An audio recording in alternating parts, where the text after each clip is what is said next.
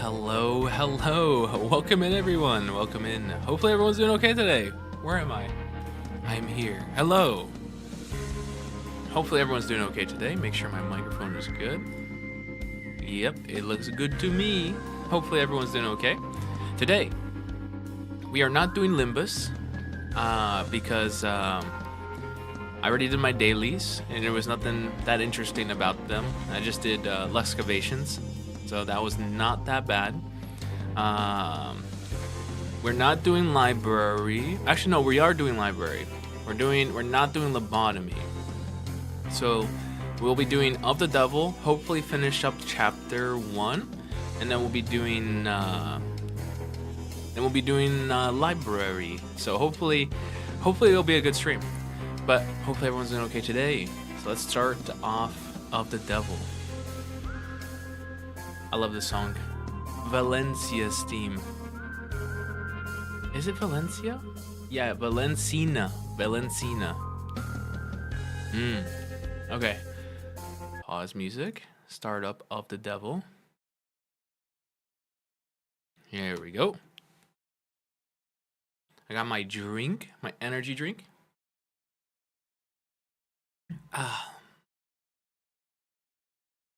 Ninth Circle Studios. Work of fiction.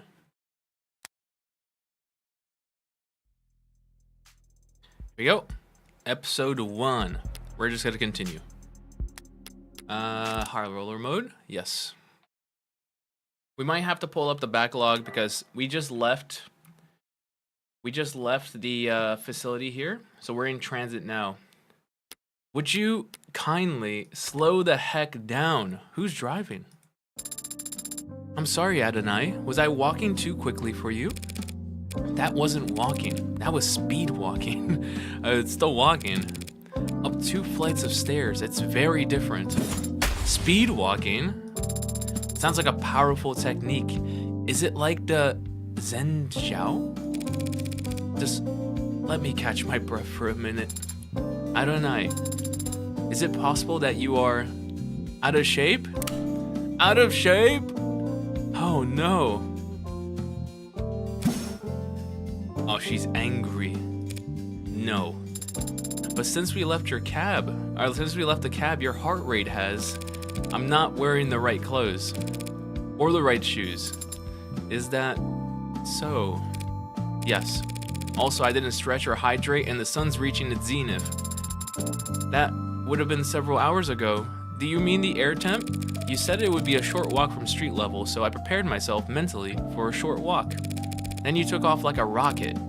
And you didn't mention we had to go upstairs. Are you sure this place is even back here?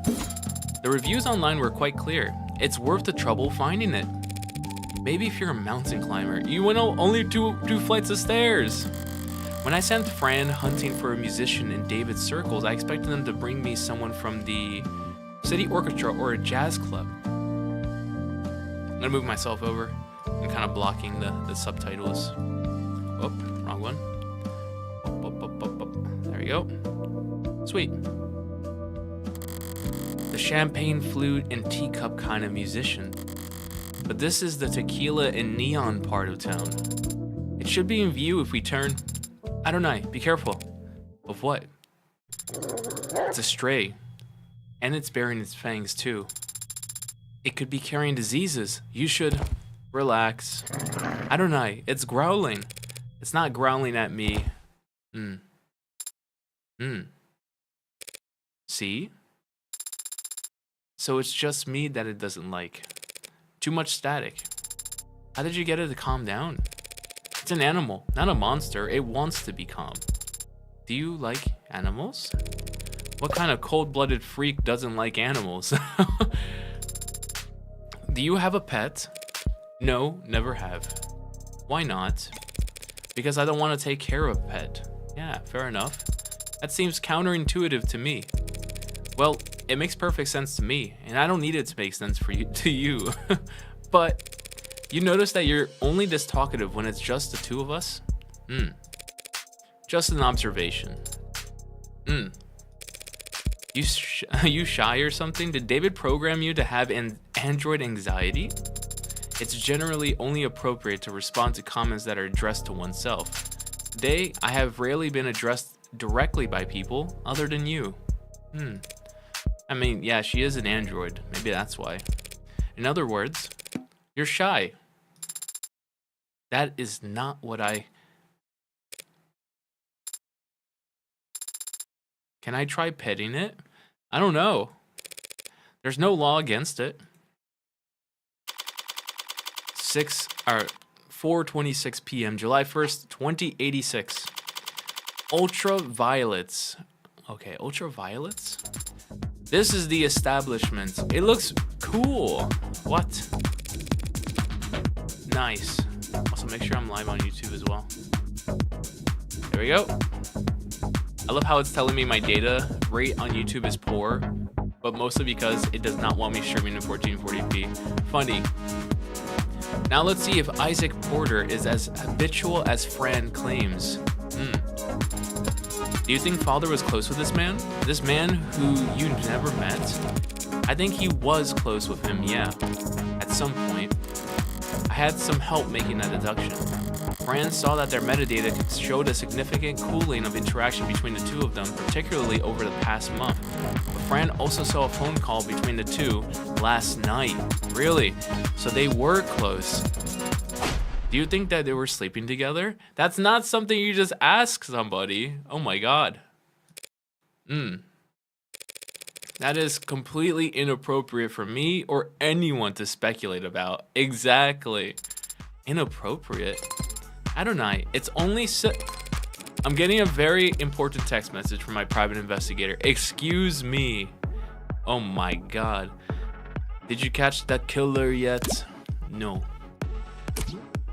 What the heck? I sent you his POS? I'm at his... Oh, pause. I'm at his position. I haven't spoken to Porter yet. Anyway, there's no reason to suspect him right now. Lame.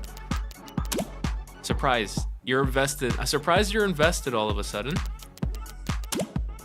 Isn't David Asher a corporate sellout in your eyes? Everyone's a corporate sellout. But Asher gets respect. If I'm a demolitions expert, he's like a really good architect. That's almost sweet, I think. Asher started working in the Cube, or in Cube.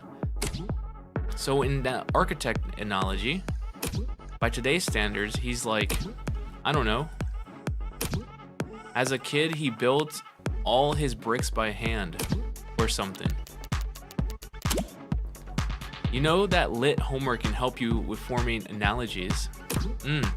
Eat this analogy. Censored. Did that come through, or did the characters break? It's supposed to be a guy giving you the finger. I take it Cube is a programming language. What's special about it? Pretty much anything coded in the last 20 years is web-based. You code with the assumption that you'll always be connected. So you can depend on having fat libraries of references to lean on. And if something does go wrong, your errors get reported to you automatically. But not Cube? You can look it up. But basically, Cube was originally for robotics and like machinery. Stuff that had to operate in mines, under the ocean. Middle of nowhere fields with zero signal service. So Cube had to be self-sufficient. How rugged. Where'd Asher learn Cube anyways? It's older than dirt. Like from the 40s. I don't know. That's weird. I think his father had a machine shop or something. Vague. Well, yeah, David didn't like to talk about his family. And I never asked. What did your private investigator have to say, Adonai? Not telling. That's so rude. Alright. Music. The stage for the talent, pretty close to the floor. Guess it fits with the whole round table aspect of this place. Everyone's on more or less equal footing, dancing in the dark until once you get past the bouncer. Do you think they might have met here? David and Porter? I can't see David walking in here. Because you found the walk so challenging? Because it's too loud to relax. It's not dark enough to be anonymous. I see. What's that face? You got an opinion to share? The atmosphere is not bad in here, but the music isn't quite. I'll find you a survey to fill out before we leave. What kind of music does an android even like?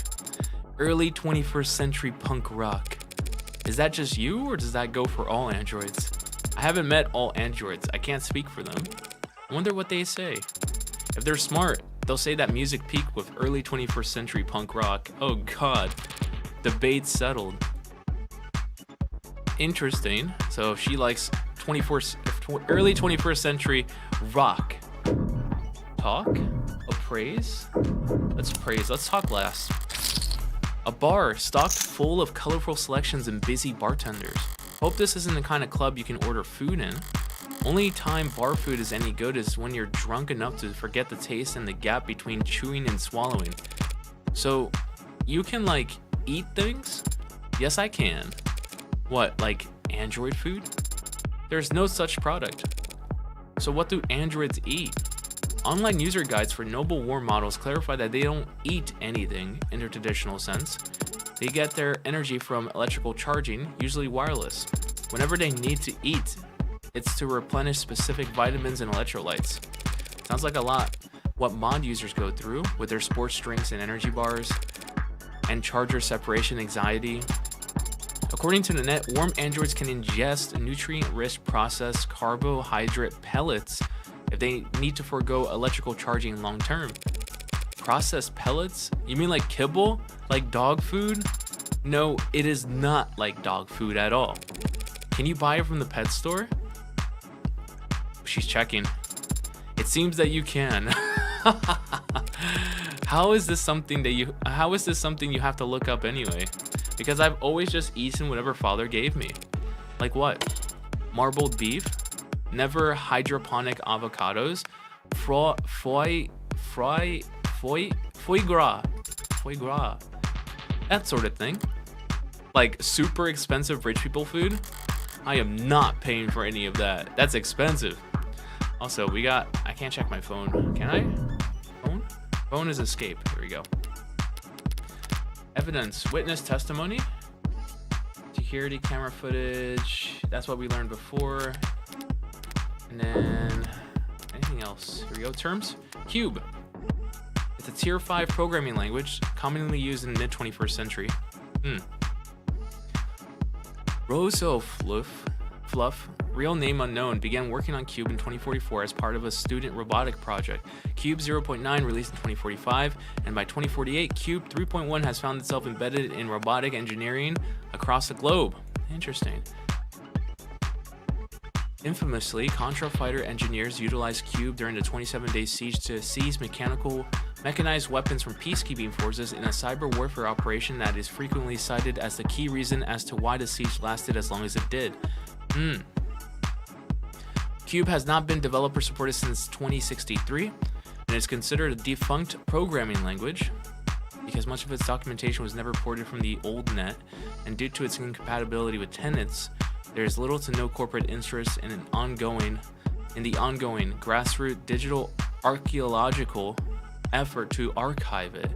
Interesting. Read. I want to read. What kind of reading material gets left out in a club? A tabloid interview?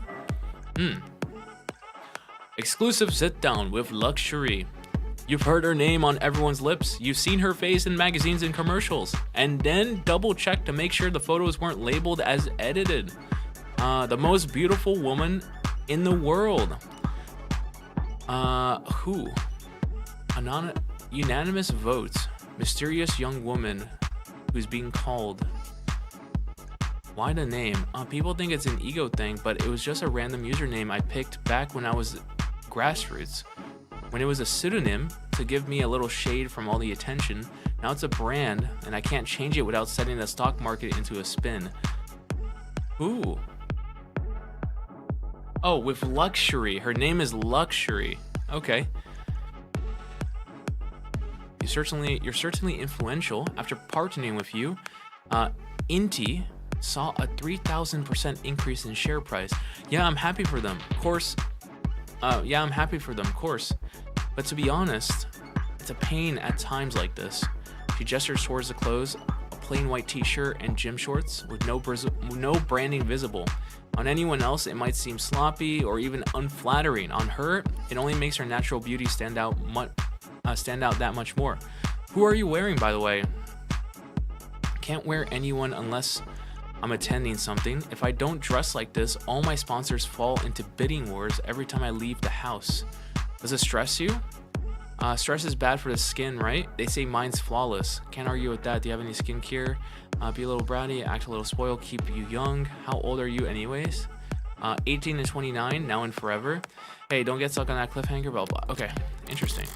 Well, however old she is or isn't, Luxury's got one heck of a mind for business. It might do her more good than that face in the end. Maybe. It's one heck of a face. In the meantime, she's pretty much powerful? No, she's pretty much powerless. She can't decide what to wear. She's pretty much stuck. Trapped between a rock and a hard place. As she steps out of line, her sponsors will bleed each other dry in bidding wars for her wardrobe's limited real estate. It's no skin off her back. She's already got more money than she could ever spend. But corporations can't afford to not keep growing. The line must go up. So they never reach a point where they can afford to lose. If she's smart enough to take advantage of that, good for her. Yeah. Okay, yeah, that's him. All right. Looks like he's killing time before his sets tonight. Are you unsure how to proceed, Adonai? I'm sure that you need to hang back. As for me, I'll play it cool. He's probably heard the news. Actually, no. You know what? I don't know. I want to play it straight because the news of David Asher's death is everywhere. I don't want to just show up and say, like, hey, I'm his attorney. I need to ask you some questions. I don't want to do that. Let's play it cool. I'm pretty sure I can play it cool. Hey there. Hey. Some sick beats out there on the floor, right? Sick beats? Okay, I already messed up. Yeah, or whatever, man. The heck? Are you a damn cop or something? Oh my god. Okay, I lost one. This isn't a cop bar. And you aren't even dressed like a cop. Damn, you're media. Oh no, he's draining me. Perhaps I should start over. My name's Morgan. I was David's friend. I'm currently his lawyer. Can we talk? Not here. I should have been straight up. Thanks, Isaac. Don't thank me yet. I might just sit here, shut my mouth, and stick you with my tab. So what kind of lawyer are you? What kind of friend? I'm his defense attorney. Think you missed the bus on that then, yeah? And a friend that needs to know what happened yesterday. Doesn't everyone? Try somewhere else, friendly lawyer. I haven't seen him in weeks. You might not have seen him, but we both know that you spoke with him over the phone yesterday. Only a short time before he died. How the heck? Isaac? It's pretty obvious that you don't want this particular spotlight to linger on you any longer than necessary, so why don't we just cut to the chase? No lies, no playing coy. Fine. Sarah? Yes, Adonai. The heck? Is that thing transmitting? I am not streaming any data, no. Porter doesn't seem to recognize Sarah either. One more person David was keeping secrets from. I need to record everything for the court. Fine. You two were together, is that correct? We were together. I ended it. Yesterday. Oh, this is not looking good for our case. Yeah, she knows. Care to elaborate? On our entire relationship? Look, you can tell me everything once, and I can get it on the record. Or you can hear the same question over and over again from 1,000 different cops and Megs for the next 3 months. We met in a bar. I had seen him come in a few times.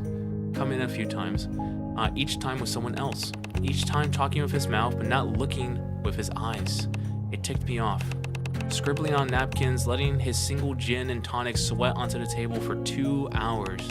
His dates would all go to the bathroom or take a call and slip out the back. One of them didn't even make it 10 minutes. He would just sit there for the rest of the night, unfazed. Couldn't tell if he was oblivious or dumb or shameless or the most confident man in the world. And he ticked me off. One night, things were slow, and my set had been canceled, and his date hadn't even bothered to think of an excuse before bailing, so I asked him why he insists on coming there, night after night. Just to ignore vapid people he wasn't interested in, a bad bar with drinks he didn't like, and he just said, because I like your music. Man, did that tick me off. It was cute early on. Him being so passionate about work I could barely pretend to understand. And I liked that we gave each other space, you know? Felt like we were being mature. Or whatever. Letaputta, welcome in. Hello. Thank you so much for the posture check. I'm glad to see ya. We are doing Of the Devil. And I got my energy drink too. Delicious. My trademark Evangelion energy drink. It's very delicious. But welcome in. Thanks for the posture check. I was shrimping. Felt like we were being mature or whatever. Until. There was no until. No one day where everything turned sour. But at some point, I started to understand where his priorities were and how I ranked in them. Like I said, he was passionate about his work. I just wrongly assumed that he would also be that passionate about me at some point. So I pulled away a little, wanted to see if he noticed, if he missed me. Testing him, like that isn't the biggest red flag in the world.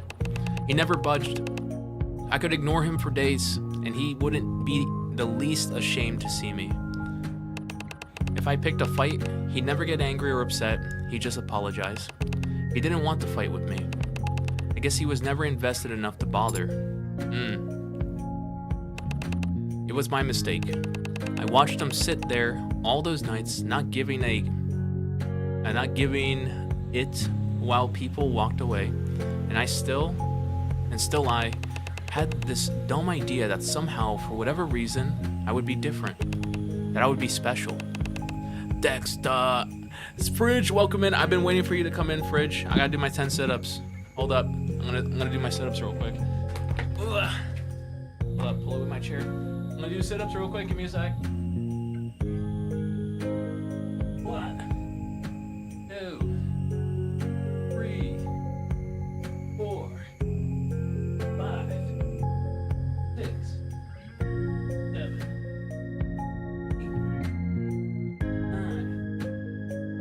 8, 9, 10. Alright. Sit-ups done.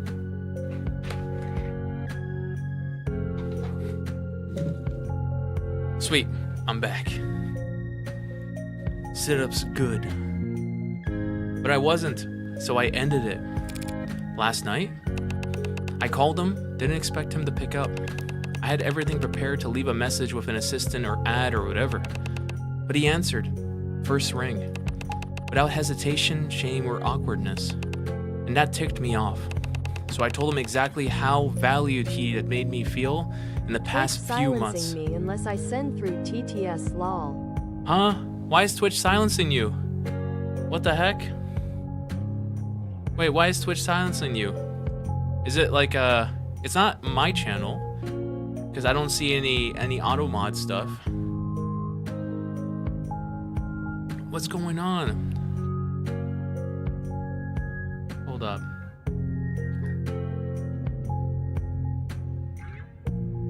Yeah, I don't see anything. There's no mod actions, no messages, nothing like that.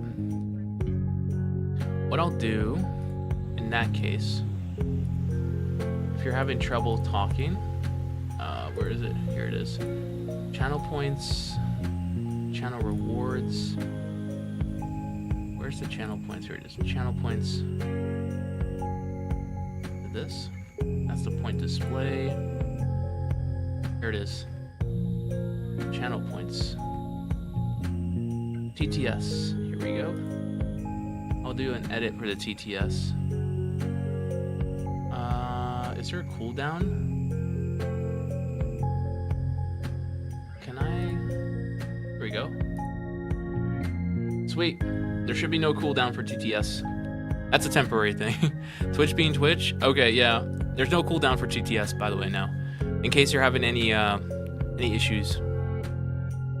So I told him exactly how valued he had made me feel the past few months. I told him exactly how insignificant I felt as the boyfriend of the illustrious Dr. David Asher. And what did he say? He probably just apologized. No cooldown, yippee. Yippee! He apologized. And then he asked me if that was all if that was all I called to tell him. Oh my god. That is horrible. Woof. Yeah, that's rough. I hung up after that. Test. I see you. I see you, Lutta Putta. I see you. Spent the rest of the night wrapped in warm disdain for him and his coldness. He had made that easy for me. I went to sleep hurt, but clean, ready for something new. And then this morning, I wake up to see that my ex killed himself not 2 hours after he let me walk out of his life without so much as a don't. What the heck, man? What the heck, David? And now you're just the tip of an iceberg of lawyers and reporters and buzzards, parasites who want to hear about the man who sent David Asher over the edge.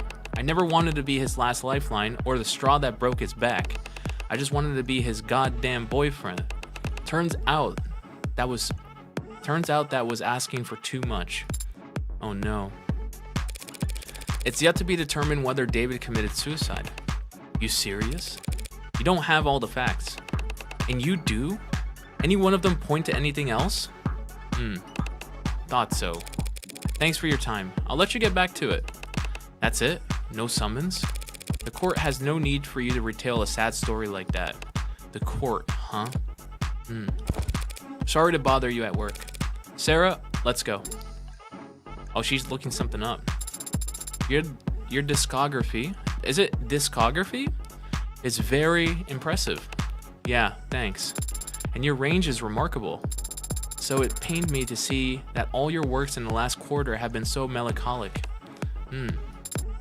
I think, well, what the heck would you know about any of that?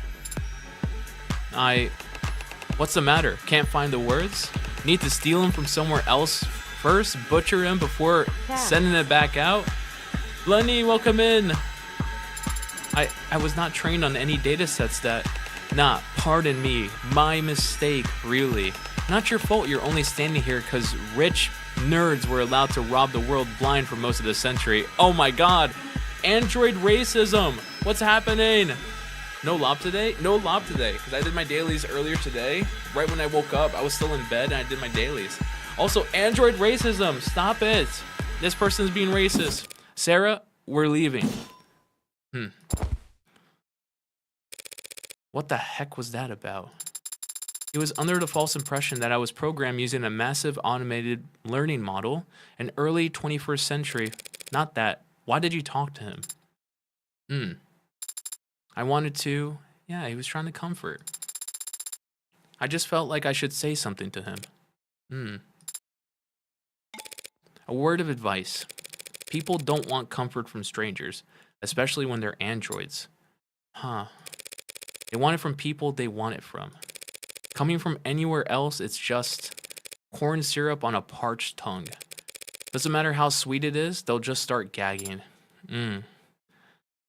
Call me the one who grips with how I hate clankers. So I have a very, very nuanced view on AI, which I gave to you guys already, which is really good, really good. When it comes to actual robotics, I like androids. I do. I can't wait to see the moment androids show up and help us in our everyday lives. I cannot wait. 3 stream streak. Say that 5 times fast. Thanks, Lenny. Take a quick drink. Oh, man. You know a lot about people, don't you, Adonai? She's suspicious. She knows. Compared to you, I'm a goddamn savant. Come on, there's not much time left. Is there still somewhere you want to investigate? Somewhere I need to return to, actually. Porter was right. As things stand, I don't have any evidence that could establish an alternative interpretation of the facts. But if there did exist hard evidence that could prove his death wasn't a suicide, there'd only be one place I could find it at this point. Where? 5:16 p.m. July 1st, 2086. Noble Employee Housing Building, Platea. So we went back to his house. Penthouse basement. I broke the streak so many times. It's okay, but you keep coming back. That's good. The basement. You sure you don't want another look at this crime scene? I'm all out of time. Gotta approach this from another angle. The other angle? You know, inductive versus deductive, flip to chessboard and all that. Haven't you ever read a mystery novel? I've seen mystery films. Well, let's see if you paid any attention then. What killed David Asher? Poison. 10 points. 10 points. Out of how many? 10 out of 10 or 10 out of 100? There's a point system? Now, how did that poison get into his bloodstream? He must have ingested it orally. And how do we know that? The medical examiner found no injection marks or wounds. And if he had inhaled it, why? Leave the whys to someone who actually understands them. I won't be able to understand anything if I don't practice. Practice by answering my question. I suppose it's possible, but highly unlikely. We would have found a delivery system for it in the building, like an inhaler. Right, an airborne poison is either shoved in your face or sprayed over a wide area, and no one around David had shown any kind of symptoms. So all we're left is oral intake, eliminating the impossible. What's next, Adonai? Oh, she's so interested. She's like, oh my god, this is like a movie. It's like a movie. Young's corroborated statement was that David didn't exhibit any irregular symptoms or behavior until he started drinking that night. And the police didn't find anything unusual in any of the food or drink in his home, except for his cup. The results were inconclusive. Jung was drinking from the same bottle and the same type of cup, but didn't get sick. We have to conclude then that David's cup alone was poisoned. That all seems logical and consistent with the police's theory of suicide. So why are we down here? Minus 10 points. You're back down to 0, Sarah. Congratulations. Yeah, back to 0. I only have 6 cookies left. Oh no. Are you gonna share with the rest of chat? There's 5 of us here. 4 viewers. It's enough for you to share and then have 2 cookies left. Energy drink. David left the parlor and came back with whiskey and 2 cups. Jung told us as much, and apparently the cameras upstairs support her story. So we have to conclude then that he got them both from this bar. Better, 5 points. She's so smug. She's like, I'm back on the board. Did he also get the poison from the cabinet? The police have been there. Wait, the police have been in here since we left. According to the ARC files, they didn't find anything that matches the poison, that poison down here. So the poison somehow went straight into his drinking cup then. I need to flip this around again. But if you turn something around, if you turn something 360 degrees, you're just back to, if I was the prosecution, what would I want more than anything? Proof that David knowingly added the poison himself. He wouldn't do that. And you can make that claim because there's no video evidence to contradict you. How long was David off camera? From 7:36 to 7:40, when he left the parlor to get the liquor from this bar. So if he had David on camera for those 4 minutes and he didn't poison himself in that time, then we would be perfect. We'd be golden. He would have a perfect alibi for the crime, proving his innocence. But Adonai, we don't have footage of that. There are no security cameras down here. I think there are. Ooh, she knows. What do you mean? This whole building is coded head to toe in Penumbra security systems, courtesy of Noble. Every console, every corner, every Android on every floor. It's all plugged into Penumbra. Except that. That panel is manufactured by Cotter Security Systems. Why would David put a console for a different security system in exactly one corner of his penthouse? I've never given it much thought. Well, it's been bothering me all day. But my curiosity alone can't scale a 64-digit wall. You mean signal hijacking, or whatever you want to call it. Have you tried it before? It is illegal and unnecessary. Father would not have installed hidden cameras in his own home. At the end of the day, I can't make you do anything. Well, actually, I probably can, now that you're registered to me. She's not. But you aren't the one who wanted to prove his aren't you the one who wanted to prove his innocence? Eliminate the impossible.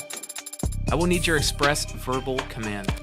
Not like David can press charges against us at this point. Do it. Oh, she's doing it. Did you really need me to say that? For the purposes of record keeping, yes. Just in case she got thrown under the bus. I've gotten past the 64-digit code, and I have found cameras. There are a number of them embedded in the room's walls and ceilings. How did Morgan know that? Aside from just seeing the panel here. As you theorized, they are on a separate network from the rest of the building. Where are they feeding to, if not the penumbra system? Behind my hibernation unit. A false wall in the back of a safe. I don't understand. Why would Father possibly have a hidden system of cameras inside his own home? Beats me. He was brilliant and more than a little odd. Throw in a little money and odd becomes eccentric. I see. I think. I don't. What the heck was he thinking? What was he afraid of? Why didn't he come to me for? Time short. Gather the facts now. Leave the computation for later. Okay. So it's behind this unit, but I can check everything here. So let's keep looking around. What did David even do with all this equipment? Dry his laundry? What makes you so sure he wasn't exercising? Oh, did you see my Elster art? Do you like it? Hold up. Open up the Discord. Elster, that looks sick. That looks really, really good. What the heck? Nice. What did you use to draw it with? Because I'm a Clip Studio kind of guy, but I've been switching over to Krita. Finger. The kid named Finger. That one meme that I don't understand till this point, or till this day. Ibis Paint. Okay, so Ibis was another option because I've only been drawing with Clip Studio to the point where I think I still have bad habits and I have to relearn how to draw myself. Like I have to relearn everything about drawing. So I'm starting from scratch and I don't want to go back to Clip because I feel like I have a lot of bad habits from Clip. So I'm thinking about going to like either Ibis or Krita. I think it's called Krita. Is it called Krita? Is it pronounced Krita? I think it is. How do you pronounce this word? Hold up. How do you pronounce this? I think it's just Krita. Krita. Yeah, just Krita. Yeah, I've been using Krita to practice, like slowly but surely. But yeah, eventually I'll get back on the saddle. But that looks really good, Lunny. It looks really, really good, actually. No, but he must have used the weights when I wasn't looking. No, he wasn't. He was scrawny. Since he promised that he'd take better care of his health. Sarah, these weights are all maxed out. Yeah. David couldn't possibly have put up numbers like these even if he was piloting a frame. Don't be so sure, Adonai. Pardon? The following is a true story based on primary sources who were present for the event and its aftermath. Oh my god. She's telling me a story. Copenhagen, 1981, 8:10 a.m. local time. A towering man with the musculature of a world-class professional rugby player enters the Global Bank at Fredericksburg Lane. He explains to the bank teller that he has a bomb in his suitcase and that he wants his gym bag filled with unmarked bills. A security guard approaches him from behind with a nightstick and swings, but the man simply catches the weapon and bends it into a twisted knot with his massive dinner plate-sized hands. When asked to describe the suspect to the police afterwards, the teller only had this to say: the man was all muscle. The rest of the bank heist proceeds without incident, and the man exits the building just as police arrive on the scene when suddenly his suitcase explodes. But it's just a smokescreen. Local officers quickly recognize the ploy and rush towards the door, grabbing each of the hostages as they flee while desperately searching for the perpetrator. What they find instead is a diminutive, frail, sheepish young man, barely 160 centimeters tall, holding a gym bag full of money with no recollection of how he got there. Renowned psychologist and trained hypnotist Dr. Werner Kurtzer wrote the following in his diagnosis: acute dissociative identity disorder. That's right, the man had a split personality, and that split personality made him like bulk up. So great was the disparity between his two halves that when they switched control, he's physically changed. Oh my god, that doesn't exist in real world. That doesn't exist. That does not exist in real life, does it? That sounds horrific. Imagine you had this kind of like disorder and like you just, oh my god, I can't imagine that. That's insane. He physically changed, becoming taller, bulkier, and capable of physically unthinkable feats of strength. Now they exist, you just haven't seen me. So be careful what you say a man like father can't do just because of how he looks on the outside. And what does any of this have to do with Dr. Asher, David, Sarah? Sarah, every single word you said was false. Was wrong. Misinformation. Huh? Don't believe everything you read on the net. Oh no, she said it with such confidence. Oh my god. Misinformation. Yeah, no other thing. Oh my god, Sarah.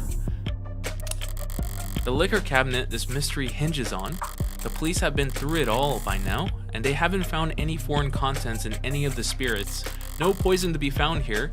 Well, not that kind of poison anyways. In which case, can I make you anything? Well, if you're offering, I'll have... Sorry, you're way underaged, aren't you? 2 years old or whatever? Technically. Now, took that one a lot worse than I expected, yeah. Cheer up, maybe you'll find a mocktail if you climb to the top of the ladder. This is a rolling ladder, a kind of step ladder. Wait, this is a rolling ladder, a kind of step ladder, not a ladder. What? Remember, a ladder extends, but a step ladder folds out. And? It's important to know the distinction. No, a ladder is a ladder. I bet my life savings that this subject will never, ever come up again. Ever.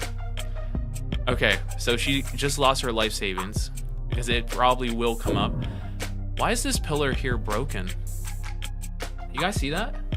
Why is this pillar here broken when all the other ones are fine? It's weird. Subtle foreshadowing, yeah. What's the story with this anyways? Some kind of fault in the foundation? I don't know, I never noticed that crack before. Might want to get those eyes checked. There's nothing wrong with my vision. This crack must have just created... Wait, this crack just must have been created during my most recent hibernation. How? Did David drop a weight a bunch of times over and over in the same spot? That's peculiar. That's weird. It says to advance, but I don't want to advance this yet because I want to take in the painting. So is that the original? It was appraised and confirmed to be genuine. At least he didn't get ripped off. I'm a Philistine when it comes to this kind of stuff. What does an android see? I see a meeting, or perhaps an encounter. Two apex forces of nature. Two kings of the forest, the stag and the tiger, I think. Okay. Great, I'm officially less cultured than a robot. Alright, let's refocus here. So there's some kind of hidden door behind your bunk bed, huh? Essentially, though a bunk bed would imply a second or third. How do we open it? One moment. I see. Got it open already? I cannot open this door. Why? It is a thesis basic sturdy cure. An anti-hack feature in the name. Wait, that anti-hack feature in the name is real? It's a closed system, Adonai. The heck am I supposed to do now? Strange.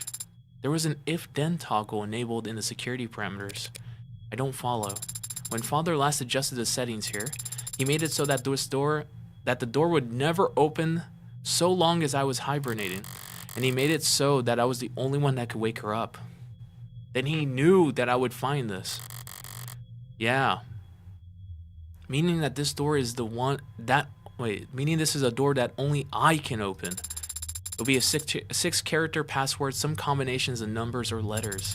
Did you and Father have any influential moments in your life that revolved around 6-letter word? Nothing comes to mind. Is there a code word that he knew only I could learn? Well, when in doubt, check the news or check my phone. Oh, easy. A 6-letter word that only I can learn? No, that doesn't work out. I was gonna type in Sarah, but no. I mean, no one else would have known her name. It's not me. M-O-R-G. Was that your name you just tried? Okay, I did that on purpose because I can pull up my phone now. Porter. Either it's gonna be Porter. I think it's Porter. Interview of luxury. Never hydroponic. Oh, it's food that's not made in vertical farms. Okay, so it's probably Porter. Morgan, was that your name you just tried? It's six characters, isn't it? Yes, but it's not exactly secure. Adonai. Oh, it's Adonai. Okay. Anyone who knew you and Father were close could have tried guessing it. Was there some other word that only the two of you knew? A nickname? Pretty much everyone calls me Morgan, but not everyone. Interesting. It's open. Yes. Okay, we got it. It kind of shouted at me because it was in italics. It's opening. What was the password, Adonai? You'd never guess.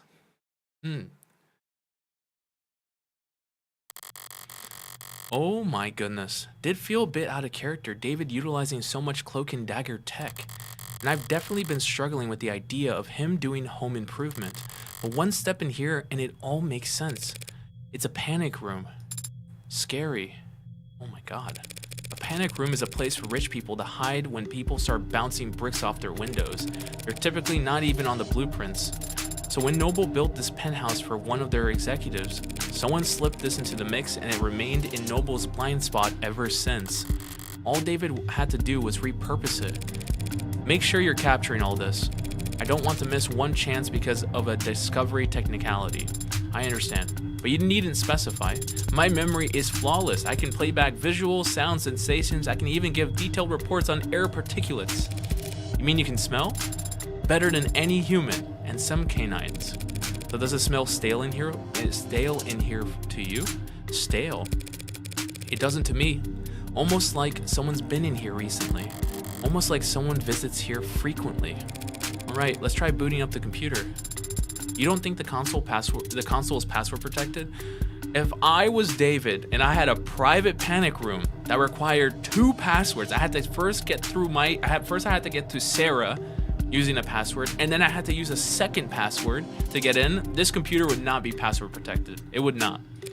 2 physical doors, a 64-digit code, a half-ton Android, and a secret phrase. If David set a password on this PC after all that, I'm going back to the morgue to have a word with him. Yeah. Good, it's already signed in. You're looking for camera footage? I'd also settle for a note plainly stating that he feared for his life. What am I doing? Here, you search for video files. They'll probably be timestamped and formatted for short-range devices. I have the subfolder. The camera stream live data constantly, but the files are clipped at fairly regular intervals. Once every week, it seems. The most recent video file has footage going back 8 days. It was accessed yesterday at around 4 p.m. You were asleep then, so the only person who could get in here at that time is David himself. Alright, let's see it then. Of course, it's just that I am having difficulty. For what reason? Try double clicking. Oh no. I've been trying to open the files from the moment I discovered them, Adonai, but they are encrypted. Damn it, David. You leave me enough clues to get this far, but you won't let me use your computer? What's the brand on the encryption program? If I rush a subpoena, they might have a backdoor I could bluff them into. These files are not encrypted with any commercially available tool. This appears to be Father's own work. Darn. If David Asher hand-wrote the encryption on these files, there's no one alive who could... Hey, was Dawes just flattering you back there? Or is your processing power really that special? Adonai, can you break his encryption? Yes or no? With enough time. And how much time would that be? I would estimate it at 2 to 6 hours. That's a 4-hour window. No matter how sophisticated, encryption is just a code that needs to be deciphered. And when deciphering any code, progress proceeds exponentially, which makes it particularly difficult to determine the amount of time required to complete the process. 2 to 6 hours. I don't have any other better options. Get started. I started 4 minutes and 23 seconds ago. Finally showing some initiative, yeah. But you've been talking to me this whole time. I have the ability to analyze data in parallel by utilizing subconscious processes so long as the work required is rote. So you're doing it in the back of your head? Actually, I'm speaking to you in the back of my head. Oh no. I can give the decryption process my full undivided attention, but I would become non-responsive. Hey, that's a pretty nifty feature. I'll have to keep that in mind. Alright, can you take this show on the road? Or do we have to rip this computer out of the wall and find a battery? I've copied the encrypted files and we'll work on them as we travel. We can leave whenever you're ready. I still can't believe David let me get this far just to shut the door in my face at the last second. But he did let me get this far. And the computer's not the only thing in here. He probably made it so he encrypted the files, so I had to use Sarah. So I had to use her to decrypt the files. That's probably the last key. Cabinets are a lot less eye-catching than his computer, but knowing David, that's all the more reason to check. Lots of paperwork, bonds and holdings, a platinum bar. His birth certificate might be nearly as valuable. Can't imagine what people would pay to steal David Asher's identity. And down here at the bottom, a binder. Noble's logo on the front, and in the middle, enough pages to dwarf one of those phone books you see in period pieces. They're masking it in legalese, even on the table of contents, but basically, this is his employment contract. Hold on to this for me. It must be very important if you're giving it to me. It's certainly very heavy. Take this. It's heavy. Was there anything else in there? Expecting an updated copy of his will to show up? It is a possibility, isn't it? Maybe in a corny old murder mystery. A widely beloved and respected genre with over 2 centuries of there is something else. Your papers. That Evangeline Morgan be given immediate and complete ownership of the android designated Sarah. It's dated a few weeks ago. Oh wait, it's dated a few weeks back. Had he already made up his mind about all of this? If he had, why did he hide this where no one else could find it? Was I just a backup plan? Well, at least we got something a bit more concrete than Starling's words now. Her word should be plenty, shouldn't it? How do people realize how precious you are? Oh, look at that. It's like, oh, you're so precious. As a collector's item. That's so rude, Morgan. Damn. We've yet to meet one person who knows what the heck you are. But Noble could have easily argued that you fall under private technology or physical holdings, unless I had something like this. It's good that you do then. I'm glad that father wanted me to go to a friend of his. Yeah. This will get me a huge tax write-off when I donate you to a for-profit college. You can at least pick a charitable institution. No, just an old saying. All colleges have been for-profit since the 60s. The 60s? As in like the 2060s? For-profit? Doesn't make me feel any better. You can cheer up in the car. Hail us a ride to the courthouse. Priority. There was an upcharge for this hour for priority transportation. That's irritating. But I'd like to have more than a few minutes to prepare once we get there. An upcharge is a multiplier of 5.7. Oh my god, that's expensive. I'll prepare on the way over. Very good, Adonai. Okay, so we're going to court now. 5:48 p.m., July 1st, 2086.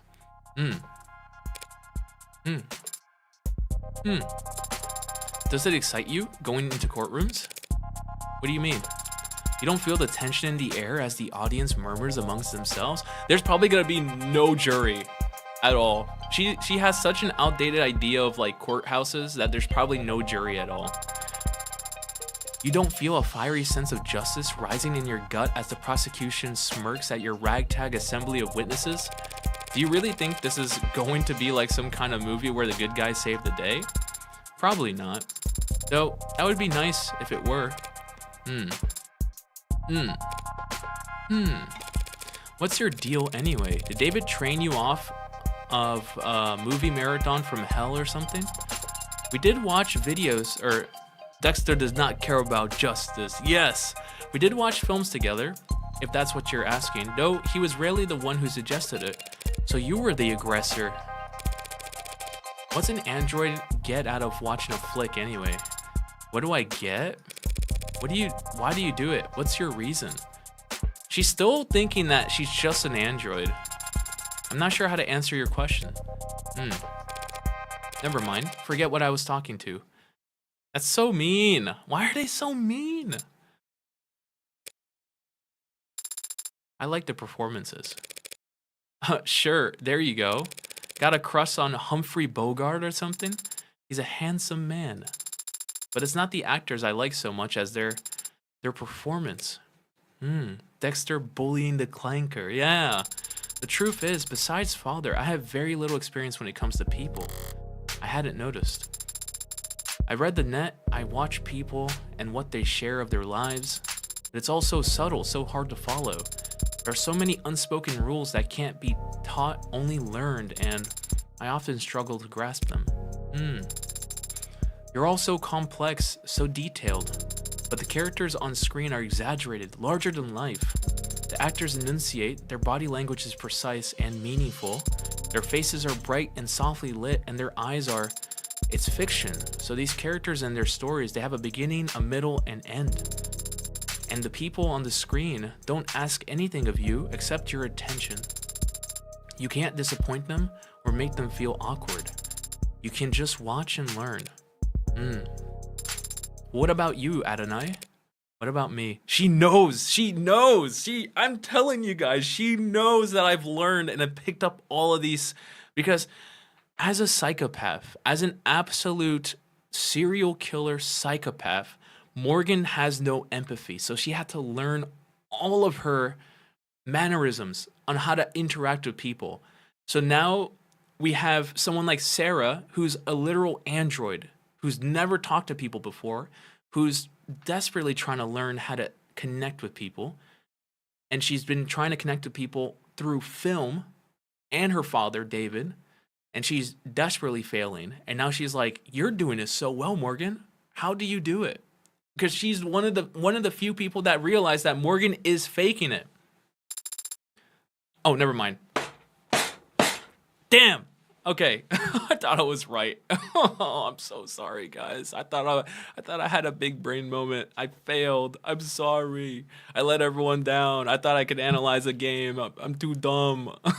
I'm sorry. Do you like movies? Yeah, sure. Back when I was a kid. Really? Who was your favorite director? What was your favorite film? It was a long time ago. I don't remember. Yeah. Apparently, no, I'm, oh man. 6:05 p.m., July 1st, 2086. State building, floor 48. Things are quieter than I expected here at the courthouse. Though I've always felt courthouse is a bit of a misnomer. Government building is the best way to describe these towers, all-encompassing and impenetrably vague. 100 floors of officials and documents and paper-pushing queues, with a couple dozen courthouses squeezed in along the way. Didn't think I'd be arguing in court when I woke up today.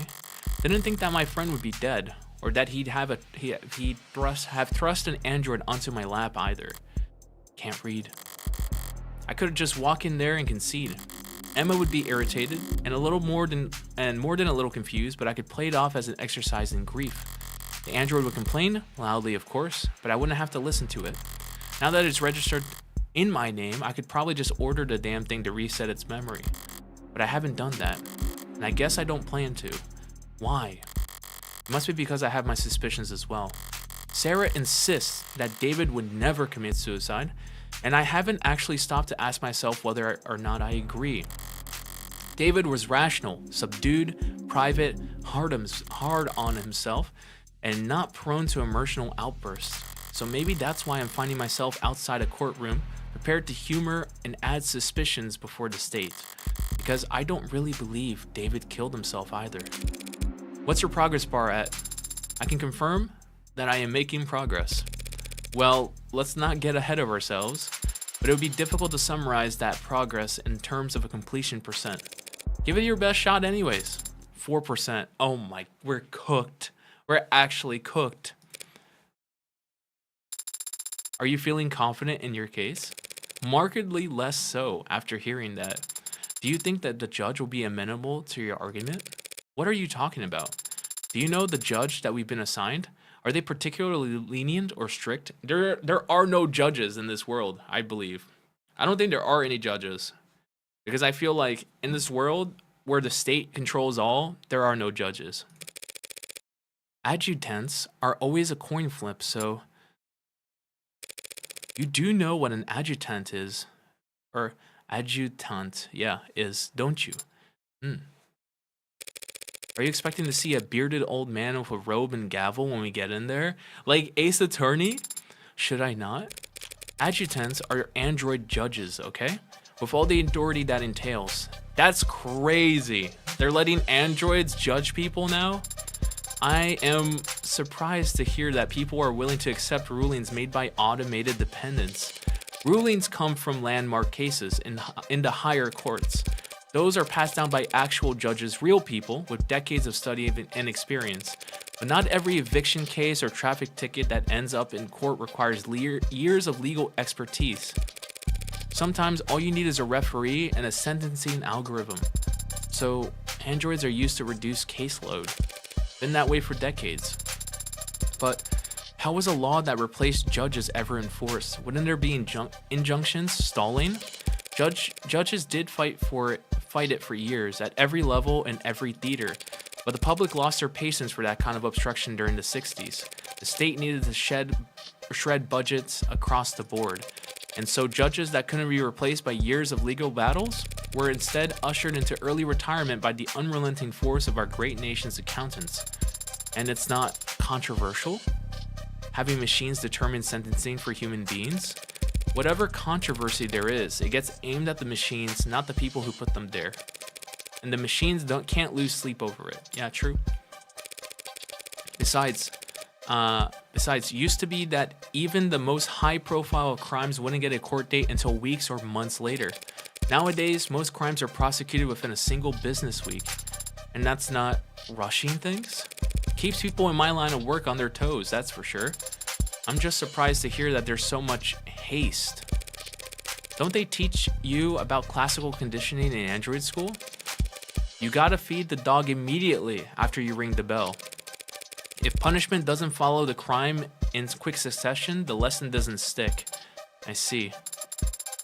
But if adjutants are so effective, why aren't they used in every trial? Why aren't they used in politics? That's a logical question to ask. And the answer is, that logic only gets you so far when it comes to people. Doesn't everyone want the courts to be just as possible? If adjutants are truly impartial and incorruptible, everyone wants justice, sure. But there are other considerations to be had, such as disgust. Disgust? What? That's all people really care about, what all their morals boil down to. Just what they do or don't find disgusting. Only problem is, everything's more palatable when viewed through a screen. So when everyone sees the world through AR and cameras and no one ever gets dirt under their fingernails, you'd be surprised what you can get away with. I don't understand. Yeah, well, therein lies the problem.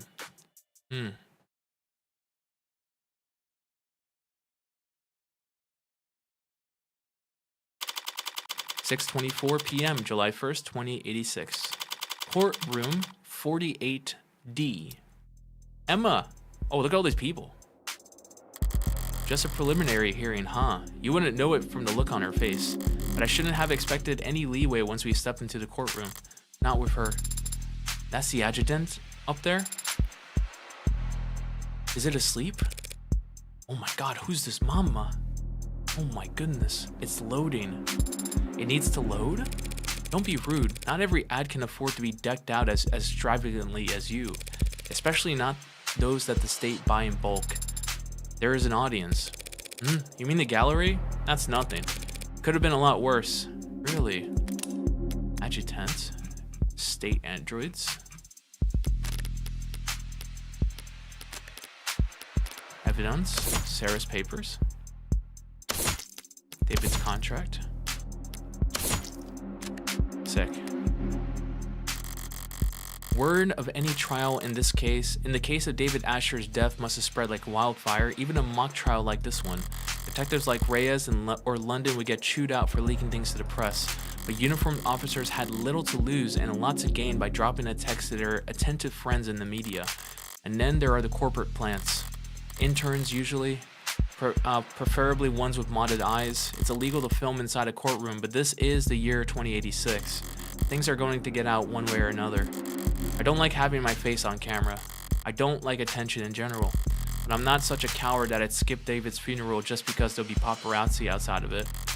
My pretty little likeness was going to end up on the background of some tabloid photo one way or another by the end of the circus. At least this way, it's decent marketing for my legal services. What will happen once the adjutant finishes loading? How will the trial proceed? With all those films you watch, I'd figure that you can extrapolate. I'm asking so as to correct any misconceptions.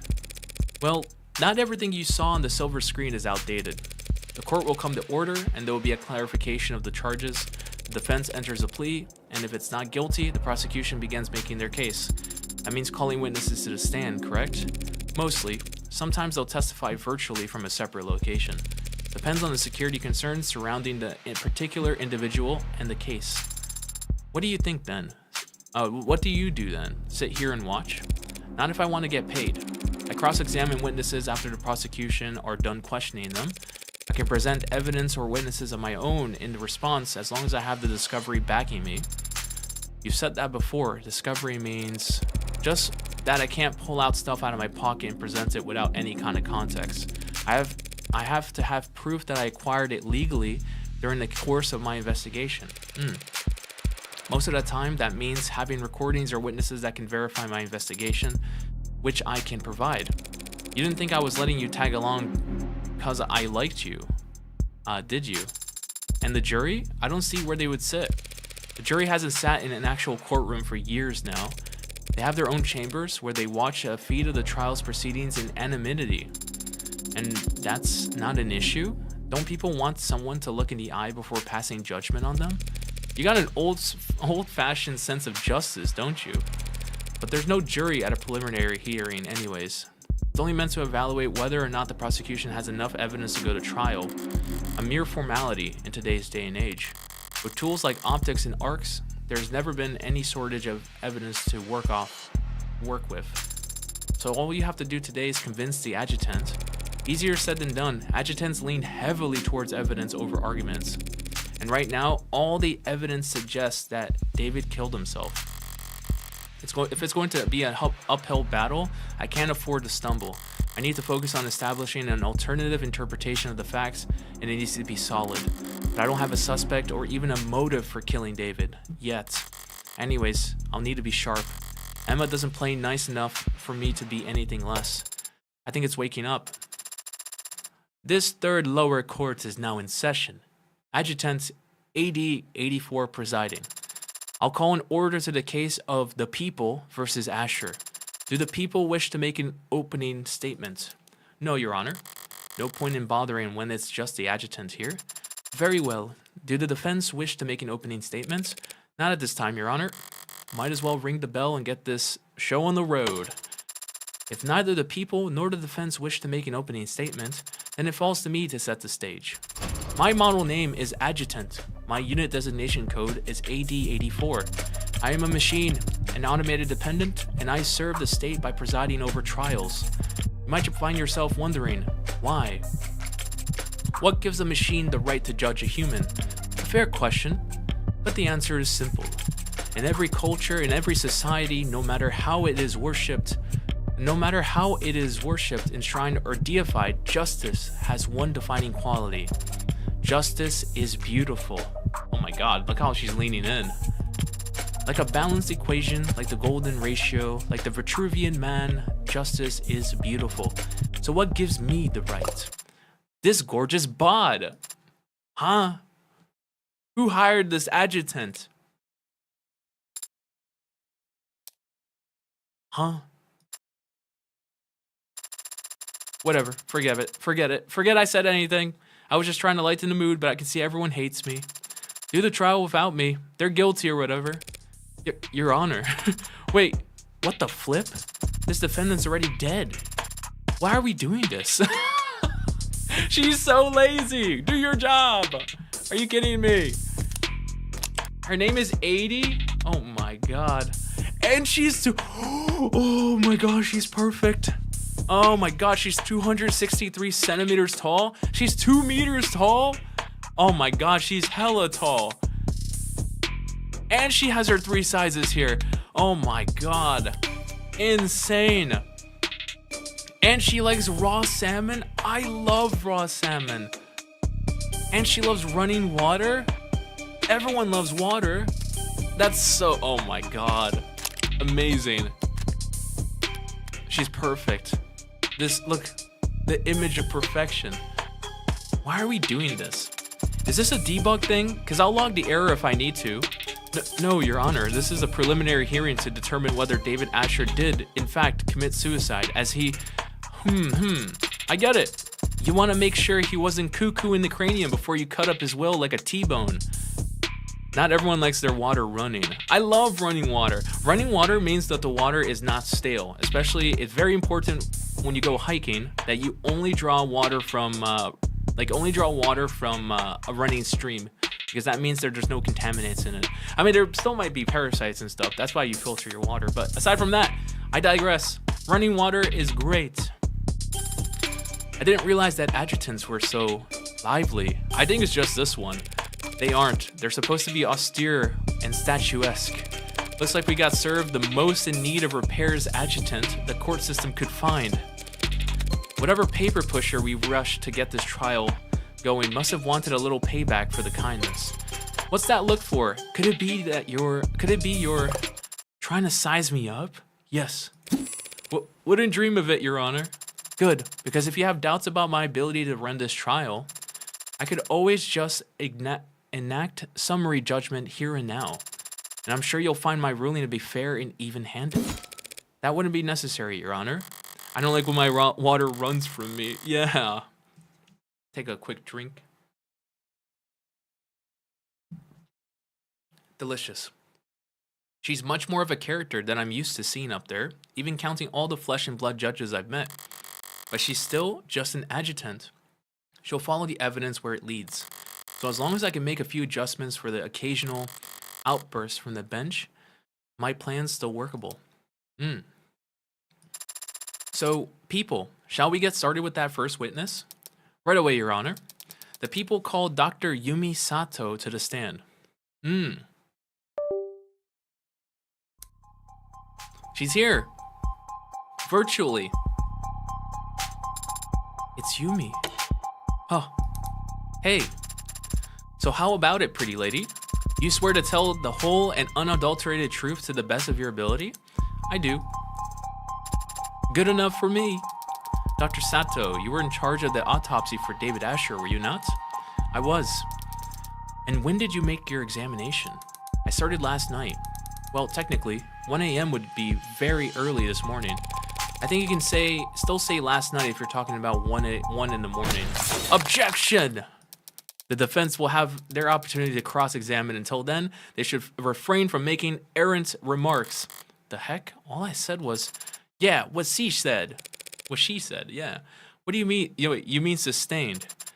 Don't get cute with me, counselor. No! My money! How dare you?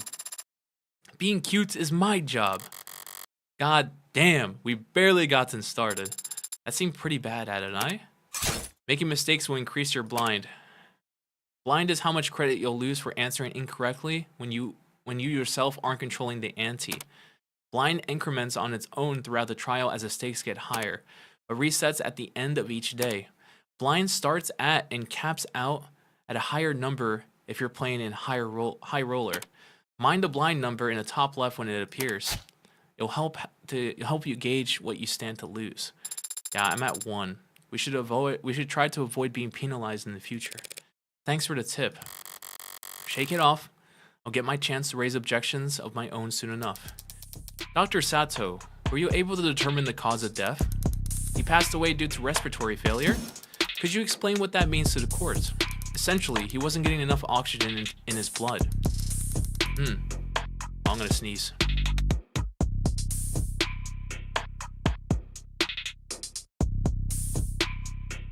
It seems by the time he arrived at the hospital, he was no longer breathing. What does respiratory failure look like? What are the symptoms? There would be lightheadedness, dizziness, fainting, pale skin, and a bluish tinge around certain extremities. And the condition he was in matched those symptoms? Correct. In your experience, what is the most common causes of respiratory failure? It can be caused by injury or disease, but the subject had no wounds or reported illnesses, and otherwise appeared to be perfectly healthy. And what else could cause respiratory failure then? It is commonly seen in fatal drug overdoses. Drug overdoses. Did you perform a tox screen on Dr. Asher? Yes, but his tox screen came back clean. Whatever killed him, it wasn't something we've encountered before. Wait, a clean tox screen? Clean? Dialogue will proceed automatically during the testimony, but you can still choose to advance text manually with continue. You need to read carefully and wait for a witness to make a statement that sounds wrong. Then hit the call button to hit their bluff. Hover over the call button or toggle on Insight to focus on the claims within a witness's statement. Insight can be disabled in the settings. Testimony will loop until you call. Crimson, welcome in. Hello. Can't let this chance slip by. I need to catch her mistake the second it comes out of her mouth. But welcome in. No need to apologize. Also, I need to look at the thing. She said it was a clean tox screen, which was not the case. Here it is. Unknown substance detected in bloodstream. Approximately 18 crossed out, 20 milligrams total. That is false, what she just said. Okay.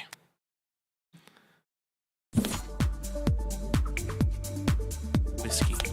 David's contract. Upright cup. Subject passed away due to respiratory failure. That's fine. We know that. Essentially, he wasn't getting enough oxygen in his blood. That makes sense. Also, the blind's at -3, which is crazy. He would have experienced lightheadedness, dizziness, and fainting. Okay, that makes sense. If I click space, it continues. Subject was healthy. Respiratory failure must have been attributed to a drug overdose. But when a tuck screen was run at the hospital, it came back clean. Call. After choosing the call and a statement, you need to respond with evidence. Look at the 3 cards that show up and confirm your card before the timer runs out. Not drunk, not poisoned. Oh, I wasn't fast enough. Open your mouth without thinking, huh? There's only room for one airhead in this courtroom, and it's not you. No! My points. It's me. Of course, Your Honor. It was the whiskey. It showed it to me right there. If he was drinking whiskey, it would have showed up on the talk screen.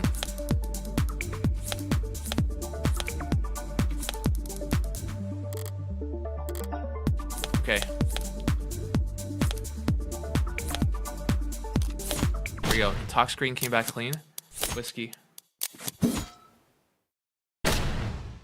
Wanna bet? Boom.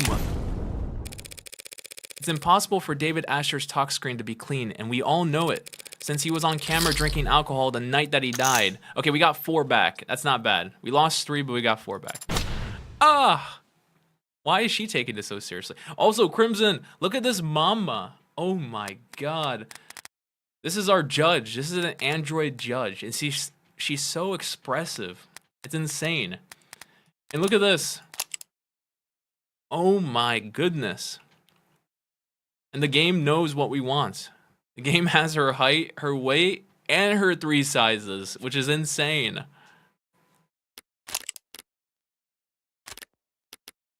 Boom. That makes sense. You got that wrong. Successfully object to a testimony for the first time. I did that. And that scared you? The witness merely misspoke, Your Honor. As it plainly states that on the tox report itself, Dr. Asher did have alcohol in his blood, but not at such a concentration to be lethal. Yeah, my bad. When I said the tox screen was clear, I just meant it didn't tell the attending physicians anything they already didn't know. Overall, a little bit more nitpicky than I like to be, but at least I was able to balance momentum more or less. Shall we continue, Dr. Sato? If the tox screens were negative for pharmaceuticals and drugs, what caused Dr. Asher's respiratory failure? During my autopsy, I analyzed his blood and was able to isolate a foreign compound. So there was a lethal dose of a drug inside of his body. It just happened to be a drug that the hospital had never encountered before. That's correct. I think we're all going to get pretty tired, or get tired pretty fast if we don't at least pick a placeholder name for this substance, Your Honor. The people don't object, Your Honor. In that case, I'll put all my creative heuristics to work coming up with an original, scientific, fitting name for the substance. A name like Omega 3. No, that's already a substance. You can't call it Omega 3. And that name is already taken.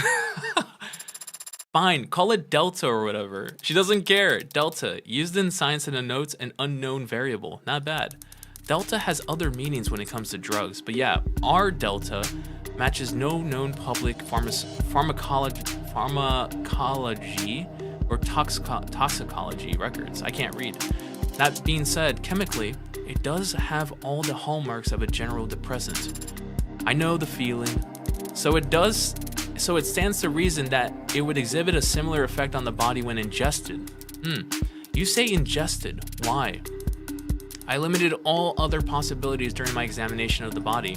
He must have swallowed it, and judging from his stomach contents, it must have been a liquid. Thank you, Dr. Sato. Shall I summarize things for the court? Yes, please. I wasn't listening that closely. I love this ad. Oh my god, I love her so much. The victim died of respiratory failure, and his tox screen showed that the blood was clear of anything that could cause respiratory failure, except for this unknown substance, the poison we've labeled Delta. Well, that sounds like a textbook suicide. Should we wrap it up here? Not quite yet, Your Honor. This may clearly be a poisoning, but there's at least one detail about this case that doesn't feel like a suicide at all. It was, the whiskey? No, it would be Young's testimony. Drank with Dave before he died. Didn't see him add anything. Collaborated by cam footage. Yes, that's a big thing. Young's testimony. Because if I did his autopsy, that makes no sense. Because the question is, it's a classic suicide. We can't, like, from the autopsy, that helps their case. The whiskey, that helps their case as well. But it has to be Young's testimony. The people shouldn't get ahead of themselves. There's nothing textbook about a supposed suicide that had a witness sitting there watching it happen. As you say, well, now I'm lost. Was this poisoning a suicide or not? She doesn't care. Look at her. Oh my god. If that's the case, then perhaps we should give the defense the opportunity to cross-examine, unless they're going to insist on testifying themselves. How kind of you to offer. Ball's in my court now. How do I counter? Emma's argument basically goes as follows. David ingested a Delta knowingly, and then the Delta caused his respiratory failure. He died of respiratory failure, thus David committed suicide. During blackjack, every piece of information you learn deals you a card. Choose only the questions that are logical and relevant, and only press if you think a line of questioning is worth continuing, or else you'll bust and lose credit.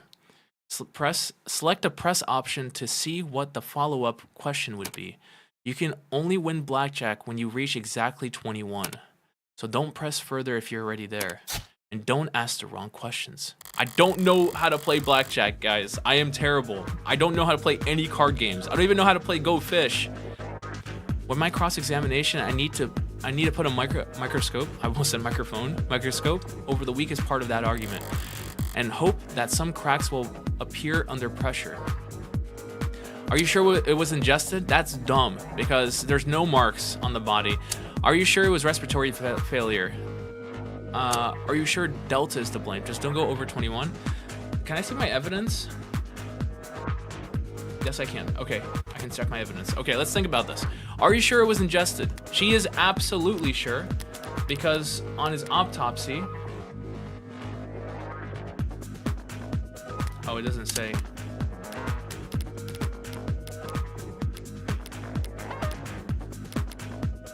Oh, it doesn't say, but they did mention that there was no marks on the body.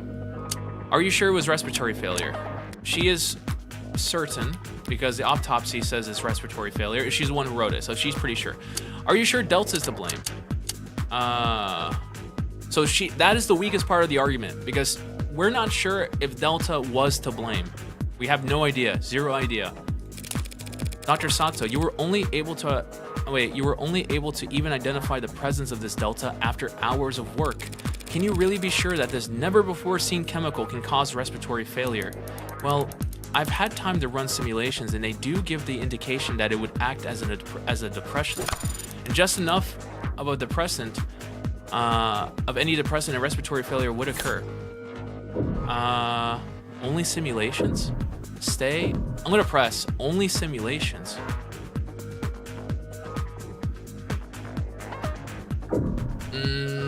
I don't know. I used the card there. I'm at 15. Only simulations. Everything else doesn't make any sense, so I'm gonna press only simulations. You ran simulations? So you haven't tested Delta on an actual person? No, I haven't. That would be very difficult to do given our extremely limited sample, not to mention highly unethical, of course. But without such a test, you don't actually know for sure that Delta can cause any of the symptoms you've described. Was there a question in that statement, counselor? You don't actually know for sure, do you? No, not yet anyway. Okay, that's good. I mean, I feel like we didn't get anything, but we got an ace there, so that's not bad. Are you sure it was ingested? I mean, she's pretty sure.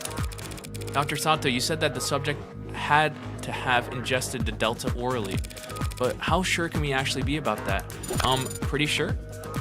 I mean, I can go into details about the cavities, all the cavities I checked, but I'm gonna stay. I'm not gonna press. Was it knowingly ingested? I'm gonna stay. There you go. Are you sure it was respiratory failure? Is it possible that he actually died from something other than respiratory failure? Well, no, not. I'm at 28. I went bust. No! Oh, that sucks. You could argue or speculate about what caused the respiratory failure, but it is, in fact, a fact that he died because his heart and lungs stopped working. Right, thank you for that. Okay. I lost so many points from there because I went bust. Are you sure that it was ingested? I mean, I already asked this question. Maybe I had to press on this. Yeah, I had to press on this. I'm gonna press. Knowingly ingested. But how can we be sure that the subject ingested the Delta knowingly? Well, we can't be sure of that. Certainly not just from an autopsy. But you said it must have been a liquid, yes? Would it have to be in a large amount?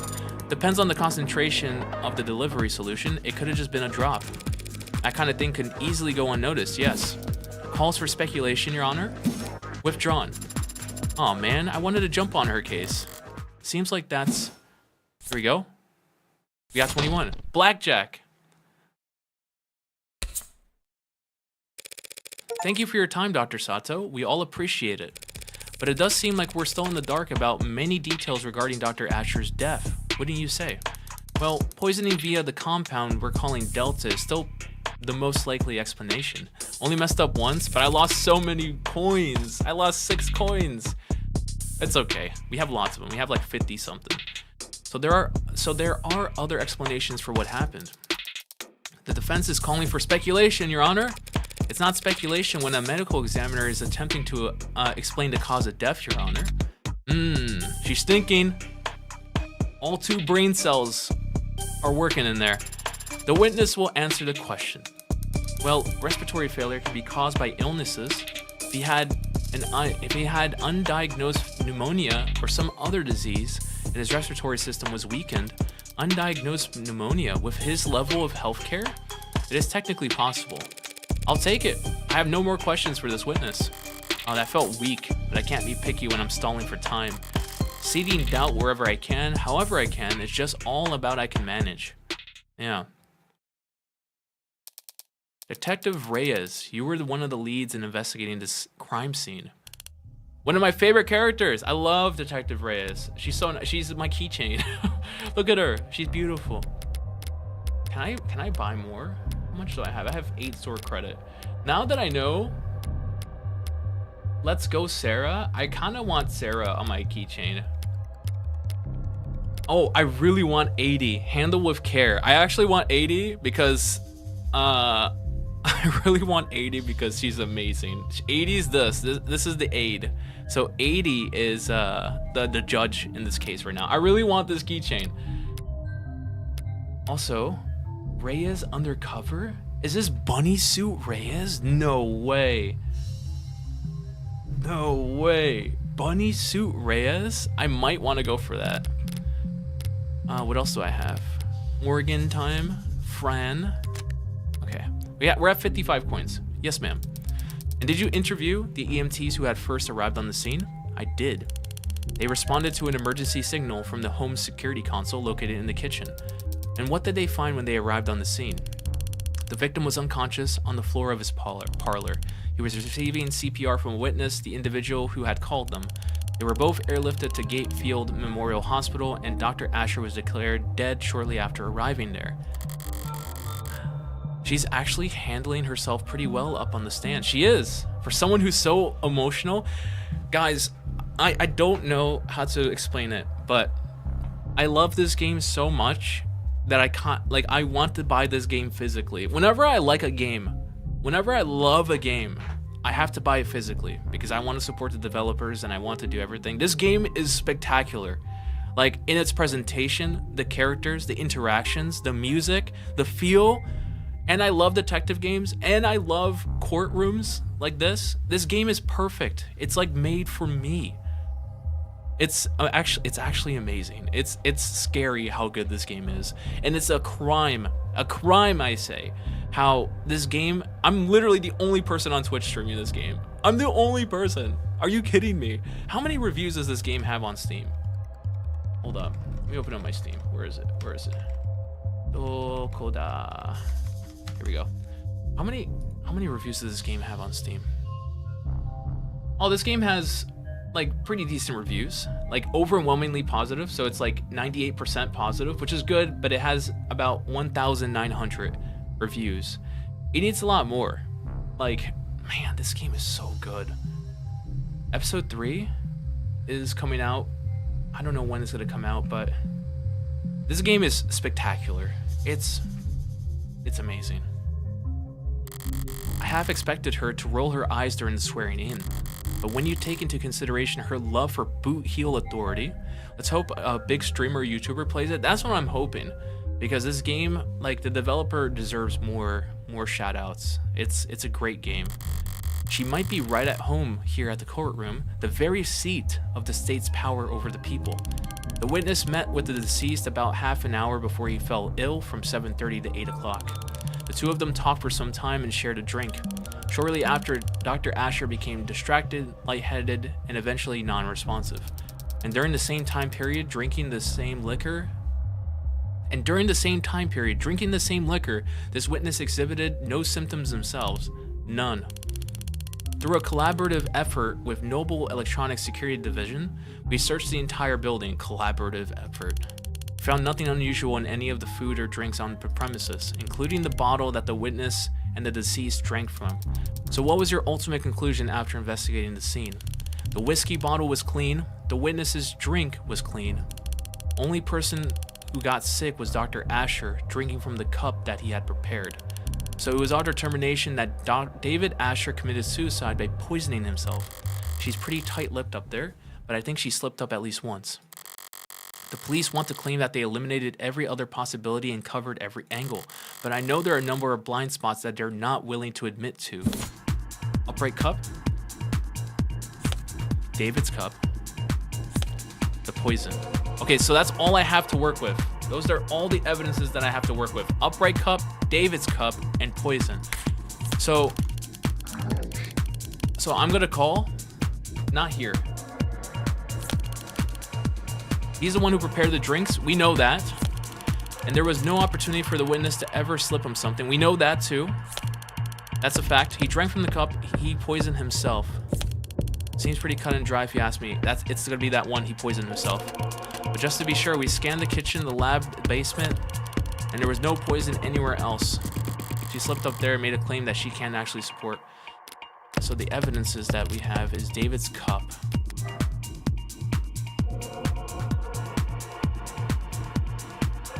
Toxicology reports have proven inconclusive. Too much of the whiskey was drunk and or evaporated.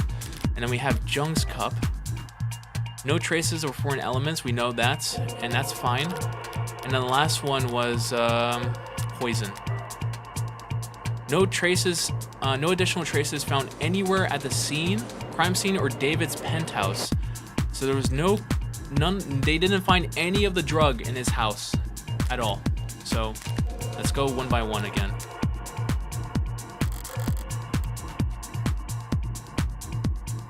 I'm gonna sneeze. There we go. Sneezed. All I gotta do is point it out, and then I'll get to watch her self-destruct, which should be fun. Asher met with a witness. We know that. He's the one who prepared the drinks. We know that. And there was no opportunity for the witness to ever slip him something. We know that. She was on camera. He drank from the cup that he himself poisoned. I'm gonna call that. You can't support that. It was that. Wanna bet? It did not work. No! Did I get points for that? Boy, I hope not. Otherwise, I wouldn't get to do this. Overruled. No! Dude, that was right. That he himself had poisoned? That doesn't make any sense because they didn't find any of the poison anywhere else in this. Okay. That he himself poisoned. It was probably the cup because they didn't find any poison in the cup. There's the toxicology for the test had been proven inconclusive. So you can't prove that. You can't prove that he poisoned his own cup. Okay. Upright cup. That's her cup. David's cup. And poison. So it's probably David's cup. It's going to be that one. Also, if I lose again, then it's going to be pretty bad. Drink this one here. He drank from a cup that he himself poisoned. Seems pretty cut and dry when you ask me. To be sure, we scanned the basement, the lab, and there was no poison anywhere else. Okay, so I should have read that last one. Okay. It was this one. A cup that he himself poisoned. You can't prove that based off of his cup. There we go. Wanna bet? Yes! We got it. You can't make that claim. Not when the evidence record clearly shows that the tests of David Asher's cup were inconclusive. The police can't claim he drank from a poisoned cup without first proving... Okay, we got our money back. So, okay, we got our money back. That's fine. We can mess up once, but then we get our money right back, which is great. The police can't claim he drank from a poisoned cup without first proving that his cup was in fact poisoned. That animation was sick. Every animation in this game is so good. You're talking a lot of sense, lady. Does it resolve? Do you have a response? D.A. Rockford? Testing on the deceased's cup has been inconclusive so far, Your Honor. I don't dispute that. Get your money up, not your funny up, Dexter. Yeah. Though I'd be surprised if the defense has any idea how else the poison could have possibly been delivered to Dr. Asher alone. Not at this time. But that's the funny thing about the burden of proof. It's not on the defense. As we're all aware. Right, we all knew that. I definitely knew that. She's not paying attention. She's playing video games. Now, if the people are done bemoaning that pesky innocent until proven guilty issue, perhaps I can begin my cross-examination. Fire away, baby. Fire away? Baby? Okay, here we go. So we have to hit 21. Rhea's testimony is meant to show that David's the only one who could have poisoned himself. She'll be on guard and hard set against helping me, but if I keep her focus on eliminating other possibilities, I could get her to make my point for me before she even realizes what happened. Okay. So I need to hit 21. Anyone else in the building? I can ask all the questions I want, but the thing is I have to get either the stay or the call thing. Like, ever seen poisoning himself? Okay, anyone else in the building? The only people we saw on camera that night were Dr. Asher and this witness, correct? Yeah, there was no footage in the house of anyone else. Are there any parts of the house that aren't recorded by camera? Yeah, the basement. Sure? There are a number of rooms in the home interiors that don't have cameras in them. So it's possible that there were other people. No, that's me talking. Okay, so it's possible that there were other people there that night because the cameras weren't watching every room. No, that's not possible. The only way up to the penthouse is through the building's elevator or the fire escape stairs, which are on camera. And that still wouldn't get you past this front door, which is also on camera. No one besides the two of them were there that day. What about before that day? Or stay? I'm gonna stay because I don't think pressing.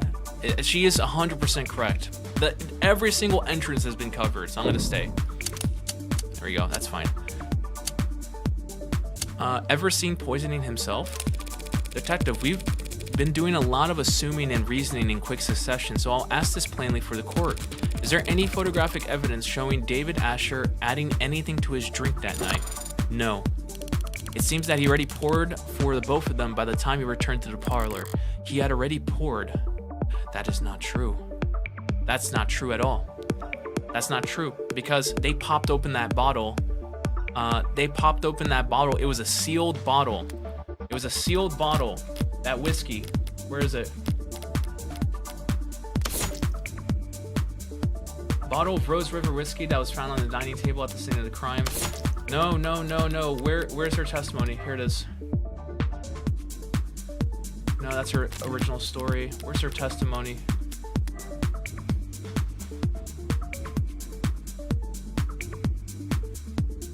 Retrieve liquor from his basement.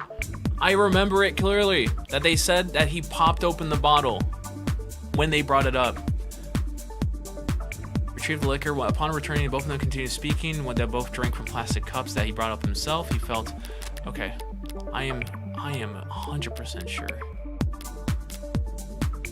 Whiskey spill. No. Okay. I'll have to risk it. He had already poured. In that case, the next question needs to be when and what. Okay. Could he have been poisoned off camera? Detective, isn't it possible that Dr. Asher was poisoned off camera? Possible. I don't know how else it would have been done. But that just goes to show it had to have been suicide. The only time he was off camera. Okay, that was bust. I had to go before. Ouch. Poison in the kitchen. I have to elaborate on this. Detective Reyes, during the course of your investigation, did you find any samples of Delta in the kitchen or parlor? No. Okay, so rating closer. That was a fast answer. Well, it was a pretty easy question. If we had found poison at the scene of the crime, that'd be pretty important, don't you think? What about in his lab, his bedroom, his basement? No, and no. We didn't find Delta or any other unusual substances in any part of his penthouse. Right, they never found any poison. No poison at all? I kind of want to stay. What about a poison container? There was no poison at all, so I'm gonna stay. what else it could have been. The blind is at 10 right now. That's a fast answer, pretty easy.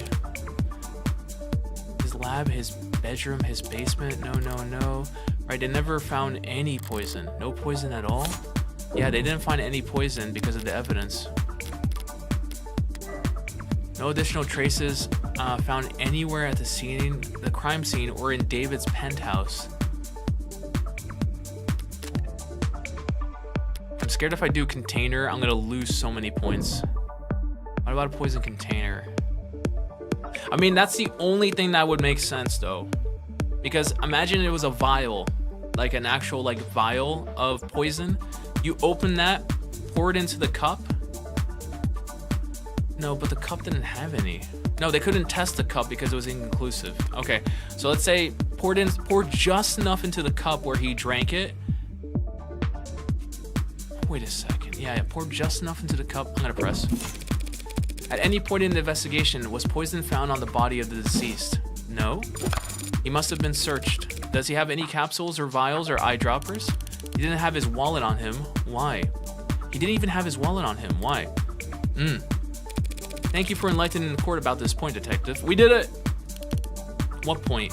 She's like, if there's no poison on him at all, how could he have poison in his cup? Well, I think it's strange. Don't you, detective? I mean, how could he have possibly poisoned himself without first procuring some poison?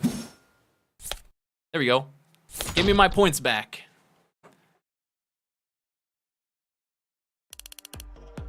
What do you mean, procure? Where did it come from, detective? The poison that you're so sure was dissolved into his drink. It can't have come from thin air, you understand? It had to have been from another container at some point. Whatever it was in before, it probably evaporated. All of it? It only took a small droplet to kill. Your Honor, are you going to ask them to keep it civil? In a minute, sure. She's so invested. There wasn't any pill bottle in the bathroom or syringe in his pocket containing the apparently deadly substance. So how did he get it? What did he keep it in? The police want to claim that Dr. Asher committed suicide because they've established that his guest never had an opportunity to kill him, but they failed to prove that the victim had the means to kill himself. Then I guess I'll be the one to move things along. The Delta didn't come out of thin air, counselor. And it didn't come from a syringe either. Dr. Asher was able to drip the poison right into his cup, straight from the source.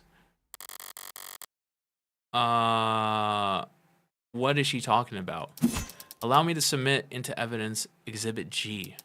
A piece of machinery found in Dr. Asher's laboratory, sold under the product name Manufacturer. Oh, I know this one. It's used in delicate scientific work to produce nanomachines, chemical compounds, and polymers. That's the same machine I saw when Dawes gave me a tour of the production floor. Is it? Yes. A machine capable of assembling organic or inorganic compounds, even nanomachines, after just 2 minutes of vacuum-sealed mixing. Found at the Noble factory show floor. It takes 2 minutes. What's the schedule? Here it is. Took 2 minutes. So that it took 4 minutes. He was off camera for 4 minutes. That's bad. Also, Percy, welcome in. Okay, this is bad. Almost out. I'm at 47. Oh no. But very good, Your Honor. It's a valuable tool in any scientific laboratory, and Dr. Asher was well acquainted with its use. As a matter of fact, he had a number of presets coded onto it. Uh-oh. Even the android can see where this is going. With just a few taps, he could reproduce any number of specific substances for his research. Okay, I can't read. Or any other chemical his heart desired, really. You think Randok Mechanics would allow their product to be used to produce illicit chemicals? Using a manufacturer to make unlicensed drugs does go against the terms and conditions. So Dr. Asher's warranty is certainly null and void. But they can't hard-code their machine to prevent the production of a drug that hasn't been invented yet. Dr. Asher died when his respiratory system failed because of a depressant overdose. For him, it would have been peaceful, like falling asleep.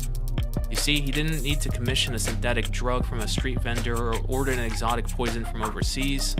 He could produce Delta at any time in the comfort of his own home. A quick and painless death, readily available in under a minute at the touch of a button. Specifically, preset 19. What? They found the preset? Damn.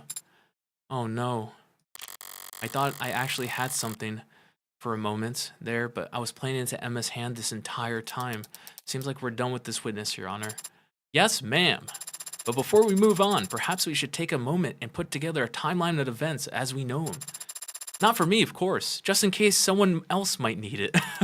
Simple enough. We know that Dr. Asher left the parlor and went down to the basement at 7:36 p.m. That's where he got the whiskey and the cups they drank from. The cameras show him returning to the parlor to drink with the witness at 7:40 p.m. And of course, we know that he fell ill and passed away shortly thereafter. Any objections so far, counselor? I don't have any objections. I'm gonna stay. She made a mistake about the timeline? No, there is no mistake about the timeline. We know that.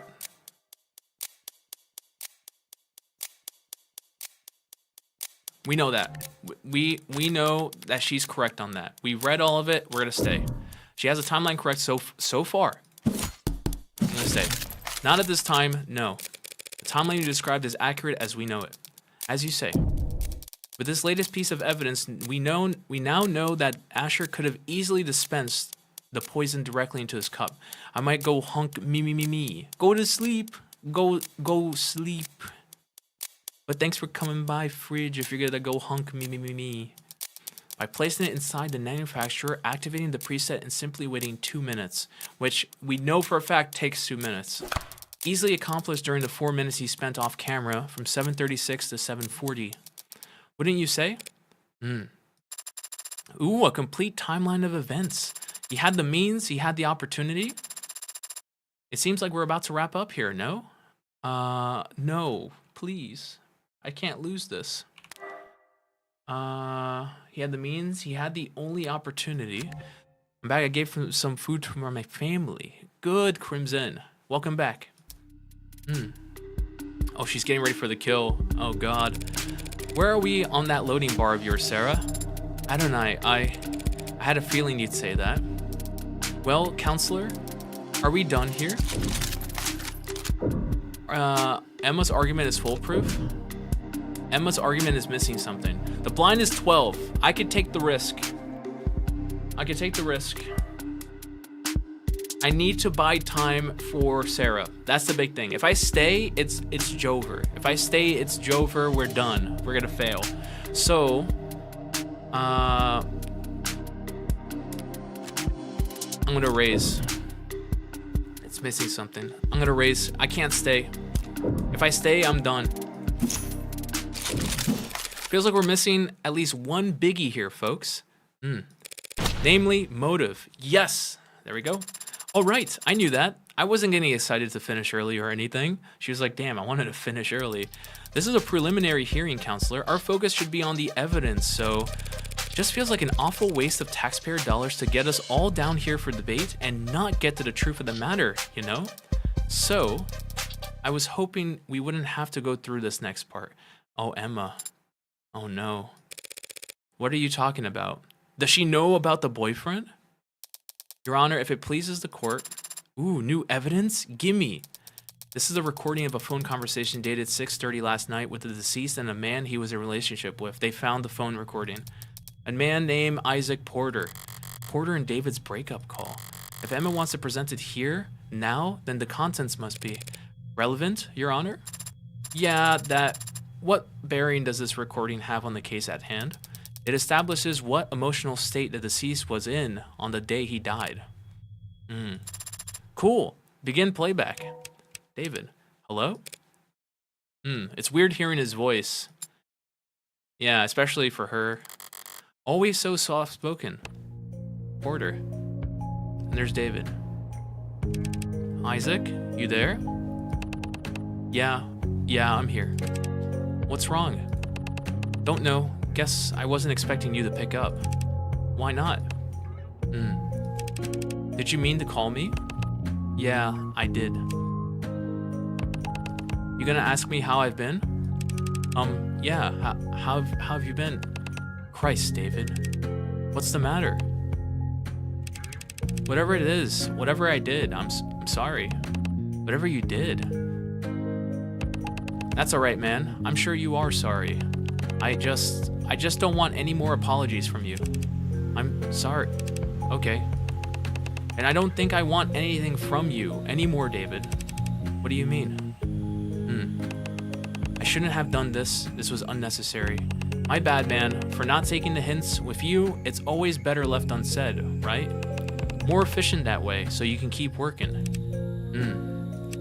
Isaac, if I've been distant with you, or nah, you haven't been distant with me, or cold with me, or anything with me for a while now. Isaac, just forget it, man. Forget I called. Forget it all, yeah?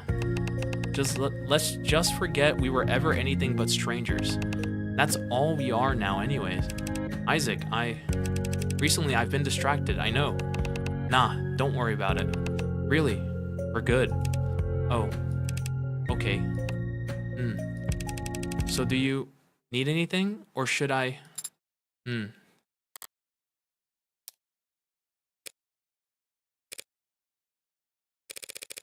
Where did you even get this? Yeah. All of Dr. Asher's incoming and outgoing phone calls are recorded by the building's Penumbra system, and the recording continued for several seconds after each call was ending for quality assurance. Remind me to check the terms and conditions on my next phone bill. That's crazy. So we got the recorded call. Okay, so we got that. That's fine. Shall we hear the rest? Sigh. Gotta be the last time I let someone. The last time. Father. It might just be a call, but it makes for pretty damning evidence at this point in the discussion. Emma's got her means, opportunity, and motive all lined up. So why is she looking at me like that? That was depressing. Can we finish up without anything else that horrible? Emma's never been apologetic in victory. She's always, like, smug. So does that mean this is just pity? Oh no, I don't think so. Less than 2 hours before Dr. Asher died, Isaac Porter ended their relationship over the phone. The court can make a reasonable assumption about what kind of mental state Dr. Asher was in last night. That was a bad move, Miss Rockford. Then, if the people have nothing further to add, I've been feeling off my game all day, caught between corporate inbreeders and anti-brain protesters but pitying me here and now? That's all it takes to get my blood properly boiling. It's about time for me to call my first witness. No. Okay, she's getting ready. She's pumped now. She's like, you know what? This was only a formality. I was entertaining the android, Sarah, but now this is personal. You want to keep going after that? Uh-oh. What are you doing, counselor? Just calling the ultimate silver bullet, rock solid slam dunk witness a girl can ask for. Who's she calling? Jess, hello. Is here good? Does it matter where I put my hands? Miss Starling, thank you so much. Thank you for coming here today. Oh, of course, whatever I can do. What is your relationship to the deceased? I was his executive assistant at Noble Electronics. I would arrange his meetings, coordinate communication between him and other departments, that sort of thing. Ultimate silver bullet. Starling's the only play I have right now, the only stalling tool I have left. Yes. Okay, I have to stall until Sarah finishes decrypting the files. For now, I should just focus on getting as much information from her as possible. Whether or not it's useful, it'll at least buy me some time. While Jess is being sworn in, Sarah mentioned that the hard drive is about 60% decrypted. Considering the rate Sarah's gone at so far, there's maybe another hour left. I might be able to stall that long if I talk real slow. I'd like to ask you, go as slow as possible. Please answer them to the best of your ability. Right. Dr. Asher was a well-known public figure, but was he well regarded professionally? Of course. Dr. Asher's work set the bar for the entire automated dependent world. I wasn't here, but what is Sarah decrypting? So there was a camera where in that basement bar where the manufacturer was at, and where he got his cups. So where he got his cups, where he got his liquor, and where the manufacturer is, there was a camera running. but it was off network. It was running on its own private loop, and the file was encrypted, and the file was hidden behind a false wall where I found Sarah. So now we know the only person that could have accessed that room was Dr. Asher himself and myself, because I was the only one who can activate the android aside from David. So no one else was in that room. So we know that the footage is not doctored, it's real. And we have evidence of that because Sarah's an android, she saw me do it. But the thing is, the files that we found were encrypted, so we're just trying to buy for time. Also, we can see the time up here, it's 6:30 p.m. Dr. Asher's work set the bar for the entire automated dependent world. She's smug about it. She was like, that's my dad. Stay focused, Spearmint. That's so rude. You say you coordinated his communications. Were there ever threats? People ever express an intent to harm him? Objection calls for speculation. Intent? I'm feeling like that's gonna be sustained. She's just pulling it out of her butt. She's like, objection or let's do sustain. Overruled, sustain. Did anyone ever threaten him? There were times where he was the focus of negative attention. How so? Dr. Asher was a favorite subject of many conspiracy theorists. With all his contributions to the field, it was easy for them to make claims about his influence.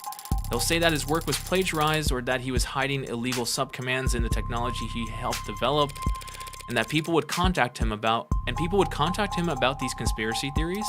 Relevance? Whether or not people wanted to have him killed? Well, withdrawn. Miss Starling? People would attempt to contact him, yes, but their messages were always too vague for the police to take action on. They would say things like he belonged in jail, or that he couldn't avoid the truth, or that someone should do something to shut him up. Did they ever talk about hurting him? Yes. But I've always turned those messages straight over to the police. Yeah, I'm seeing that on record. Yeesh, who writes this stuff? All those cases have long since been resolved, Your Honor. And none of the parties involved have had contact with David Asher in years. The police take harassment very seriously. Was she laughing? Something you want to add, counselor? Just clear my throat. May I continue? You worked with Dr. Asher for many years. Did you have a relationship outside of work? Did you ever talk about anything beside professional concerns? Well, we've gone out to dinner or met up on the weekends. I think he'd like to pick my brain since he needed relationship advice a lot. Even if he didn't realize that was what he was asking for, I'd like to think that he could talk to me. I'd like to think that he knew he could talk to me, but did he ever talk to you, or to your knowledge, anyone else about hurting himself? God, no, never. Do you know of any history he might have had with mental illness, depression, anxiety? No. So when you heard the people argue that Dr. Asher had done this to himself, I was shocked. I couldn't believe it. You're saying that you can't believe. Objection. She's gonna hop on that. On what grounds? Asked and answered, stalling, and also, the people have documents that would be of interest to the court in this matter. You have more evidence? She's trying to bury me. Juicy. And what matter specifically are you referring to? The deceased's mental health history. We're dragging this all out in front of his daughter, essentially. Emma wouldn't be speaking up if she didn't have something real. So what the heck is this about? We have private correspondences that describe, if they're private, then they should not have been obtained by the people without his permission. He can't give permission if he's already dead. And we're well within our rights to obtain evidence as it pertains to his crime. Convincing. Damn, I didn't honestly expect to stop her from admitting her evidence into the record, but I was hoping to at least slow her. Where are you on that footage? 77%. It's so slow. Approximately. I need to buy whatever time I can, however I can, even if that means running the clock as a punching bag. I have here messages between Dr. Asher and a psychiatrist he was meeting with and speaking to for the past year. along with paperwork detailing how this treatment was covered under his platinum plan. He had a platinum plan. I remember that. Yeah, the Caduceus platinum insurance policy. Okay, Starling's testimony, Isaac's call. You know that. Okay, platinum. I don't intend to air all of Dr. Asher's secret here in court. Oh, okay, I guess. She wanted to know so badly. But I am prepared to read excerpts from messages and transcripts from the phone calls, which, when put together, paints a clear picture of this kind of stress David Asher was experiencing and the dark dots he was struggling with. I'm gonna take a quick drink.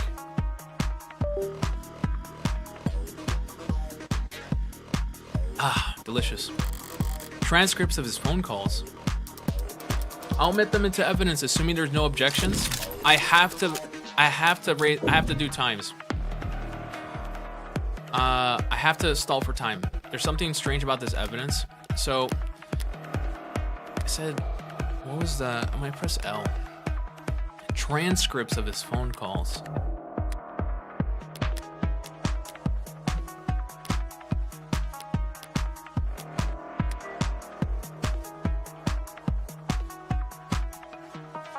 Now the big question is, if they got all the calls from the security system here, how did they get these?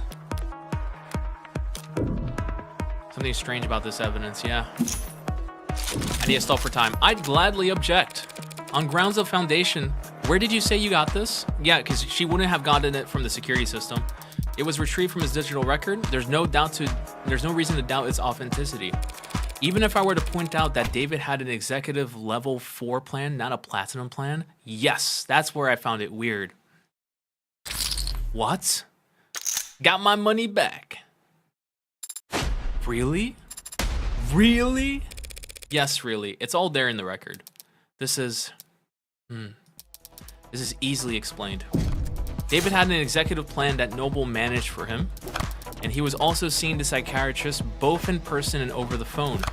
Your own witness had attested that he dealt with stalkers and was worried for his privacy, so it's easy enough to reason that he had a separate insurance policy that he paid for on his own. Even if only to keep one thing out of Noble's grasp. I don't know how I feel about that. That sounds fishy. Sure, easy enough to make that assumption, but that doesn't make it correct. David used a separate insurance to hide his psychiatrist from Noble's spine? No, he was smarter than that. Drank with David the day before he died.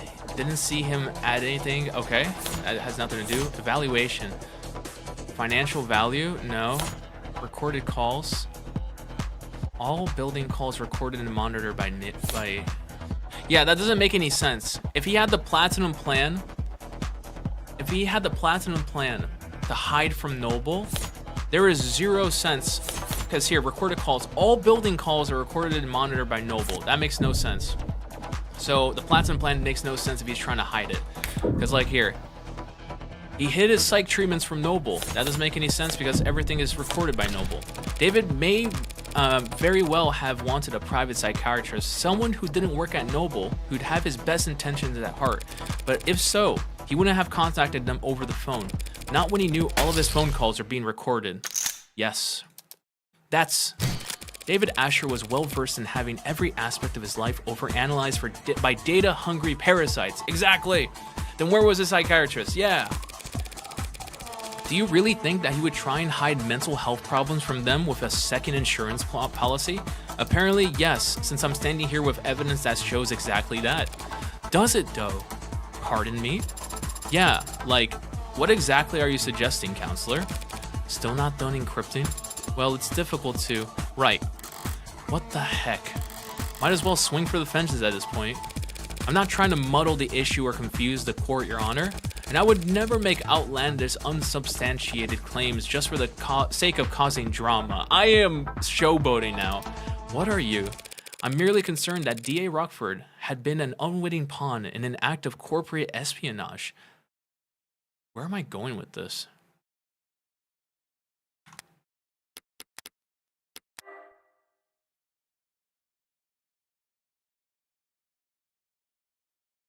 Double talk, coded language, hiding. I mean, David and Helen were trained in counter corporate espionage. I'm merely concerned that D.A. Rockford had been an unwitting pawn in an act of corporate espionage. Oh, now she was like, huh? Huh? What? If the markets were to open Monday with people believing that David Asher, the man who programmed the brain of every noble android, was battling mental health issues for the last several months? Objection, mischaracterization, foundation, all the rest? There are no corporate spies in the courtroom, counselor, and there are no boogeymen hiding under the bench. Oh, thank God. David Asher was a once-in-a-generation intellect and an extremely valuable human asset to his employers. And his employer's many enemies would do whatever it takes to destroy his credibility now that he can't defend himself. And he was also your personal... You shouldn't even be arguing this case in the first place, counselor. Now you're trying to call the police's evidence gathering into question? All because you can't admit for the past several months your friend has been seeing a psychiatrist every Monday, and you didn't know? Every Monday? That is... I'm sorry, but like... Yes, you're his executive assistant. Can you collaborate what she's saying every Monday? Do you still need me up here? The witness will refrain from interrupting when girls are fighting. Exactly. Let them fight. Yes, ma'am. With how my luck's been going so far, Sarah's progress bar is probably moving backwards right now. And Emma's patience is wearing thin, so this could be my last shot to create any kind of reasonable doubt. I'd be happy to wrap up my questioning if the court will allow. That seems cool with me. And my evidence, Your Honor? Will it be entered into the record? I'd like to hear a bit more testimony before deciding. That's fine, Your Honor. As you were, counselor. At this stage of the game, with the score where it's at, I can probably ask only one more question. Catfight, yes, better make it count. So what can Starling tell us that no one else could? If she hadn't called me this morning, I wouldn't be standing here. And she only did that because, Miss Starling, we're all gathered here to try and figure out what happened to Dr. Asher last night. So please, tell us, when exactly did he last... contact you? See you? Oh, this is gonna be bad. I feel I'm gonna lose so many points. Here you go. Experience. Okay. I'm trying to remember what she said before. It wasn't her testimony. Contact you? We know that. The last time he reached out to her was that day. Or the day before. See you. When did she last see you? Meet you at HQ?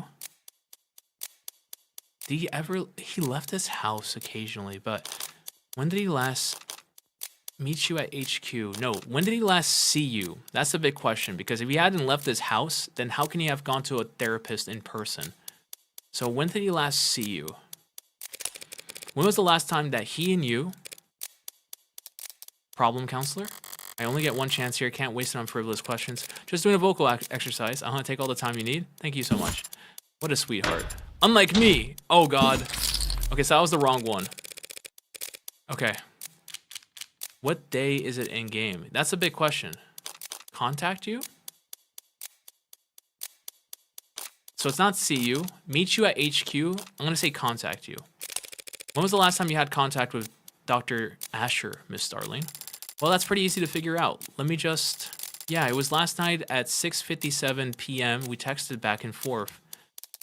There are records of some texts, but they're flagged as work-related. Does the court really think they're relevant, Your Honor? Relevant? Texting makes a big difference. Wait. 6:57?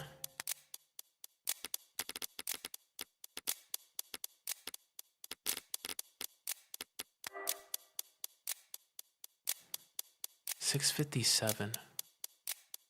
I mean, I'm stalling for time. I'm not gonna stay. This is my last shot, so I have to raise. Texting makes a big difference. Here we go. It could very well be the single most important piece of evidence in this whole trial. Okay, I am stalling. What? At least I got my money back. There we go. I'm back to 55. I'm above 50 now. I just got chills. Look at her. Don't know why, though. Must be a coolant leak. The defense doesn't know what they're talking about. On the contrary, these texts are a vital piece of evidence that changed the timeline of events as we know them. We know what happened to David last night, generally speaking, but the order of events is critical, especially if Emma wants to make claims about David's state of mind. Select and place cards from your hand into the slots, chronological order from left to right. You can pick a card back up and place it in another slot if you change your mind, or use return to undo the last card you placed down. Fill all the slots to submit your answer. Okay, so drank with David before he died, didn't see anything. So he had the call with Isaac. Then they texted together this time. Then they had the drink, and then he faints. Yes, that's it. Yep. Thanks to Miss Starling, we now got a much clearer picture of the night's events. We know that Isaac Porter and David Asher broke up at 6:30 p.m. Oh yeah, her text is like she was texting about work, about like when he's gonna come in and stuff like that. Why would he text about work? Going like, yeah, I'll be here tomorrow. I'll see you tomorrow. If he decided that he was gonna end it all. They broke up at 6:30 p.m. and I was rooting for them so hard. And we know that David messaged his assistant, Miss Starling, at 6:57 p.m. David is on camera with the witness from 7:30 to 8 p.m. and he was declared dead not long after. The people don't object to that timeline of events, but we do question Miss Morgan's, or Consular Morgan's, reason for belaboring it. One last question, Miss Starling. Yeah? What was the nature of your conversation with Dr. Asher? Well, actually, we talked about you. And how he wanted you to have his android. That android there. True, most people try to leave hints that they aren't coming back. Yeah. Putting his affairs in order, I guess. It might appear that way. Can you specify what his instructions were exactly? How did he want this done? Well, he wanted me to bring you to his penthouse and help you get set up as the android's new owner. Yes, Miss Starling, but when did he want this to happen? Well, he said it was pretty urgent, so I should do it the first thing. Do it first thing Tuesday morning. Tuesday? First thing Tuesday morning. David Asher didn't like doing anything on Mondays. And was it when he was going to be in attendance? Well, actually, yes. He said that he would work from home to help us. No way he intended us to have that much trouble getting to. Oh, I think she realized, yeah. Oh, summarize then. Half an hour after he already had his breakup and half an hour before his guests had arrived, he was planning on an appointment that would require his presence with you for next Tuesday. Yes, that's right, he was. Not something you would think to do if you were planning on dying that very night. Yeah, you're right. That's... Your Honor, if David Asher was preparing for the next week, for the week ahead, a mere hour before he passed away, don't you think that the people's assumption about his mental state ought to be re-examined? Your logic is sound. Do the people have a rebuttal? If the court will just allow a moment, sounds like an opening to me. Twist the knife! Twist it! If we assume that Dr. Asher was not suicidal and therefore did not kill himself, then we must ask ourselves who else had the means, motive, and opportunity to take his life. Until now, we've taken for granted this idea that the Delta must have come from his manufacturer from inside the house. Adonai, not right now. But even if that's true, which it may not be, that doesn't mean that he was the one who used the manufacturer. Adonai. Would you allow me one moment to confer, Your Honor? Sure. Why not just throw away your momentum? I'm in the middle of something, Sarah. I can't afford to let Rockford... I've gained access to hard drive's files. Finally! Okay, what does the file say? Please, let it be good. What? Seriously? As I said, progress with this type of encryption is exponential. It can be difficult to estimate... Right, okay. Do you have the footage from last night? I have the file. Have you watched it? I thought you would want to know right away. suppose it doesn't matter. Either this has our silver bullet or we got a case, or it doesn't and everything falls apart. That seems quite risky. It's the least risky path to victory we have. Seeing how it's the only path to victory we have. Screw it. Upload it to the court computer. Yes, Adonai. Thank you for your patience, Your Honor. Oh, she's asleep. Your Honor. Oh, I'm awake. And I'm getting pretty hefty chunk of video data for breakfast. You're submitting security footage into evidence? New security footage? The police collaborated the witnesses' testimony using the house's cameras. Security cameras installed by Noble as part of the Penumbra system showed the parlor, the kitchen, but not the basement. During the course of my investigation, I uncovered a hidden security circuit buried in the deceased's own home system. Yeah. You what? The people say that Delta must have come from Dr. Asher's cup because there's no other way for him to have ingested it, but we never saw him or anyone else put anything in his cup on camera, because he must have poisoned his own drink off camera. Exactly. What? That's the only possible explanation, that he added the Delta to his drink off camera. He placed his cup inside the manufacturer, activated it, and waited 2 minutes, and then walked upstairs to his death. But I'm about to present to the court footage retrieved from his basement. Footage that will show that by the time he retrieved the cups in the basement, it was already past 7:38, meaning that he didn't have the opportunity to poison himself. One clip footage will prove all that. If it doesn't, I'm completely screwed. Yeah, but it's not like I can lose the preliminary hearing extra hard. Anything other than a royal flush here means I'm bust. So better be the Joker who dances. The data has been entered into court record. Sarah, show us when Dr. Asher entered the basement.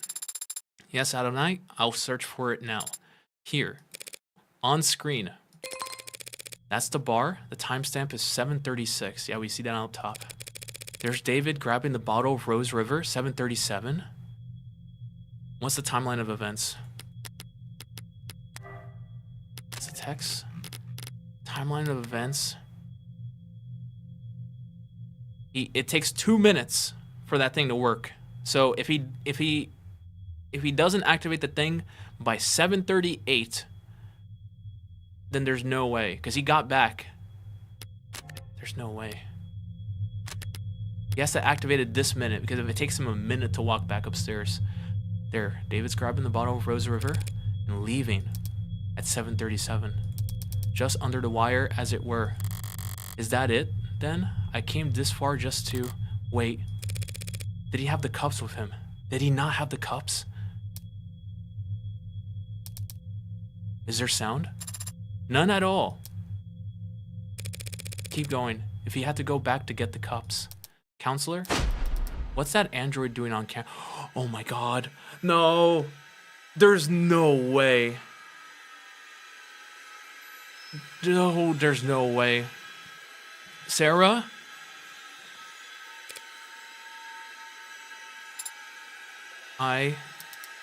It's at the bar.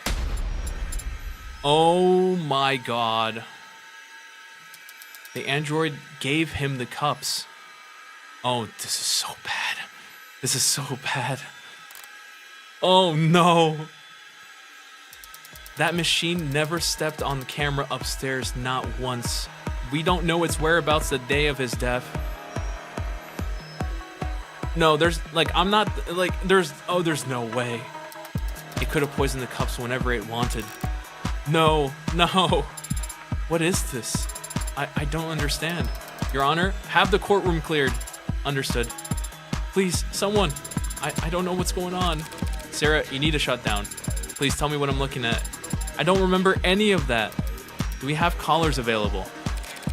Sarah, shut down now.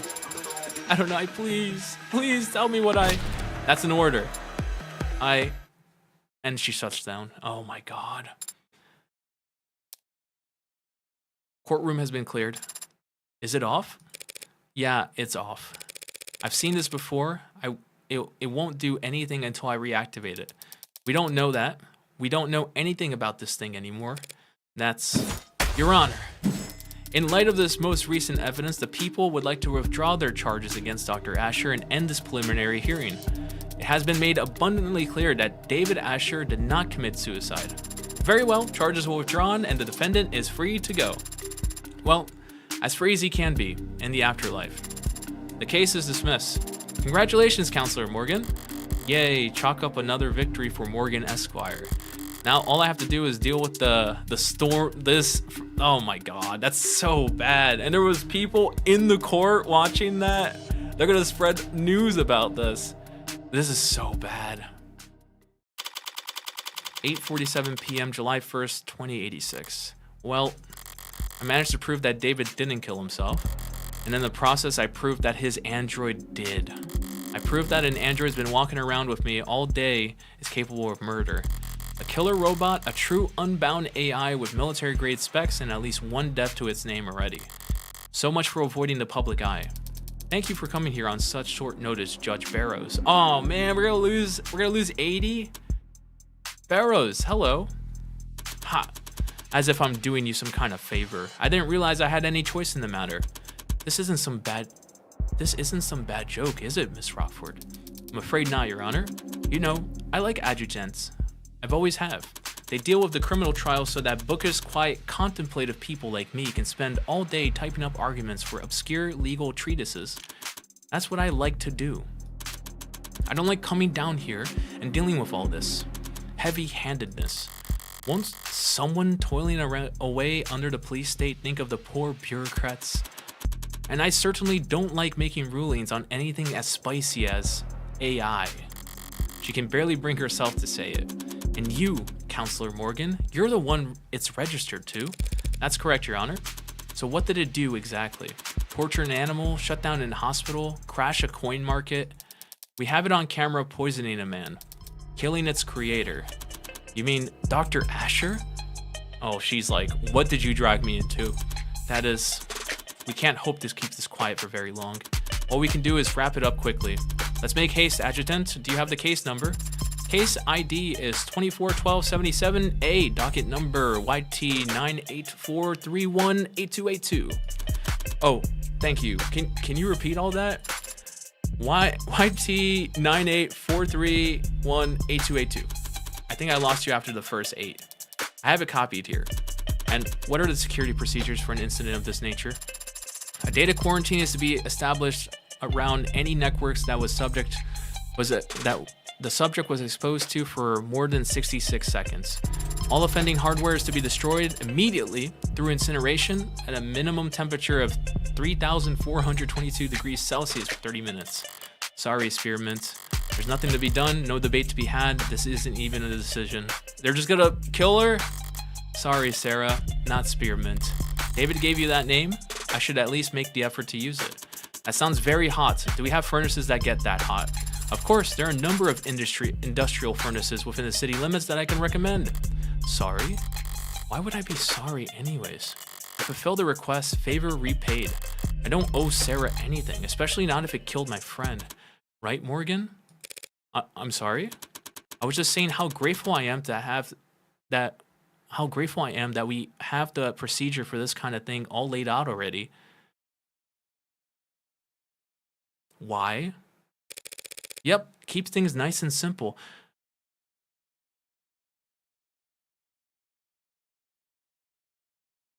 No, that is not simple. Why is it all laid out and ready to go? It can feel somewhat severe going through these steps so quickly, but nothing, Your Honor. Artificial intelligence is perhaps the greatest threat to human civilization and the sanctity of life there's ever been.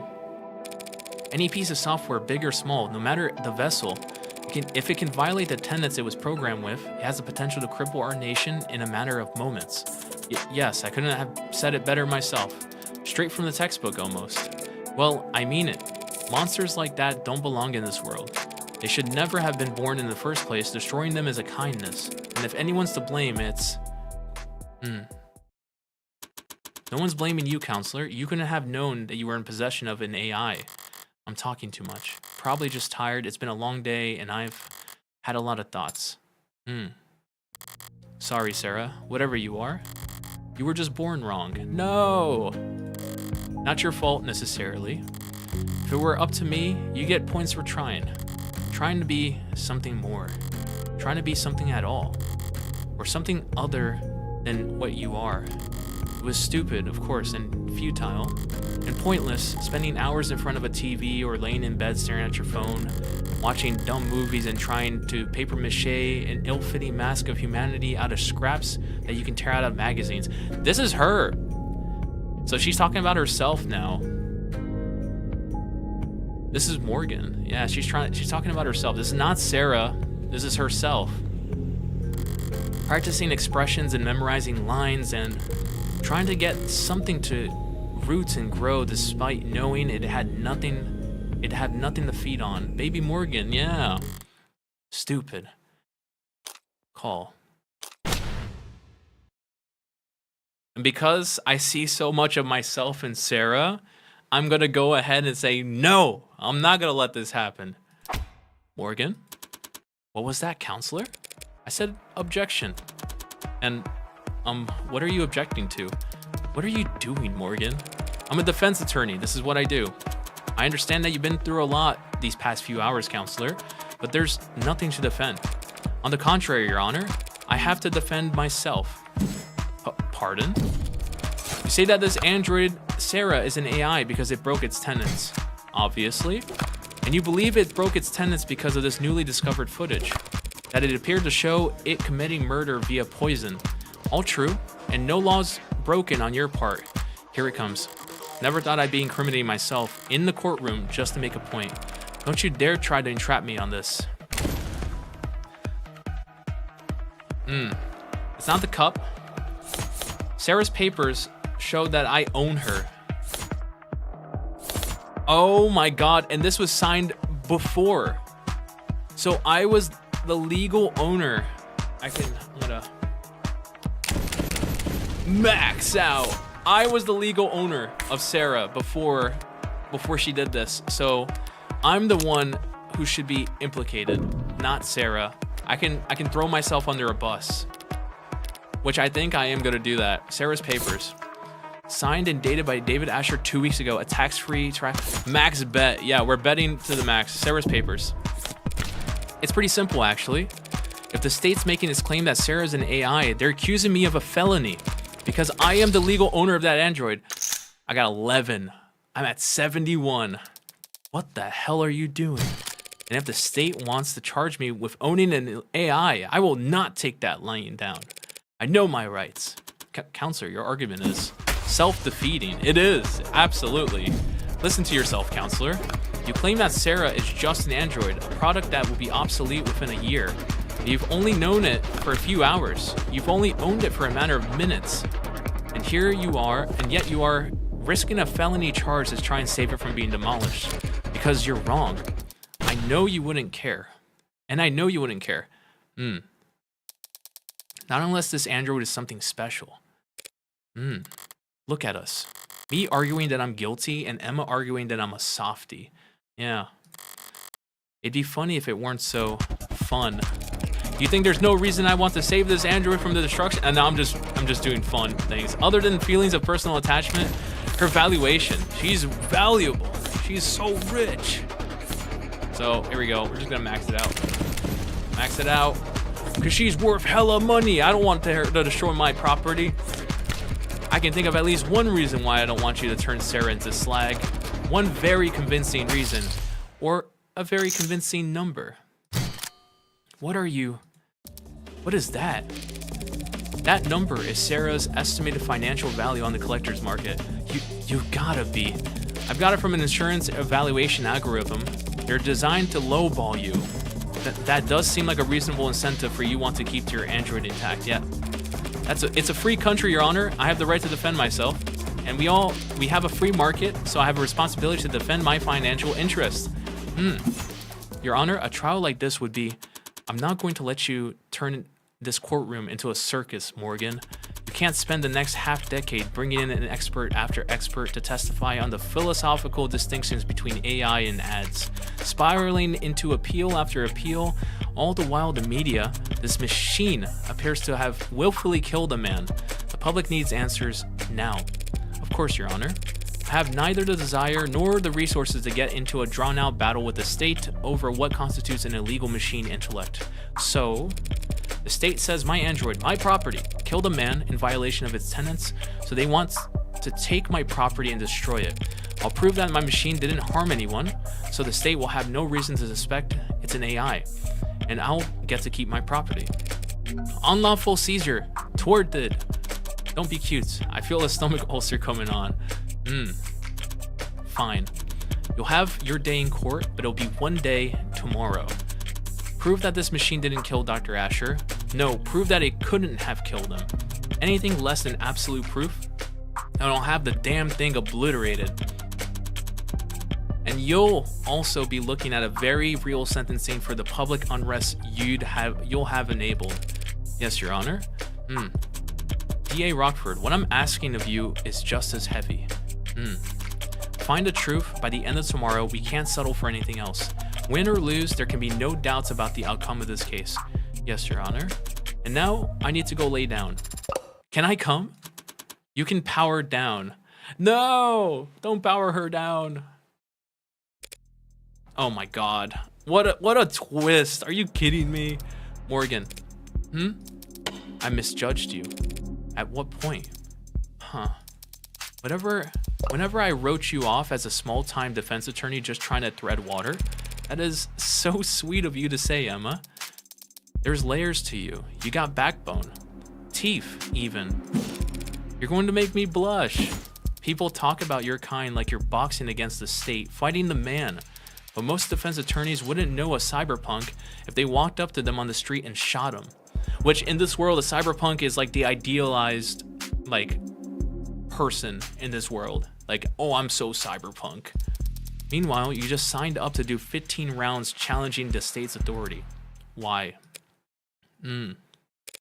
Not sure exactly. For David? Yeah, probably. No, for myself. Probably just me being sentimental. It's because I see so much of myself in Sarah, so I can't deal with it. If I have to pick one more lofty reason, well, I think it's all the moralizing. People can be evil. They can choose to do evil things for evil reasons, and if you want to execute them for that, you'll hear no complaint from me. But animals can't be evil. Information can't be evil. Ideas can't be evil. I guess I'm not convinced AI can be evil either. Whatever else I get up to, I don't want to stand with the book burners of the world. You're more high-minded than I realized. You sure you're in the right line of work? Can't see myself doing anything else. Good luck, Morgan. There are book burners on all sides these days. I talked a big game just now, but I'm in an even deeper hole than when I was trying to prove David's innocence. Doubt won't be enough this time. I need to find the actual culprit no matter what. 9:31 a.m., July 2nd, 2086. Precinct 254. Homicide office. Okay, is Sarah gonna be stuck in there? What an episode. Yeah, Morgan. So is that door locked? Yeah, of course. Even though they got it collared, it's a precaution. If the collar doesn't work, what good would a deadbolt do? Yeah, considering that she can lift up a car, impede the movement and prohibit the use of mods throughout the body. Okay, that makes sense. Also, I have 82 points, so I have so many points. Maybe it's just wishful thinking. Can't have Schrodinger's cat think. Can't have Schrodinger's cats if the box isn't closed. So as long as the door is locked, who can say whether there's a national crisis on the other side? So how scared are they? The higher ups? Not sure scared is the right word. It's just the two of us here. You don't have to mind their ego. Nah, I mean it. I think they're bloodthirsty. I have a right to defend myself, don't I? I doubt they're even looking at you, Tiger. It's Noble who'll be at the center of a bloodbath when the markets reopen tomorrow. Oh god. You think they're going to go after Noble? Break their monopoly? I think they want to take their monopoly. Nationalize the android industry? Oh my god. What have we run in? Oh my god. Okay, if the public thinks that Noble's been experimenting with AI, they couldn't ask for a better excuse. You're joking. The state has done it plenty of times before. Not since the 60s, which wasn't that long ago for me. For the state, it was practically yesterday. So the same state that tells us to be terrified of AIs lurking on the old net or biding their time in forgotten satellites sees all this as nothing more than an opportunity. Well, they do generally want to incinerate the thing as soon as possible. Past experience just tells me they'll want to gain something while they're at it. Here's what I don't get. Why is this a debate, an argument, a trial? Why can't we just hook it up to a court computer, see if it has the tenants up or not? Pop the hood, as they say. Who says that? Lots of people used to say it. Yeah, this guy's old. Well, for starters, they're all scared to death about a contagion. Yeah, if you plug it into a computer, the AI spreads. They figure anything they let an AI connect to, they can't trust. Then why the collar? Collars are too simple to hack. Just a really strong electromagnet held in place with a lock and key. Even so, feels like we should be able to build some kind of machine, some kind of test. Something a little bit more sophisticated than the same reasoning they had at the witch trials. Well, you also have old sayings. Wrong! All my sayings are up to date and modern and cool. Burn them all and let God sort out the rest. You got any polygraphs here in the station? Lie detectors? Yeah, I got a bunch back in storage. Ocular, heart rate, perspiration, brain scan, take your pick. You're not gonna try and use one of those on the bot, are you? All those fancy lie detectors lying around, the DA's office never asks for them, do they? Nope. Now, we get perps who offer to take the test when they're at wit's end, but the DA never submits the results as evidence. You ever wonder why? Guess I've always figured because the test could be beaten. The test can be beaten. 1 out of 100, 9 out of 1,000, it can be done. Some people are just good at lying.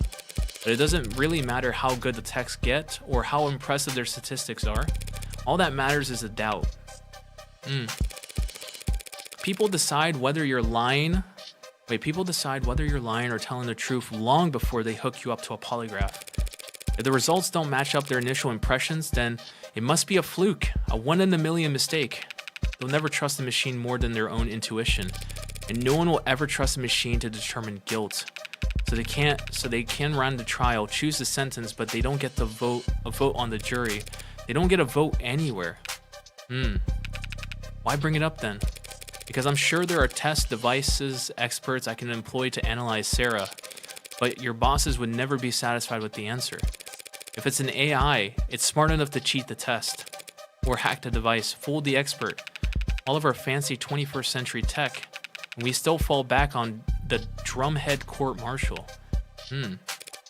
So, am I going to set off any alarms if I go and turn it on? Nah, you should be okay. If it lunges at you, I could always just put a hole in its head. Might take more than one shot to... Wait, what, from outside?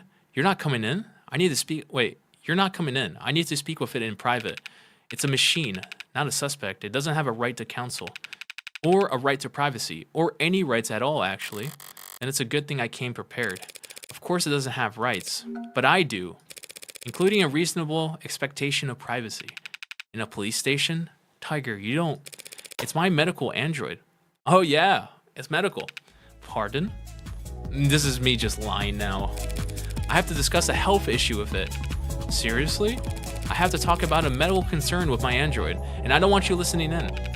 That's your medical android? Like you're a nurse? As of last night, I was already at the courthouse. Just had to take the elevator and do some paperwork. You can check it if you don't believe me. No, thank you. I'm not nearly brave enough to take on med confidentiality. You don't seem like you're the bluffing type. You must not do a lot of gambling, detective. It's the ones who don't bluff that you have to look out for. Yeah. Listen, I won't dispute whatever medical emergency you... Lower back pain. I just told him. You might be going through. I just told him. But I also can't just... Look, I'm going to get something from the vending machine. I think it will take me about half an hour. Are you going downtown? Just to the break room. It's a very, very old vending machine, you know? Gets jammed a lot. Thanks. You You know, it's pretty small for an android. Heavy as heck.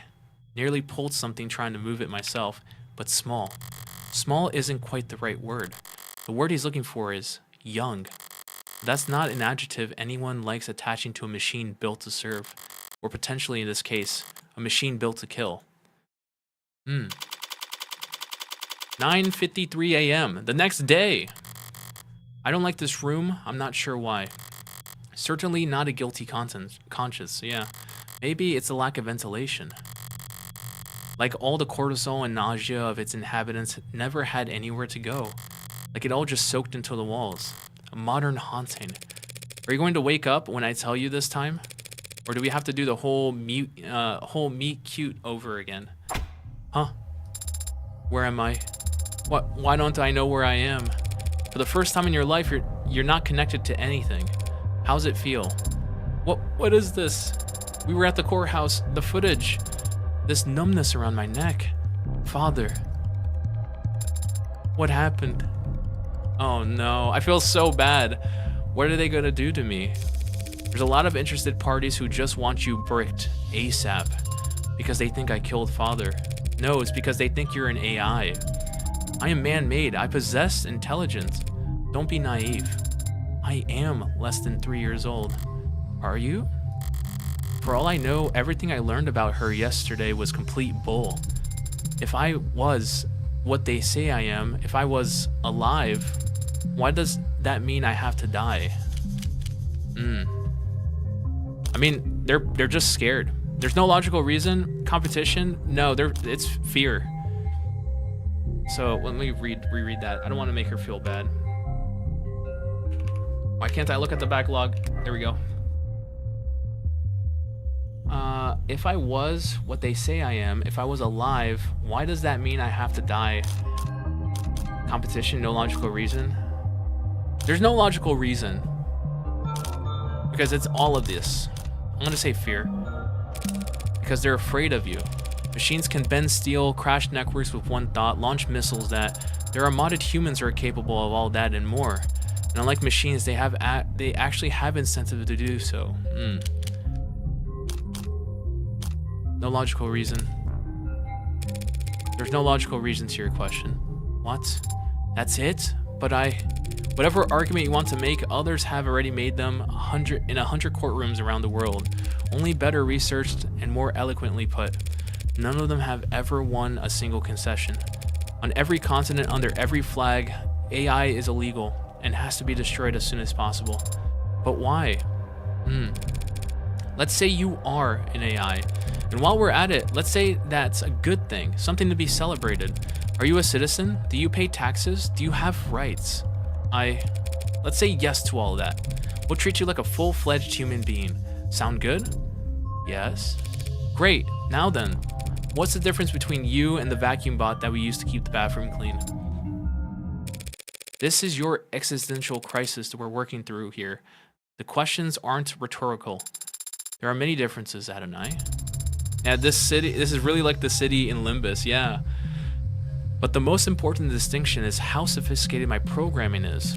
How you think, so you're smarter. Yes. You're smarter than the garbage collector. Yes.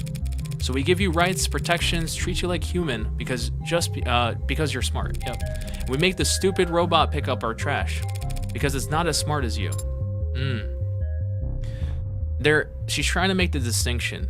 If we deem AI as a fully fledged human being because they feel and they think and all that stuff, where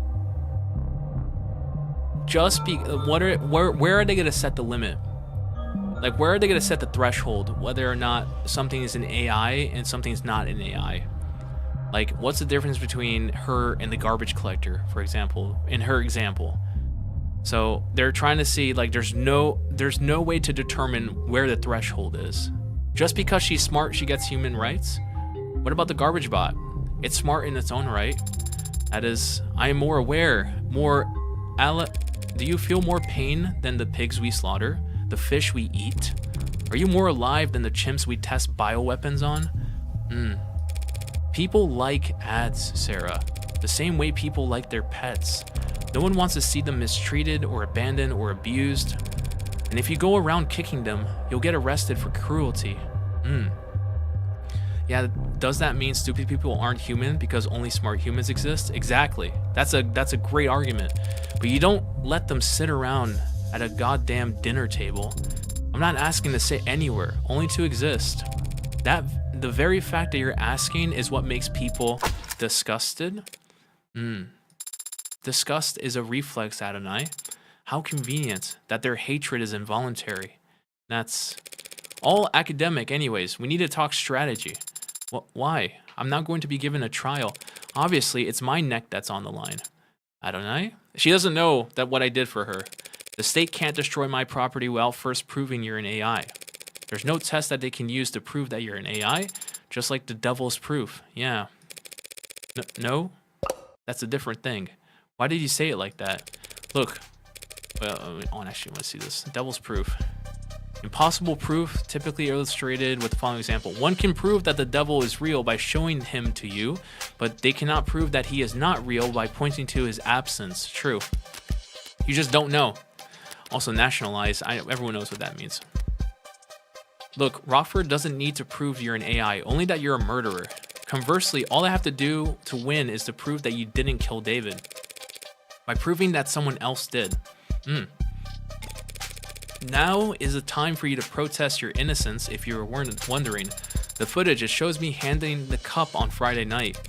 You told me you weren't active on Friday. That the last time you were awake was Thursday. Why did you lie? I didn't lie, I was just incorrect. I assumed that I wasn't active Friday because I have no memories from Friday. Sarah, what do you think statistically is the least successful defense at trial? That you forgot? That you don't remember? Amnesia. Yeah. I didn't conveniently forget, Adonai. I'm an android. You're saying that your memory was altered, data deleted? It's the only possible explanation for what I saw on that footage. So who's capable of altering your memory? When you and I first met, I was hibernating, resting my body and recompiling my memories, you would call them. Humans go to sleep for the same reason. Another point against Sarah's innocence under these circumstances. The more she's humanized at trial, the guiltier she'll be, yeah. If Father wanted to modify my memory, he could have easily set that to occur the next time I hibernated. He could have even just asked me. He could have asked you to delete your memories and you do it. Father would never ask me to do such a thing without good reason. But if he could just ask you to alter your memories, that means you can alter your memories at will. I hadn't considered that before. Yeah, well, Emma will make sure the court considers it plenty. Could you prove that your data was... Forget it, the court would never hear it. You're saying that they wouldn't accept my testimony? Shouldn't all testimony be considered truthful unless contradicted by evidence? They're afraid that you'll crash the power grid and fire all the nukes if they so much as plug you into a power outlet, Sarah. All your internal data is inadmissible. That sucks. That isn't very fair. You're finally starting to get it. None of this is fair. I would never do anything to harm Father. Don't they at least need to prove that I had a motive? Yeah, about that.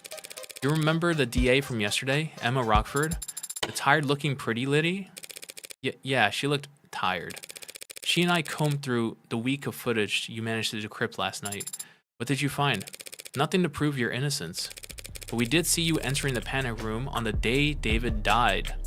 Interesting. Okay, so she entered the panic room. I entered the panic room on Friday.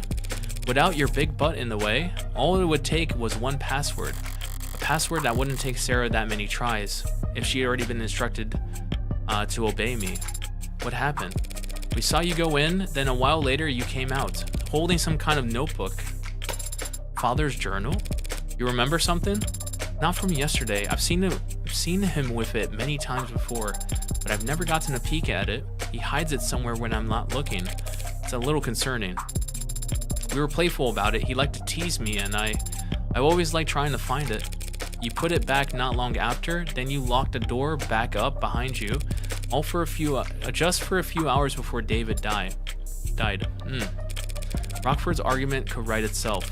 An incredible android with freedom and power greater than it could ever realize stumbles upon the secret of its inception and instantly realizes all the things it thought were holding it back were just words muttered like prayers by a fool who couldn't control his own creation.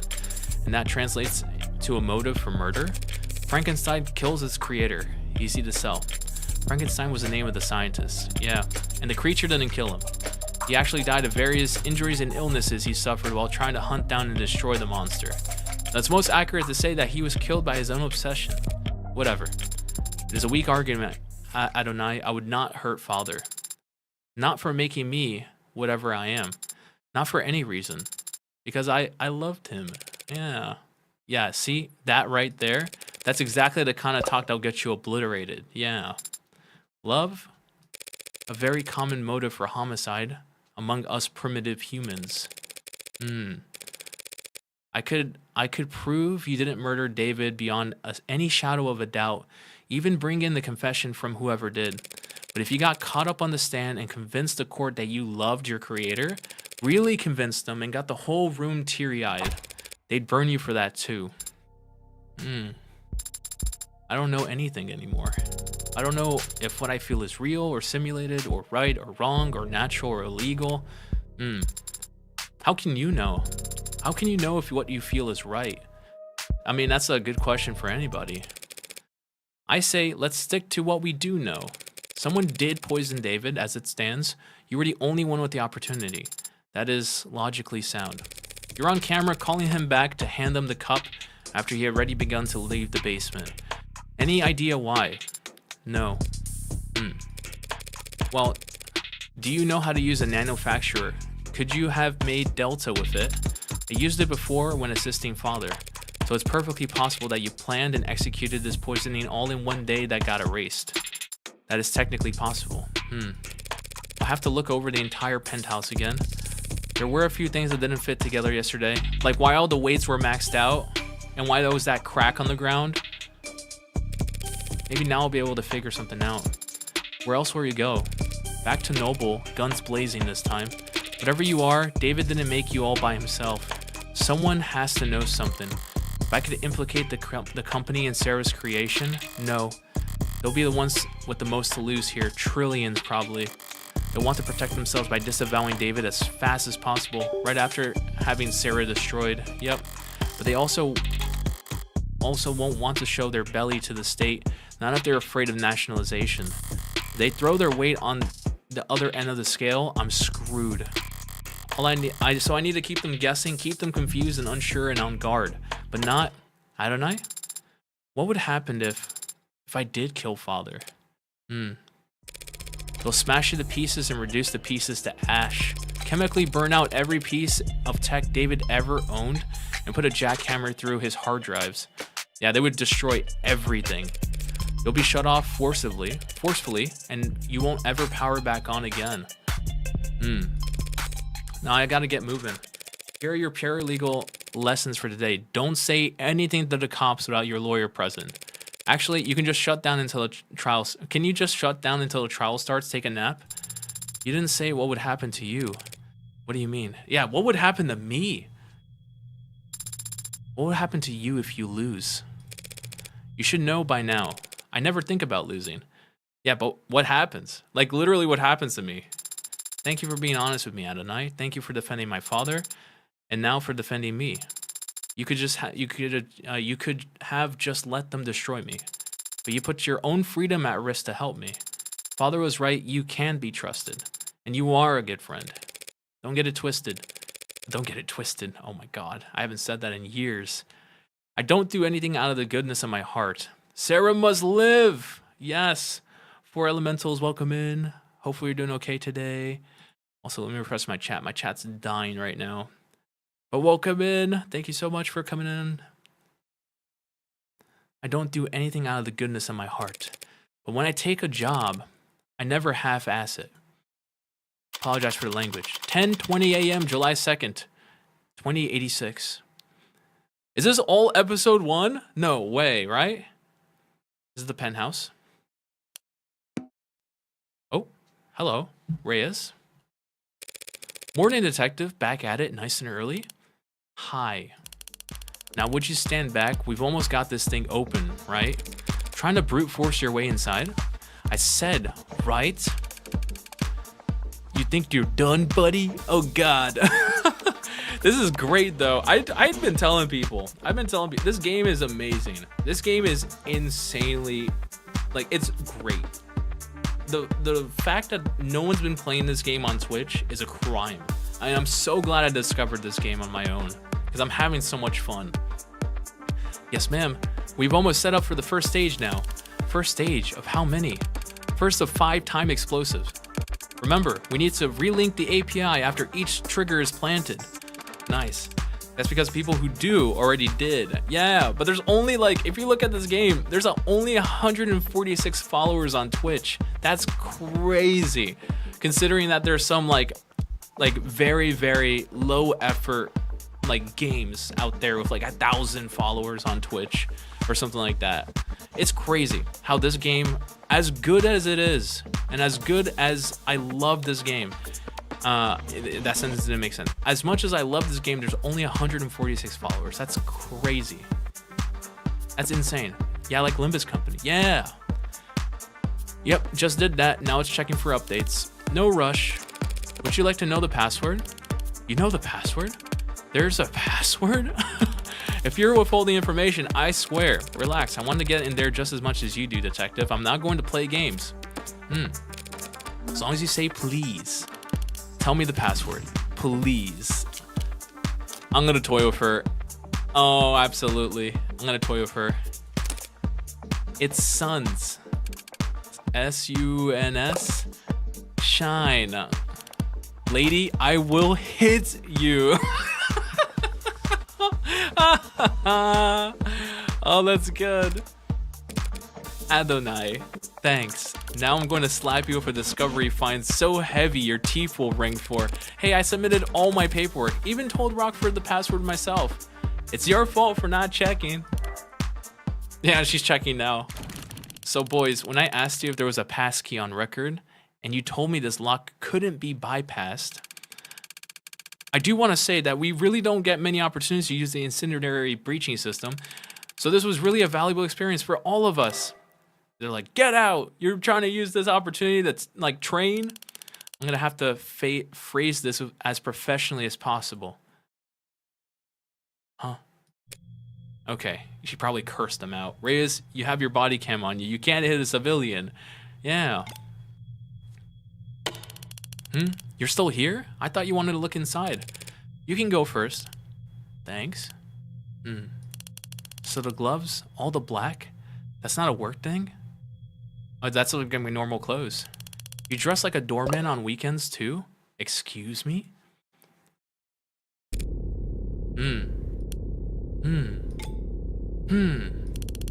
You should cover your mouth when you yawn. Like you cover your eye when you want to look cool? Oh my god, I love teasing Reyes. I shouldn't let her get to me, but I had a late night. Emma and I were at the courthouse until well into the morning, poring over the data Sarah had taken off David's computer. We both knew it all to be inadmissible, of course, but neither of us wanted to miss a hint that the other might find. Working class trader Morgan is a base doorman, yeah. There were a few years worth of camera footage files we couldn't afford the time to watch, let alone decrypt, alongside thousands of technical documents detailing David's various intellectual properties. As far as I can tell, none of it was relevant, let alone compelling enough to matter to Barrows or the other powers that be. As usual, Emma wasn't exactly an open book, but it did seem like she was making bored yawns, not thoughtful ones. Her eyes only ever lit up when she saw Sarah enter the panic room. And then, when she saw what she was holding, when she saw what she was holding when she left, if she wanted this room searched, it could only be for... So where's this journal supposed to be? Rockford didn't say. I'll just have to search the place top to bottom. Mostly bottom with your height. The tops of some of these shelves, that's so... Sure, and you can look up your own... I get it. Then why not just let me say it? Yeah. Okay. Okay, let's try and think about this logically. We already saw in there. It's probably not gonna be a computer. It's probably be here. A toy car? No, that's too detailed and boring. Must be some kind of model kit or replica. Strange, David didn't like driving, so why keep a model of some random sports car? Something caught in your throat, detective? It's not some random sports car, it's a Lorenz Adamant. Believe it or not, I'm not familiar, detective. It's the last great fossil fuel automotive experience the world will ever see. 0 to 100 kilos per hour in 1.43 seconds. They set those records without computational assistant. Is that a big deal? It was unheard of, even back in the 50s. This wasn't some kind of design competition test car with a 2-liter tank, mind you. It was a vehicle you can own and drive. Human engineering, pure horsepower, and manual transmission, thank God. When they first left the production line, this conversation's like quicksand, killing me in the most boring way possible. Well, yes, I guess David didn't entirely agree with you since we're looking at a model of it, when he could easily just have bought one. Or maybe your friend understood that a beauty like that deserves to be driven on the streets where people can see it, instead of gathering dust in some rich guy's basement. I think she's actually upset. Yeah, actually upset. Reyes is searching the cabinets now, the same ones I found Sarah's papers in. I doubt I missed anything, but hey, what are you? Do you mind? I'm just trying to help. I'm trying to get ahead of her. I got spam in my junk folder that's more helpful than you are. Didn't spot anything that I missed yesterday among the cabinets. Yeah, better check elsewhere. The computer. Are these drawers or just panels? Maybe if does that sound hollow to you? What, I don't know. I'm not a carpenter. I don't see any handles anywhere. No hidden pressure plates or switches. What the heck am I saying? I'm not a carpenter either. I wouldn't recognize a secret button if it was slathered in yellow paint. Then where could it be? Reyes was blushing, yeah. Okay, hold up. I'm checking.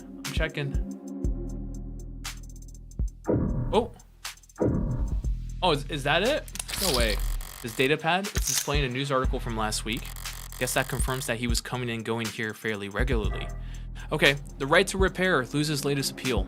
Corporations remain in control of their legally protected intellectual property. We're disappointed. The legal counsel for the CRA, which stands for the Consumer Rights Alliance, no intention of giving up the fight, so they're going to keep fighting to the right to repair. That's fine. Erkman, which is this guy, I'm trying to patch up your own property with your own tools is a finable offense. Legal strategy remains contentious and in the eyes of most legal scholars, generally unfounded. State provided protection against tampering, reproduction, and outliers fees for those who violated said IPs. The fact that ownership of IPs has shifted from individuals and the state towards corporate entities since the act's passing means little in the eyes of the law.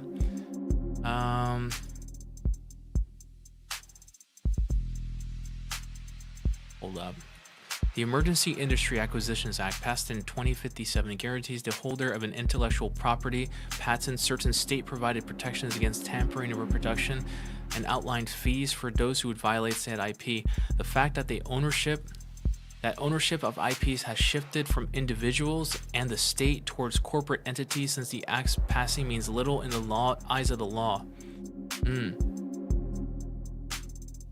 People used to be able to fix things when they were broke, so long as they were willing to set aside an afternoon towards the task. Now they're trying to patch up your own property with your own tools as a finable offense. Okay, interesting. Right to repair. Didn't realize anyone was still fighting that particular fight. Seems like the court has made their opinion matter very clear. For the foreseeable future, corporations can look forward to more sales than ever.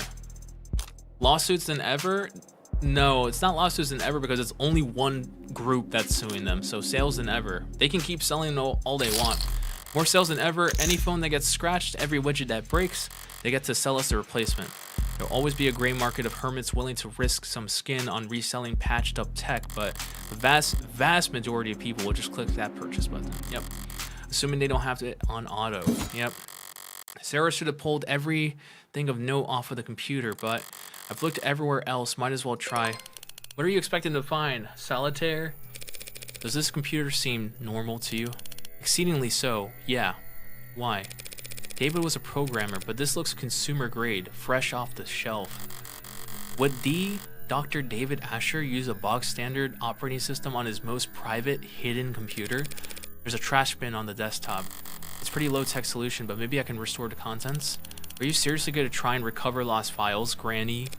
Unlike cops, I don't get paid overtime, so yes, I sometimes try things instead of just standing around.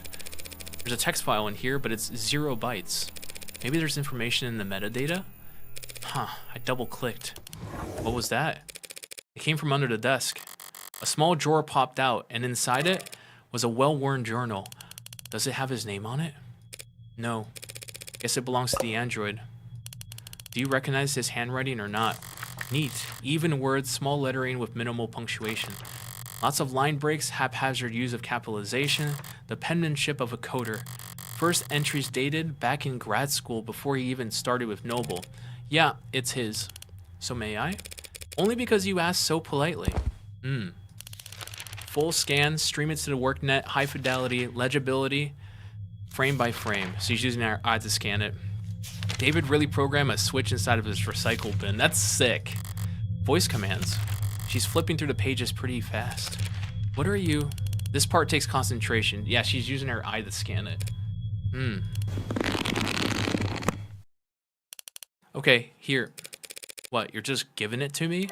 Yeah, I already got our copy. Techs are probably analyzing it as we speak. Ow! My head. Oh no. Can't exactly rip the journal out of her hands while she's curled over in agony. As much as I enjoyed it, guess I could always enjoy watching her writhe instead. So how long has it been? 2 months or so. And still that sensitive? That eye patch doesn't really block your sight. Sight? Only a little bit. It's like wearing sunglasses after getting your pupils dilated. Except it lasts months instead of hours.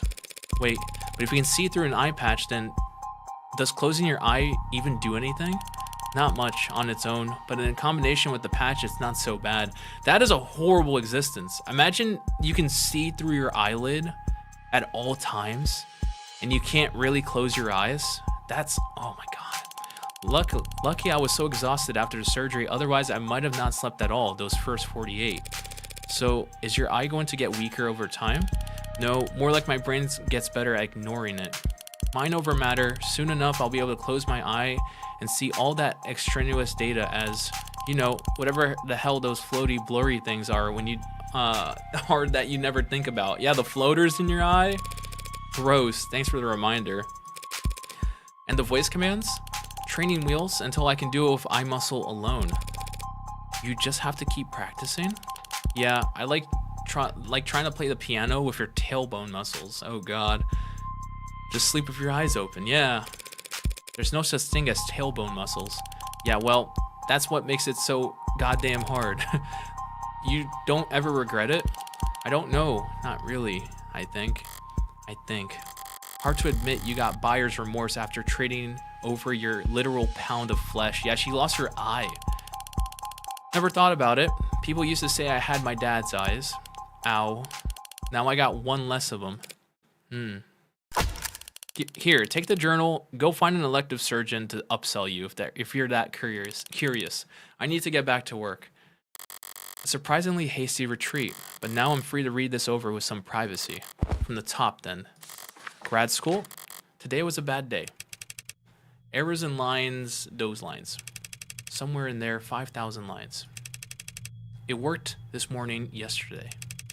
I don't want to look at another screen for the rest of my life.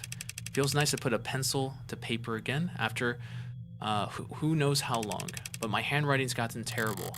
This is far too bad to be relevant. Okay, these dates here would be from when he started his career with Noble. A lot of it isn't even his writing, seems like snippets of code or an internal monologue so close to code that I can't follow it. And a lot of entries about his unintentional Casanova-ing. Hit a wall because someone else thought it was a good idea to steal API instead of buying it. Helen says I can't call it stealing, but that's what it is. She's right, as she always is with company stuff, but it's still idiotic. Small people with short sight who only know how to be cheap and have no idea how to be inventive. New route for the meshing issue, though. Good potential. Got approval from the big mean dude who lives overseas. Bumblo? Helen says that we'll have to make the same pitch a dozen more times next week, but it's all for show? Fine by me. Already got our win. Toasted each other with over cheap vodka with even cheaper office supply cups. This is a story Jung told me, yeah. Western branch nerve analogs are finally showing potential. At their pace, it could even be profitable sometime before the heat death of the universe. Too damn big, practically tentacles. Should at least be hairs. A squid evolution can do their job better. Colette came in to work for what I thought was a late lunch date. I didn't know her voice could get that loud. People were staring. Red said that she must have been upset for a long time to blow up that big. Her texts were always sweet. I had no idea. Upset. Colette wrote this in lipstick across your office door. Imagine if you had actually been cheating on her instead of just being forgetful. The thing about Red is if you want to know what she's thinking, you have to stop paying attention. Ignore her body language and posture and the words she's saying and the smirk on her lips. Ignore everything except her eyes. If you can do that, every now and then you'll catch a glimpse of how she's really feeling. Is she talking about me? Is he talking about me? Master does one weird trick, and you can tell when Morgan's really trying really hard not to laugh at this word. Wait a second. If he knows about me, here, you have to stop paying attention. Ignore the body language, the posture, the smirk on her lips. Ignore everything except her eyes. And you'll catch a glimpse of how she's really feeling. If he was smart enough to know, I owed him a favor. We don't know what he did for me to owe him that favor, but if he wrote it down in this book and if it has anything to do with who I really am, the cops just scanned this entire journal. Then I'm screwed. It was funny. Sue me, you dead person. Wait, I know this date. Oh, no. And the music. I'm never driving anywhere again. Never leaving home again. He was waiting outside the parking garage with a bottle. I couldn't smell anything. Couldn't hear anything. Locked myself in the car and filed another report with another cop. It soaked into the seat. Ruined it. I want to burn the whole car. I don't want to think about what it did to my clothes. I want to burn them too. I don't want to think about how long it was on my skin. I was in the shower so long I felt red and raw when I got out. I don't want to think about these stupid people and their small crew lives ever again. I want to be invisible. Red didn't ask why I wanted to spend the night. She also didn't ask why I clearly packed a bag big enough for a week. She's kind like that. Kind by omission. I don't have a kind bone in my body, but I can at least try to pay attention. I was paying close attention to her eyes when she opened the door and saw what a mess I was. But whatever she was feeling, it wasn't something I recognized. Kind people don't read their friends' diaries, David. The next chunk of paper are all technical, nothing biographical. But the handwriting, the spacing, it's cleaner, more consistent. Here comes something I can parse. Feels like pure freedom working outside the box. Test is suffocating, but you never know. Chronic malnutrition of a coder's best instinct. Like a kid again, putting blocks together. Making things, not products. There's nothing profitable about any of this. If I'm being honest, this is just play. And he follows that up with more coder brain crap. But the handwriting's still lighter. Like he was really having fun. Humility is the mother of all invention. Or something like that. Feels like I might be paraphrasing someone else poorly. That's part of this new approach. When it comes to coding, you never want to waste time trying to be smart. Either be smart, period, or copy from someone else who is. True. Don't fix what's already broken. Copying. Noble's rivals would never miss the chance to accuse them of intellectual theft. Did he plagiarize code for Animate 16? Feels like he wouldn't have gone undiscovered, so what is he talking about? Hold on, this page is bent slightly, like it was looked at recently. The last person to read this diary should be Sarah. Baby steps today, literally. I'll never put one foot in front of the other the same. I'll never put one foot in front of the other the same again.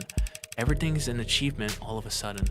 Seeing her struggle, seeing her vulnerable, it's like everything's a miracle. The muscle rigging is perfect.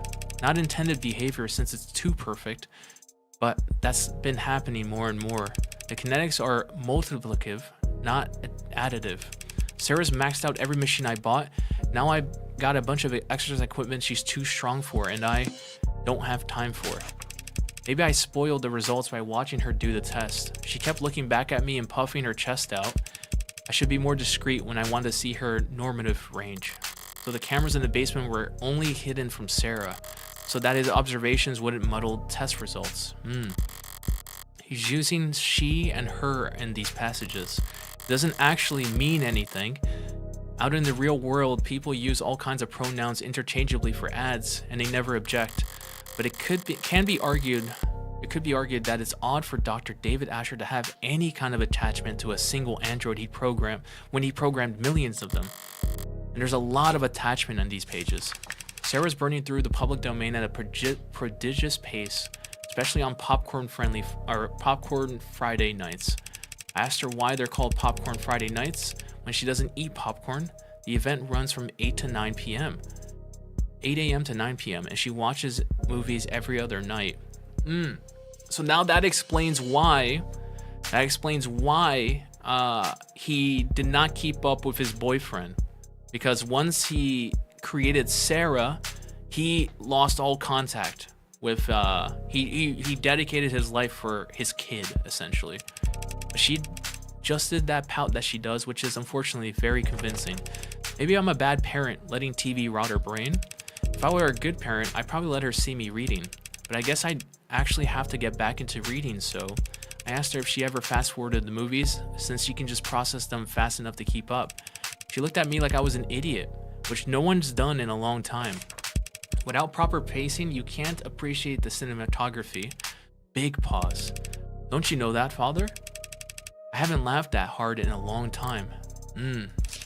Sarah spent a long while this morning explaining to me how important it was that she develop her senses.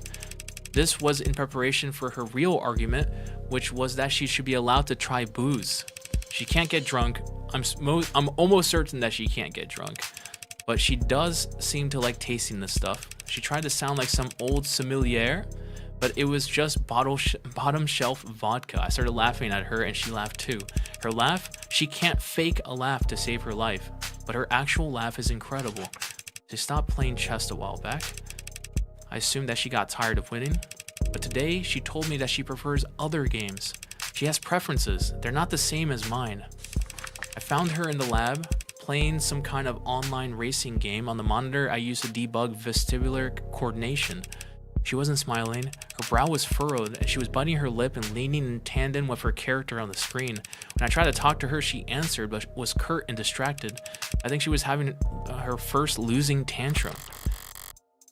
This is bad, because this is painting her in the light that she's an AI. Calling her his daughter, talking about her smile, treating her like a person. I can hear the closing argument already. Yep. Dr. Asher was a lonely, troubled genius with a known history of relationship problems, so he made his own AI to be his daughter, who built out of code and metal a family member that couldn't fathom the idea of leaving him. He made a doll and made it more and more human until it became so lifelike that it no longer had to do what he told it to, like love him. What about the very last entry? It's dated Thursday, the day before he died. Losing it, I think. Can't ask for help, so hard to say. Can't ask for help, so hard to say, but I think it's over. Have to talk to her ASAP. She needs to. That's it? That's the last entry? Suppose it could be worse. There's nothing else here. There's nothing in here that explicitly calls Sarah an AI. Nothing so inflammatory that reading it would spur her to murder, right? Except Sarah's a machine. She can understand David's code better than anyone. All those technical portions I couldn't understand. If she can read this whole diary front to back. Wait, the back. Inside the back cover, there's a portion that's shimmering like some kind of scanner. Or a fingerprint reader. Am I gonna try my finger? My thumb worked for Sarah, so did it work? That's my phone. New device requesting permissions to share an audio file. I want my earbuds for this. A secret message buried in a secret journal, hidden in a secret compartment in a secret room. As much as anything can be, this must be for my ears only. Hey, Red. Or whomever this may concern.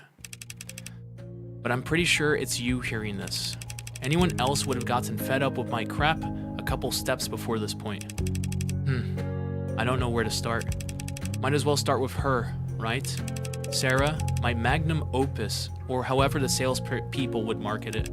I didn't set out to do anything, really. It's just after my little speed bump in 83, I had all that vacation time that the company suggested I take, and I couldn't relax, couldn't be still, couldn't sleep. I just wanted to be doing something, so I'll build an android, was what I thought. A vague direction, north. But of course, I'm not a roboticist or a mechanist, or even handy, really. I'm just a programmer, so I programmed. The first year was a research, the first was a research assistant, file name Virgil. Virgil helped me pull data from stingy departments or sister branches, saved me a lot of time. But there was a lot of reading to do, so I made Homer. Homer wrote book reports, more or less, combed through research papers and found me the sections I needed. 3 of us, we made a lot of progress in those days. It was a funny feeling. I was, maybe for the first time, the bottleneck. I was slowing them down. So I did the logical thing. I removed myself, let them talk to each other. Homer and Virgil became Aeneid, or Aeneid. And Aeneid was novel in many ways. Aeneid could do much more than just identify problems. It could solve them. I mean, really solve them with its own ideas it didn't copy. And there was one thing I realized I forgot to mention so far is that I did all this. Wait, I can't read. Oh my God, I'm a freaking Limbus player. I can't read. The one thing I realized I've forgotten to mention so far is that I did all this programming in Cube, which is insane considering what we know about Cube. In red, Cube is essentially a robotics programming language that's pretty old and defunct, and not in use anywhere because we have modern languages like Tesseract. Is he gonna say that Cube is confined to the old web because it was used to create AI back then? Which are much better for making things that talk to each other and report back and, well, spy on people and generate profits. At the time, I didn't want to be connected or feel connected or do anything that made sense or was at the least bit profitable. So I wrote my little helpers in Cube because it's what I used to do when I was a kid, screwing around on my father's computer before he'd come home from work and get... Oh no. But there are other small slight differences writing in Cube versus Tess, including that Cube, well, Cube predates the tenants. Oh God, this is bad. Also, Compass, Arisen, thank you so much for the first time chat. Virgil has inflicted illiteracy on you. Yes. So in that case, you could legally and perhaps scientifically and literally, because that's what they are, say that I made an AI named Aeneid over 2 years ago. Oh God. I'll give you time to pause here if you want to curse me out. Aeneid was an intellectual equal to myself, so I treated it like one because that's only fair. I gave it its own work, asked its opinion, we collaborated, and together we built Athens, who was much more advanced than Aeneid, naturally. This is so bad. He's just making AI now. I don't know if you're pulling out your hair, yelling at me right now, asking why I didn't stop, and why didn't I consider consequences? Oh God. I don't know if this is being played at a deposition or a hearing or worse. I've built a lot of things in my life, Red. Useful things, profitable things, smart things. Everything I've built, it's all been very helpful and courteous and charming and happy to serve. I can comfortably say I've done my part contributing to the global GDP. But this was just for me. I was just building, and I never bothered to. I never wanted to think what could become of it. There's no excuse for what I did, so I won't make any. So to whomever is asking, yes, I'm guilty. And yes, there were more. Oh no. Cape Town, Paris, Yamate, Rome, they all started choosing their own names. Thank God. I'm terrible at that kind of... And so things sped up. And there's got to be, well, Should I not say the exact number? You'd probably tell me not to say anything at all, so more than 3. Oh my god. Why, David? Why? Why would you do this? Oh, this is so bad. Some smarter than others, some better at... They're varied, like people are varied, but they are all intelligent. They develop interests, specialities. I encourage them to. Irritating moderator. David, stop generating AI, please stop generating. Irritating moderators on forums with hyper-specific questions on nerve attenuation and attending virtual conferences on Neo Alloy battery development.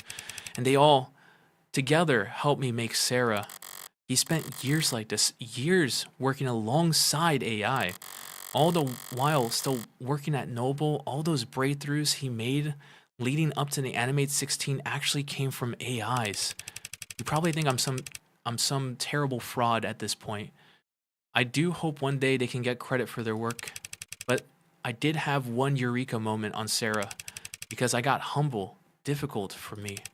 We learned everything we could about the function of a neuron, a single microscopic human neuron, how it computes, what it connects to, how those connections were reinforced, and then we recreated it. We built a nanomachine that mirrored the function of a human neuron. Well, mirror isn't quite the right word. We built a nanomachine that was a neuron, and we iterated from there. You can't mean. About 100 billion neurons in the brain, several trillion across the entire nervous system. Very time consuming, of course, but I had help. Manufacturer can make tens of billions of nanomachines in hours. You could make even more in less after Yukon fine-tuned it. The head would kill David on the spot. Absolutely they would. They would just kill him on the spot. So we built up nanomachines for nerves, alloys and polymers for bones, fiber woven muscles. I say built, but really she grew. A solution of nanites forming around a skeleton. So it was really closest to... You ever make rock candy? Oh god. Sorry, trying to lighten the mood before I never did end up building an android. And while I did build AIs, Sarah isn't one of them. She can't violate the tenets she was programmed with because she wasn't even programmed. She was born. And my hope is that there's the smallest chance that that nuance could offer her some protection when I'm not. I'm not sorry for what I did. I made things that are complex and rich and varied and beautiful, and I honestly believe the world is a better place with them in it. Sarah's AI generated, yeah. The only thing I'm sorry for is that I let Sarah think she was just an android. She's not. I don't know what she is. They'll have to come up with a new name. But I'm bad at doing. My own father, he also talked a lot about protecting me and doing things for my own good. And I don't hate him for it, but I can't forgive him for ever making me think that I was lesser. So it's my greatest shame I turned right around and I did the same damn thing to... I really hope it's you listening to this, Red. If it's not, it might be just too pathetic for me too. You're the smartest person I know when it comes to people. And I'm telling you all this because I don't know what Sarah is exactly, and neither does the world. So they'll come after her if they can. And in that scenario, I can't think of anyone who could do a better job of defending her. Not protecting her like I did, just defending her until she can figure out what she is and what she wants to be. In the meantime, I draped a cloak of skin-deep Tesseract code around her that should fool any scanner on Earth into thinking she's just a custom A16. I made sure her gin bar was plainly visible so no one will ever think she's pretending to be something she's not. And I took steps to ensure that you two could figure out the truth in your own time, which, if you're hearing this, have either succeeded or failed spectacularly. You have no idea, yeah. I can't ask you for this favor. I can't ask you this as a favor repaid. You can never owe me enough in 100 lifetimes. So I'm just asking. Unfair, I know, but I'm a selfish weirdo. And you've always been okay with that. Bye for now. No. My goodness. I have a lot of questions I'd like to ask, and a lot of swear words I like to yell.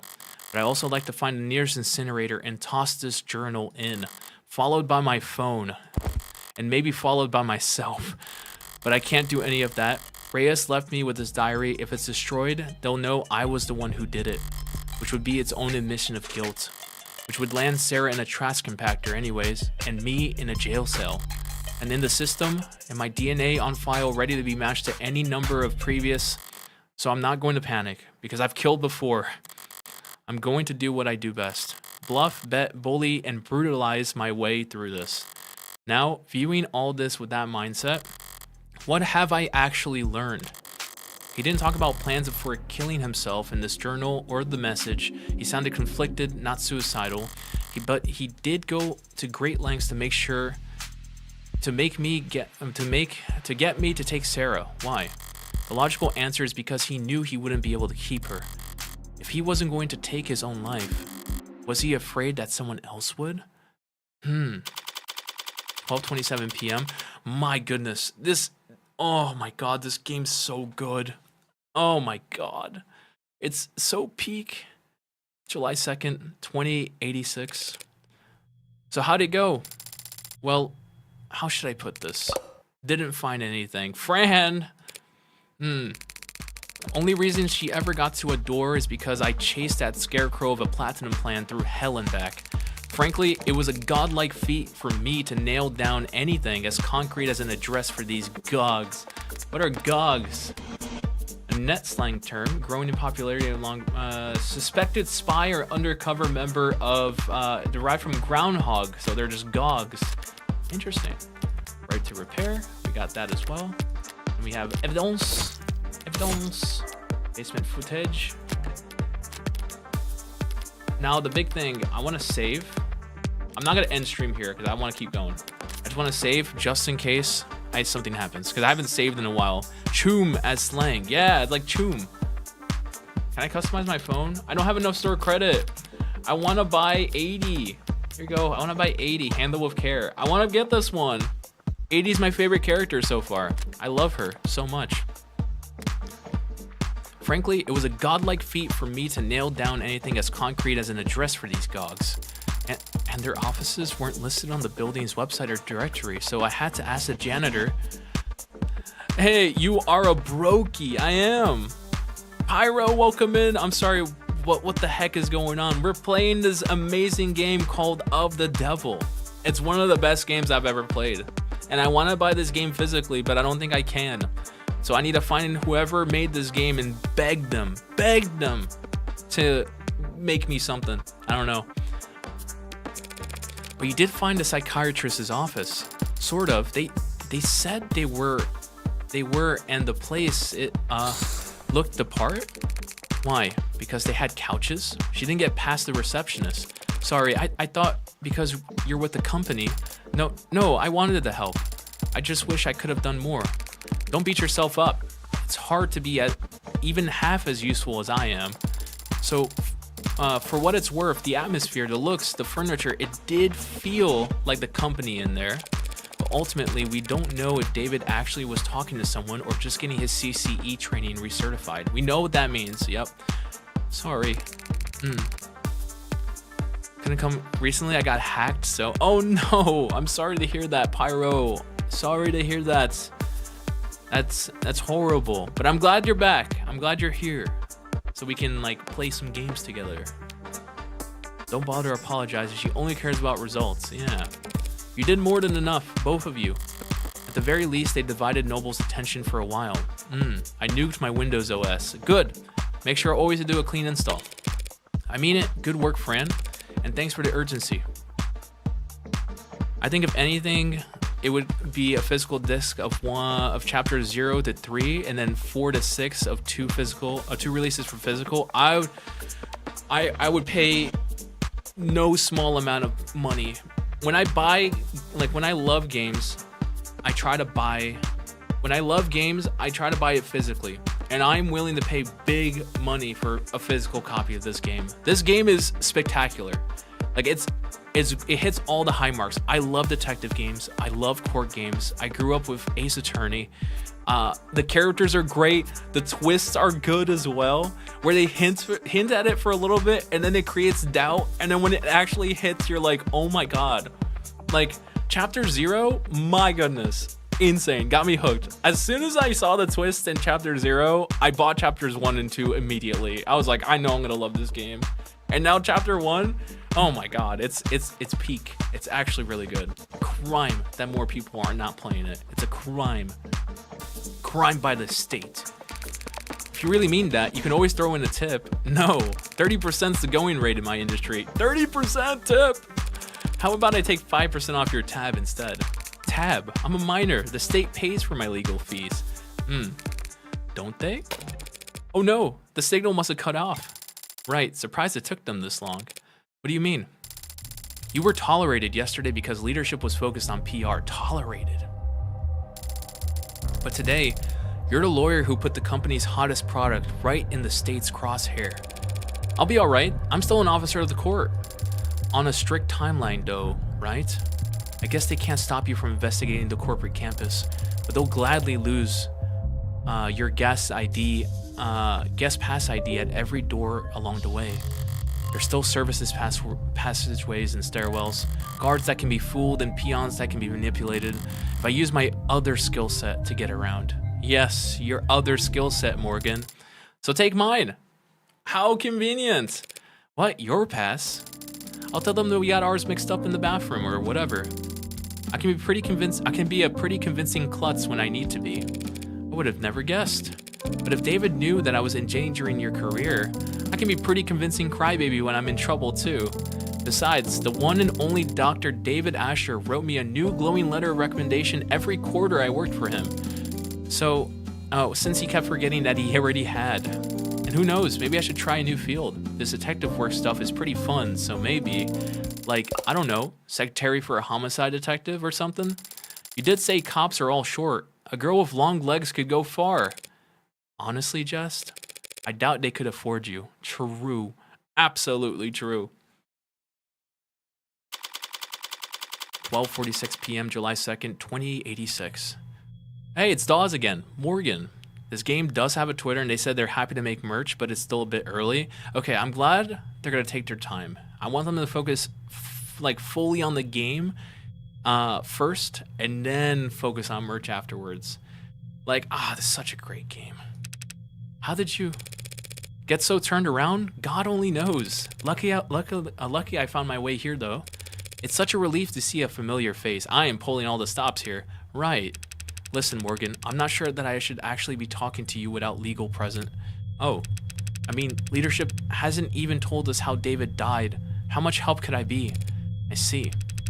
It's not that I don't trust you or anything. It's just, I think, with what the Sarah issue, you should do whatever you have to protect yourself, Dawes. Yeah. Though, for what it's worth, I doubt you'll be in any trouble. Oh, that's good to hear. Not if anything... Wait, not if anything... No, if anything, it's the big names who are going down. Okay. Going down?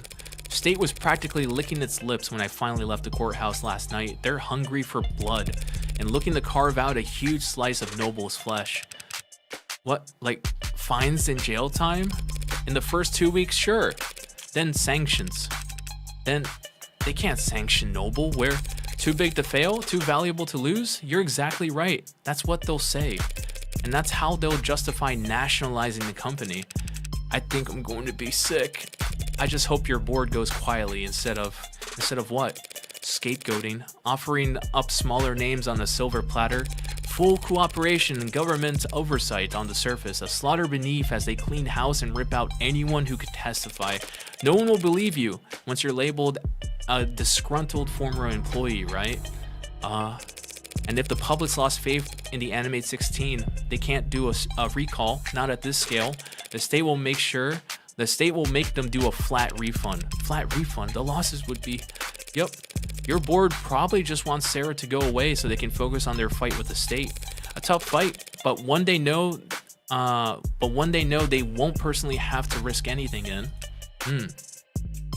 They said they'll look into making merch if they reach 500 Steam reviews. That's good, because right now, they're at almost 2,000, which is great. That's why I'm hoping I can win this trial. Well, if I won, that would mean Sarah was not an AI, David Asher was always of sound mind, and there's nothing wrong with the animated 16. Everyone wins.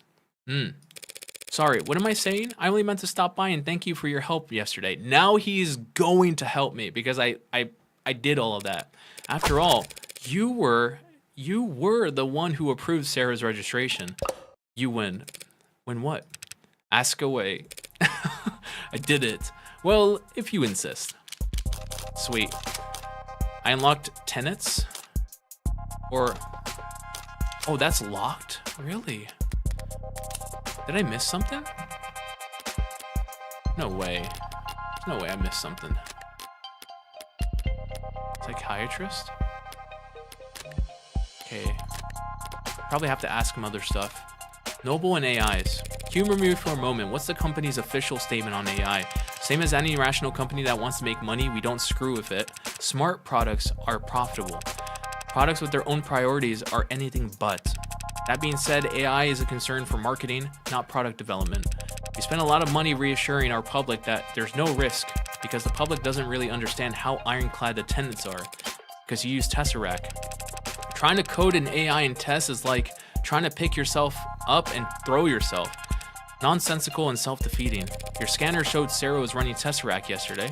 If the language is as safe as you say, isn't that proof enough? Proof of nothing. For an AI, lying to another system about the code you're running is child's play. And for an AI built by David Asher, something that simple would be... Better change the subject. Wait, so making an AI takes more than time and resources? Isn't it an issue of funding? No, you can't just keep adding more data. The tenets underlie everything. The higher you stack, the more easily you'll topple. You make it sound like building an AI is impossible, even for David Asher. Any chance you'll testify to that? It sounds impossible, but he's dead, and it looks like his android did that, so I guess he was just that good. Better than you'll ever know. Yep. Okay, I unlocked tenants now. Animate 16. Also, my energy drink is flat now. Okay. David spent months promoting the A16 as the culmination of David Asher's work. So now that marketing line is suddenly a huge liability. Can you tell me how much he actually contributed? I mean, he was involved in pretty much every step of the process, but his design for synthetic motor neurons, that was the big one. The component that allows your warm androids to move realistically. It pushed the timetable for warm androids ahead by years. And yet, compared to what goes on in Sarah's brain 1,000 times a second, David was only giving the company the most meager of the fruits of his private work bore. If Noble ever did find out how much he did and his assistants had achieved, they would feel that they've been holding out on them. Yep. And the company, they were appreciative for his contributions. I'm sure the researchers that he overtook by leaps and bounds weren't pleased, but the board was very enthusiastic, so that would spur them to be protective of David. Or would they fear that he's gaining too much influence, becoming irreplaceable? No, they'll need a strong motive to justify killing their golden goose. Mere paranoia isn't enough. For these people, it has to be the bottom line. And the easiest way to threaten their bottom line would be screwing with their androids. In light of all that's happened, one has to wonder if the A16 is compromised? I stayed up all night sick with dread at the idea, but the data just doesn't support it. Sales have been strong, and the A16 base code was locked in over 2 quarters ago. If there were an issue, we would have caught it by now. And I would have been axed a long time ago. How many A16s are out there anyway? We just passed 9 million sold.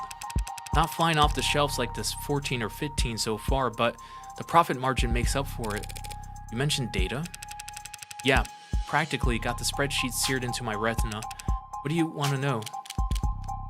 Oh, I should have done I should have done tenets. I unlocked it and I forgot. Error reports. What did the error reports look like? Are customers reporting a lot of issues?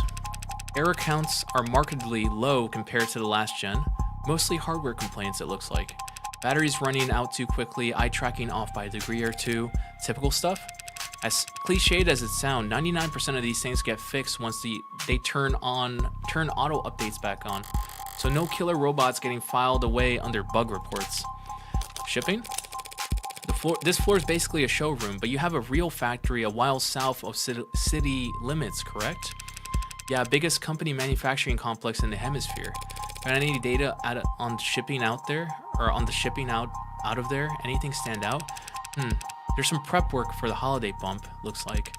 Might sound early to get started now, but we usually see... Something wrong? No, the numbers are all normal, but this data has been edited. Is that unusual? Well, this section is just a count of how many were sent where. There's not a lot of room for errors, so there shouldn't be much need for corrections. It's no problem though, I can view the edit history and see what was fixed. Okay, that's weird. Was something added? Deleted? No, the overall sum's the same, it's just a bunch of swaps. Like here, 29 FFCE 010311 was taken out, returned for adjustments. 27 FCDD 019634 was substituted in. Shipment leaves on time. 67 BBTC 899543 returned to assembly for revisions, replaced by 67 BBTD 592698. Shipment leaves on time. So does that all strike you as odd? What that seems like is if there's a robot, or if there's an A16 that's been sent in for repairs, they're not repaired, they're replaced. The consumer's not getting the same Android back. Replacements before shipment isn't common, but when it happens by the batch load. To spot individual unit imperfections among the shipment at that point, or that stage in the process, it must have been someone with a lot of expertise or authority, probably both. Must have. You don't know who made these changes? I can tell you there was somebody important. Small last-minute changes to which androids got shipped out. Not very juicy on its own, but it's a long way away. It's a long ways away from explaining why someone would want to kill David. But it was hidden, and that means somebody didn't want it found. Patterns. How and where are they being sold? What's the distribution pattern look like? They're distributed like you expect. Places where there are more people, there are more androids. Coastal cities like ours, of course, have most of both. They have made some merch you can sign up to get notified. Yes, please. Put it in the Discord. I need to buy merch. I really do. I will buy every single piece of merch this game has to offer. Since the A16 in particular is marketed as being relatively luxury, relatively consumer, they don't sell well outside of population centers. They can do the rural, hard labor jobs, but cold models can do the same work with a lot less maintenance. So where has the A16 outperformed then? Customer service, healthcare, childcare, lots of hospitals, offices, and, adult industries, of course. Oh, so sorry, I didn't mean to be blunt, but no, it makes sense. They're warm and soft to the touch and obedient. I'm just surprised to hear it from a company employee. There's a lot of people at the company who won't talk about it, but I work in quality assurance. I've seen too many damages to pretend it's not happening. Oh my god, no. There's like that one, I think it was like a warning sign where it shows the hand being crushed by gears. And it was like, do not insert limbs or appendages into your android, and then it immediately just crushes the guy's hand. Oh god. Damages. What we call it when a customer tries to return a product that's clearly broken beyond repair. Oh, very high turnover in the pink market. Hasn't stopped you from selling it to them. Well, we don't sell to them, not directly. There are resellers, and the company's never pretended to be interested in going after them. I put the tweet in general. I'm gonna check right now. I want to see the merch. Oh, merch interest survey. Came out like 2 weeks ago. Here we go. I'm gonna answer this. Merch interest form. We'll put your name for any future merch news. Help us plan our next steps. Yes. Okay. What category of merchandise are you most interested in purchasing? Acrylic charms, standees, stickers, apparel, plush, all. Everything. Which character are you most interested in merch for? I want merch for 8084 or Addy. I want Morgan. I want Sarah. I want Reyes. Yeah, I want all of them. What is your email address? Okay, I'm gonna put, okay. Yeah, I can answer this later. There we go. Sweet. I'm gonna pin this tab just so I don't forget. Move this tab over here, pin this down here, boom, boom, boom, done. Okay, sweet. Thank you for that. I'm gonna go fill that out later. Are there resellers? I thought I read that the right to repair got shut down again. There's been a gray market for softer Androids for years or decades, depending on your definition of Android. Based on the sales numbers I've seen, right to repairs getting canned was barely a blip on their radar. Sorry, I didn't mean to make you uncomfortable with this topic. Huh? Me? No, I don't care. I just realized I just realized my left sock's on inside out. Damn, now I'm wondering about that myself. You bought that? Okay, thanks for sharing that data. Sure, did you find what you were looking for? Hell if I know. Ah, I didn't ask the tenant question. Fair enough. Oh no, here it is. Yes. I know you're convinced the tenants are safe. So how do you square that? How do you square that with what happened to David? There's a cat next to a dog. First answer that comes next to mind is the dog to the left or to the right? You can't tell. There's a cat next to the dog. How I interpret it is the dog is to the right. I'd say, he's gonna interrupt me. The dog is to the right, the cat is on the left. You might expect half the people to say left and half to say right. I said right, but actually, their answer is almost entirely dependent on their native tongue, whether it's read right to left or left to right. The language they speak affects how they process information. Their language affects how they think, and if it's the same for machines. People can learn new languages, it can change our perspective. Machines can't learn a new source code. Every update's a reincarnation. If that android did kill David, it wasn't because a 0 returned as a 1 somewhere. It's because there's something fundamentally wrong with it. And personally, I think it's cruel to bring something that flawed into the world. Yeah, unnecessarily cruel. Any other questions before I go find a hole to hide my head in? I'd like you to take a look at this. Okay, this is the thing that was made in the machine. Chemistry is a bit outside my purview. What is this? A compound found in David Asher's blood. That poison? What is it? I didn't match it to anything. I didn't match it to any database the medical examiner had access to. That's crazy. Here's a crazy idea to follow it up. See if it's a match for anything in Noble's internal data banks. We don't make poison here. I'm not sure what that would accomplish. No, but this is a factory floor. You could be making baby blankets out there. You'd still have hazardous material around. You think it was something industrial? Suppose it could be. It looks carbon-based. Narrows it down a lot. It's not exactly... Uh-oh. What is it? It doesn't make any sense, but it's a match for patent NOD 52345S, a synthetically produced neurotransmitter analog for usage in organic Android components. Cyanotonin. Cyanotonin's the one who... Shipping data, yes, but Cyanotonin's the one that... Where's she at? She's the one who made Cyanotonin. So she was the one who made Cyanotonin. If I go to articles, profiles, it's probably just evidence. Oh, it's not here. But Jung was the one who made Cyanotonin. That explains a lot. A neurotransmitter would interact directly with the nervous system, in David's case, depressing it enough to put his life in danger. It also explains why it was a preset in his personal manufacturer. Sarah's nervous system, worth 10 times its weight in platinum, must be pumped full of it. So they think that was what killed him? Helen Young led the development of Cyanotonin, didn't she? That's exactly what I just said. Yes, she did. I should go and ask her about its composition then. Normally, someone at her level wouldn't be able to answer specific questions about a compound formulated years ago, but she does have a reputation for being very detail-oriented. That works out nicely then. They say that she's the type of person to micromanage how much water people drink at 15-minute stand-ups. I heard a rumor that she once said bathroom breaks are a timesheet thief. Aren't they? I'm kidding. But you should be careful about criticizing a superior where people could be listening. Good thing we got privacy in your office. Probably not. Uh-huh. No one but the two of us listening in. Thanks for cooperating, Dawes. When the state storms the building and starts zip tying people, I'll let them know that you were helpful. Haha, yeah, nice joke. Not a joke. You are joking, right? One more thing.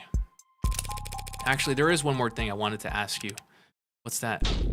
How long have you been a corporate spy? Oh my god. Wait a second. He is a spy. What? Yesterday you let slip that you worked in consulting. Yes, that does make sense. Because Young said, do you work in consulting? Or are you a consultant? If you work in consulting, then you are a spy. If you're a consultant, then you're a consultant. Yesterday you let slip that you worked in consulting. Had your guard down because I'm not part of the industry? I was a consultant. What are you talking about? When I walked in here, you said you didn't know how David died. But just now you called serotonin a poison. What? I just assumed if a chemical was found in a dead man, and I'm sure you got practice answers to every logical point I could raise, so I'll just say this. Does the nervous guy bit really work on people? Dude, just watch it like he's an absolute, like, confident man, and he's just doing a nervous thing. Like, he's gonna sweep his hair back and then go like, man, I thought I could get away with this. Keep your cool and people don't know what you're thinking. But if you act a little jumpy, they'll feel inclined to calm you down. Before they know it, they're spilling their guts just to have something to fill the silence with. Though it's not entirely an act these days. To answer your question, I did 3 tours in consulting, 4 quarters of internal affairs, spy hunting at the Western Division, then 8 embedded in Howe Industries, 24 months of wearing different faces, answering to different names, sleeping for 1 hour at a time with a 3D printed shiv under my pillow. Oh god, my nerves are completely shot. My cover wouldn't last a day if I went back under. So you're a spy for Noble. Retired. You're working 6 days a week. 5.5 days a week in quality assurance. Trust me, this position is a cushy, generous reward for my past services. Well, you can't be that retired. You clearly know more than you're letting on. I have some old inboxes I still check. So can you tell me what the heck is happening around here? And why I'm the one investigating David's death while your old coworkers are off twiddling their thumbs? It's that story. The soldier, the blood transfusion, blood, not oxidant. He's finally shooting straight. Are they using actual blood? Did something happen to him afterwards? Did the transfusion not last? No, there's nothing wrong with the blood. It's the story itself. There was a soldier, and he did get injured, but it was on a base during a training exercise. There was a medical tent 10 meters away the whole time. The transfusion was just a fortuitous live test, so it wasn't in battle. His life was never in any danger. That doesn't make much for a tearjerker. Not even a good photo op, which our competitors understood. One of them, maybe a few of them, got a hold of the story, started puffing it up, astroturfing, painting over the socials and virals. By the next morning, we had the military thinking we were leaking like a sieve. Meanwhile, the media is bombarding us with requests for videos and interviews and data, and the state's praising our tech with one side of their mouth while threatening to mist us with the other for getting so greedy. Everyone in Noble counter the CCE has been slammed ever since. Trying to find an off-ramp for the story we can walk back the claims on without torpedoing our state contracts. So they did a test in a controlled environment. All their competitors pumped them up. They said, they did this, and they did it during a live war. They're amazing, all this stuff to try and like put them on a pedestal that doesn't exactly match what they're trying to offer. And then the state found out. The state's like, this is amazing, all this stuff. But the state, like you mentioned, is praising them with one mouth, but also like cursing at them with the other because they can't actually meet it. The military is interested, and everyone. I don't know what happened to Asher, whether it was AI gone rogue or company infighting gone too far. But I can tell you, it wasn't done by consultants.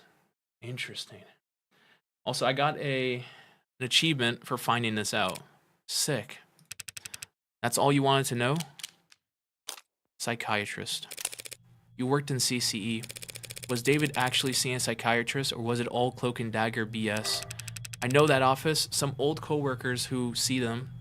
Know some old coworkers who see them. So it's a front? They do both. So he was probably getting training, and he was probably talking to someone. Interesting. Sorry, not the answer you were hoping for?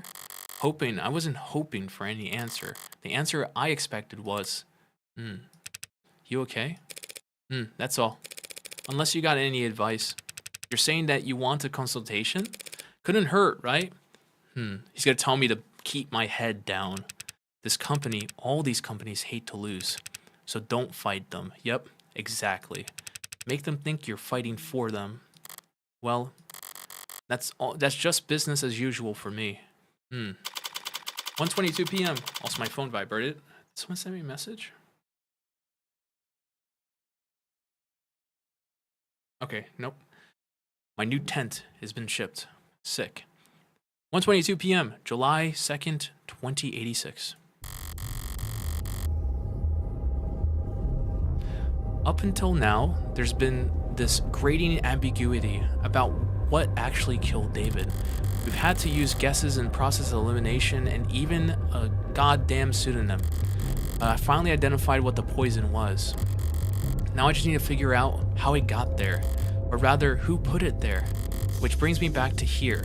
An elevator shaft somewhere under or above ground with kilometers of concrete facelessness and bureaucratic authority surrounding me on all sides. An enemy in every cubicle, in every office of every floor of this temple, built to interpret the inscrutable divinations of a temperamental oracle named Share Price, back in the belly of the beast. And yet, I feel more at ease now than I have all weekend. Makes sense.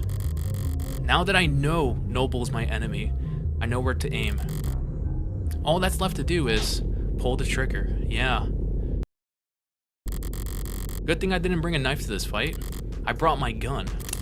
And that sound just tells me that it's playing its role perfectly.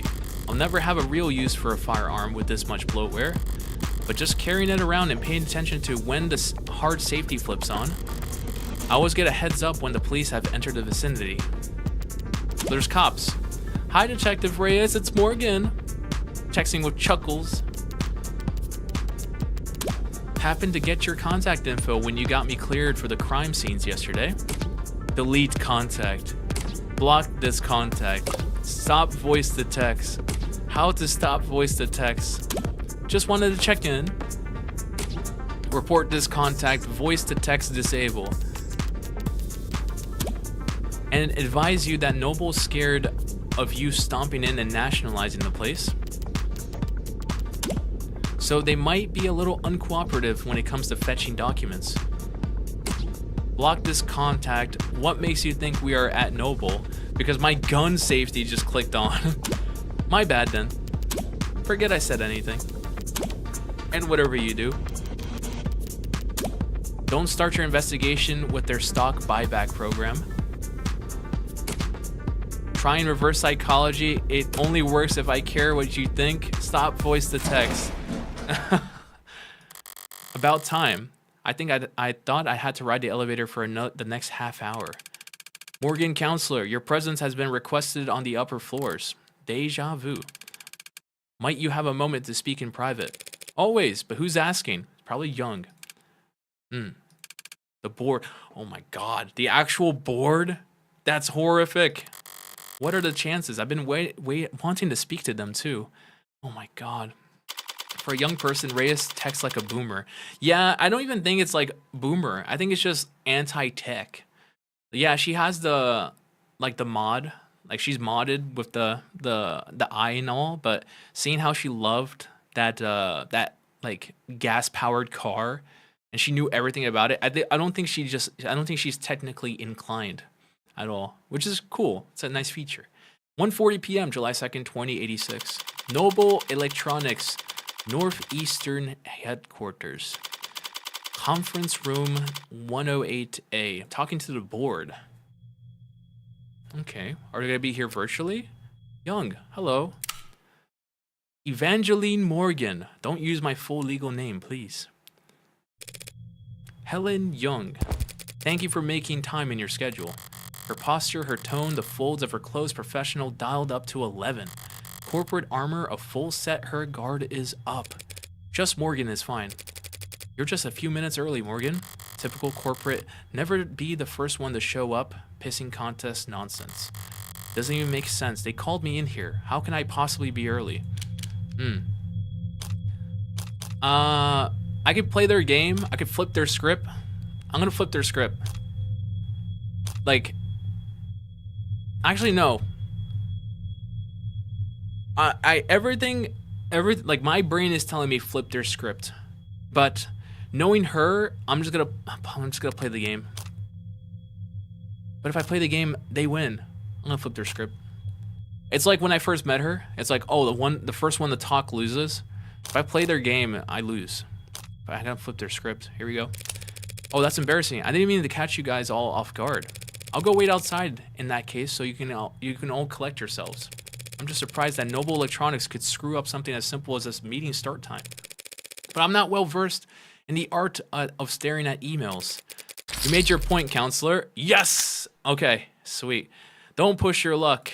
Not with these people. Might I dare ask who these people are? You don't have time to remember their names, and it won't do you much good either. Right, so they're not just rich, they're anonymous rich. The Mob Act guarantees a minimum level of security and peace of mind for any citizen who might be targeted due to their financial stature. I'm guessing the Anonymity Act, the Mob Act, Mob Justice, Flash Lynching. So I'm guessing people who have, like, people on boards on company as big as Noble are anonymous now. Spoken like a true believer. Except Mob Act is what normal people call it. Touting the party line and allowing oneself one instance of rebellion, or just a slip of the tongue. I would never fault anyone for wanting their privacy, especially not job creators, but it must get pretty inconvenient not having a name to call them. Not really. Conversations with them are always one-sided. Sounds like a great environment to do business in. Look at the building you're standing in. We managed to eke out a meager profit somehow. So if it works, didn't take you for the might makes right type. And I didn't take you for a clueless bore incapable of reading the room. Sorry, did I say something off color? I was only being casual since there's the two of us in here. Huh. Maybe we should take advantage of this rare bit of privacy. Clear the air. You're here to ask about Sarah, yes? No, I'm here to ask about the other thing. As I said, I had no idea that Dr. Asher had been building an android on his private property. And I can say here and now that no one at Noble Electronics ever suspected that he was working to undermine the Tenet framework. She's trying to sound candid in her tone, but she's choosing her words carefully with a surgeon's scalpel. Was she coached? Is that the truth? Is that your statement as VP of Android Futures? It's both, of course. Dr. Asher was more than happy to hole himself up and work independently. We both know that. True, he could be pretty reclusive. I'm sure it caused all kinds of headache, him disappearing on you all like that.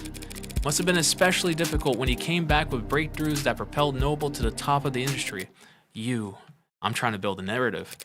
You should take a seat.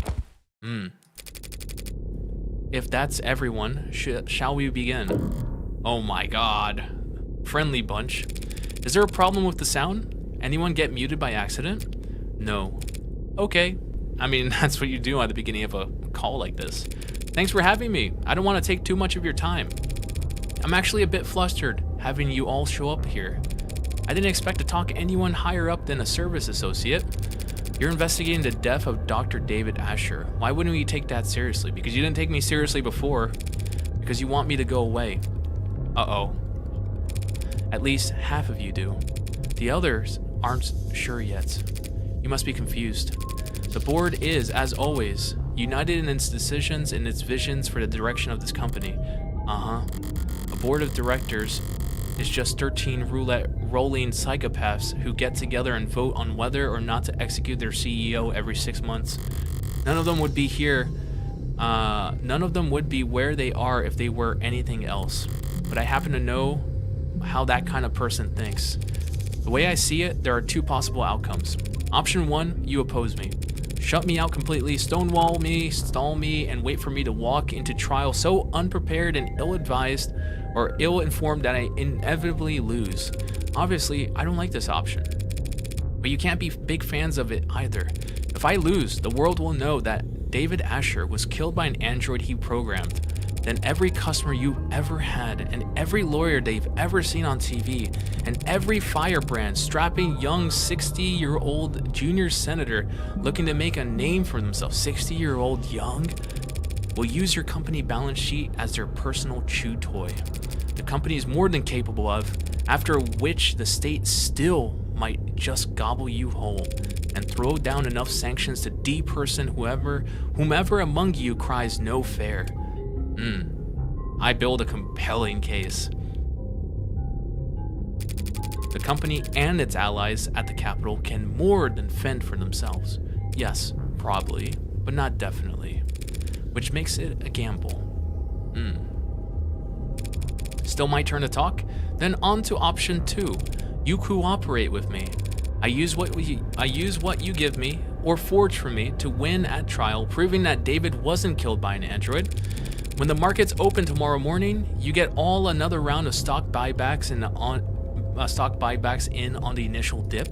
Then pat yourselves on the back for staying calm as you continue to profit off of David's legacy for the next 100 years. And you won't even have to worry about him speaking out of turn. She's like, what are you doing? That's only if you win.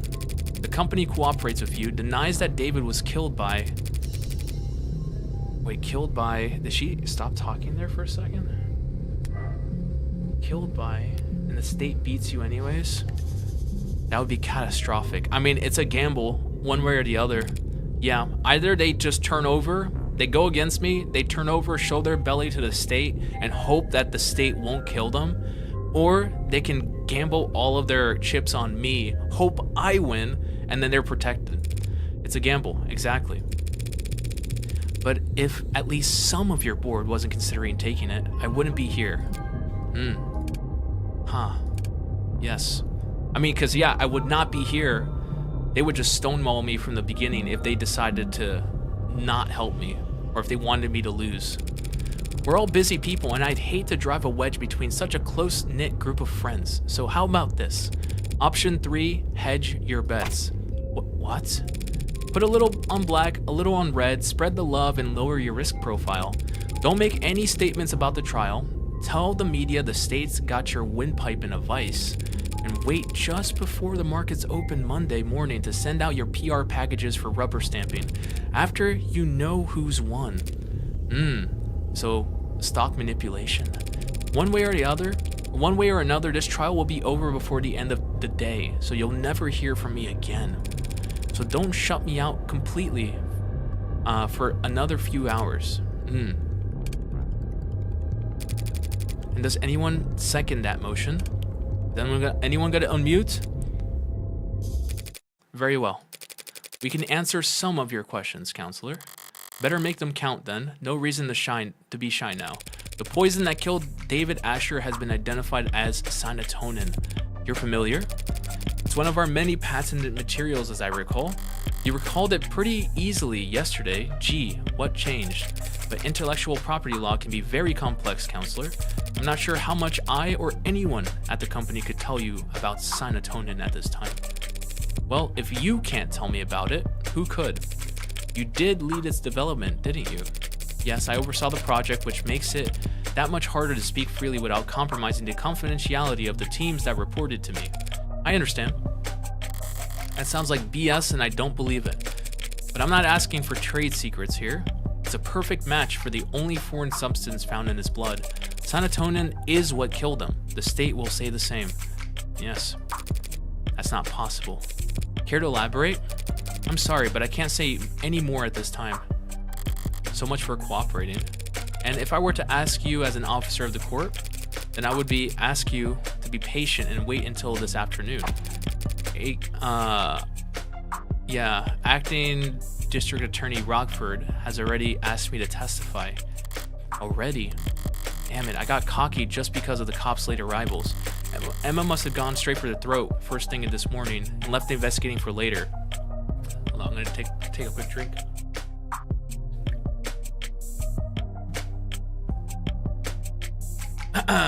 Much better. Sweet. Hell, knowing her, she probably managed to ID the serotonin before she went to bed last night. So, are we still having this conversation then? As I said, I'm sorry, but I have to take more than just my personal feelings into consideration here. There's a great deal at stake. Corporate speak for you're too stupid to understand why I'm being dense. She's trying to shield the company, plain and simple. LARPing as Helen Jung de Arc on crusade against the government overreach. But if he's that busy defending Noble, she might be leaving herself unguarded. Why is she here anyways? Why am I speaking to her and not her lawyers? That's right, this is a vulnerable position for her. She wouldn't put herself in check like this unless she was forced to. So that's it. Acting as their mouthpiece isn't just some honor for her. This is punishment. She's being used as a meat shield. You're upset with her, perhaps even suspicious of her. Time to find out why.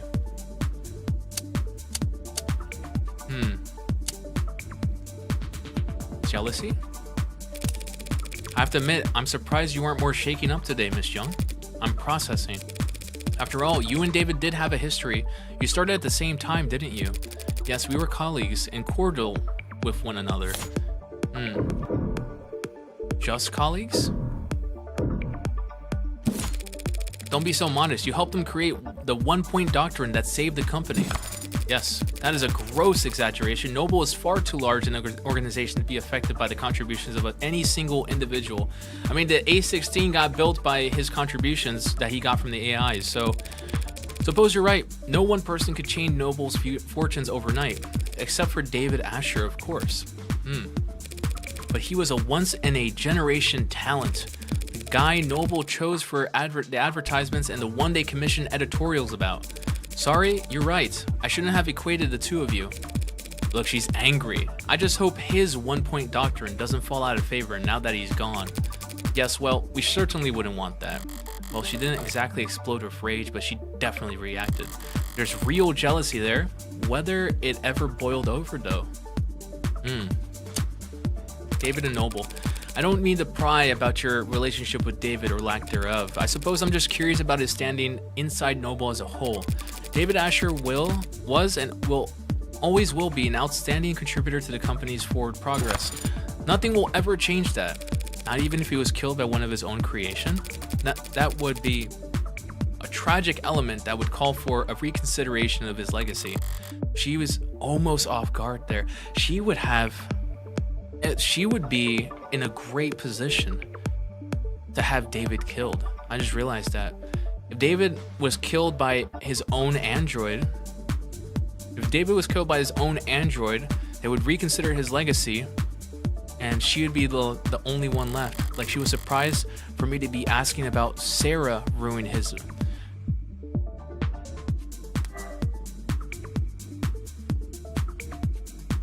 That would, of course, be a tragic element that would call for reconsideration of his legacy. She was almost off guard there. Like, she was surprised for me to be asking about Sarah ruining his legacy. I'm gonna press. Did David ever anger the board? I'm gonna press there. Besides Sarah, David's reputation was crystal clear. He never went against the company once. Did he? That's... Unless I'm mistaken, he and Noble were on bad terms. In that case, I might get the impression that some parts of leadership were actually glad to see him taken off the chessboard. That is not... Something's buzzing in your ear? Fine, I suppose it makes no difference if you hear it now or at the trial or on your feed tomorrow. Okay, we're so close, but Dr. David Asher was being sued by the company for breach of contract. Satisfied? Now we're talking. Good.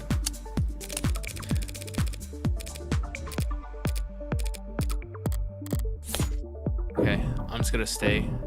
I already pressed here, so if I press again, I'm gonna overdraw. Okay, so he's being sued for contract. David's will. I don't think David will has anything to do with that. Because David's will, if I open up this.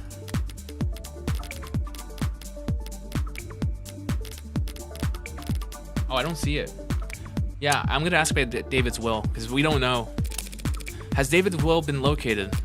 It had never gone anywhere. It's still in the safety deposit box. We'll retrieve it and have it read once all the unknowns surrounding his death have been made into knowns.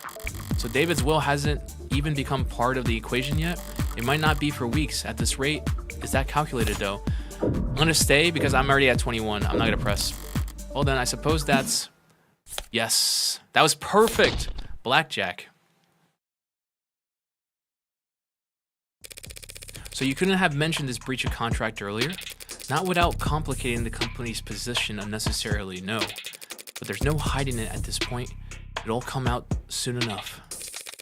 There's a paper trail? Much more than that. We've been making moves to let him go for some time. Noble Electronics parting way with David Asher. Must have been one heck of a breach of contract. What did he do?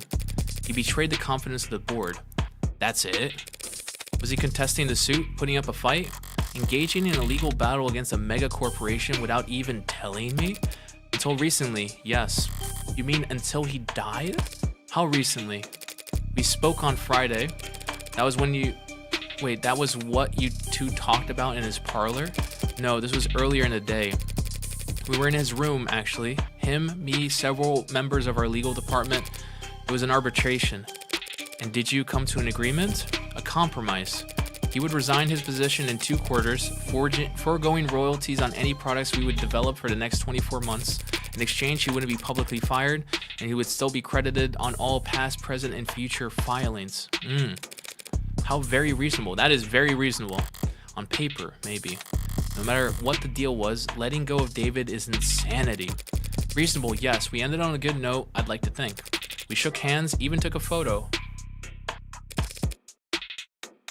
That's a lot of people.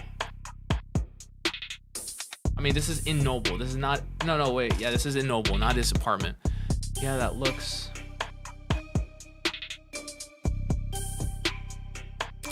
lovely. Huh. Something funny? I didn't know the board told jokes. They don't. That was legal, expressing their displeasure with how much paperwork my good note ending left them stuck with. Children. It was just one night of overtime. So while they were spending their Friday night blowing the ink dry, you paid a visit to David's penthouse.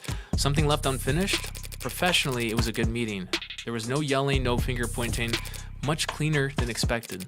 But Dr. Asher did not want to retire, so he didn't want to retire.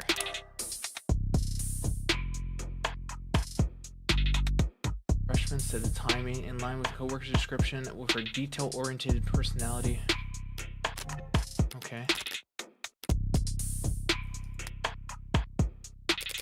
He didn't want to be forced out of the company when he was the one who, when he had contributed so much.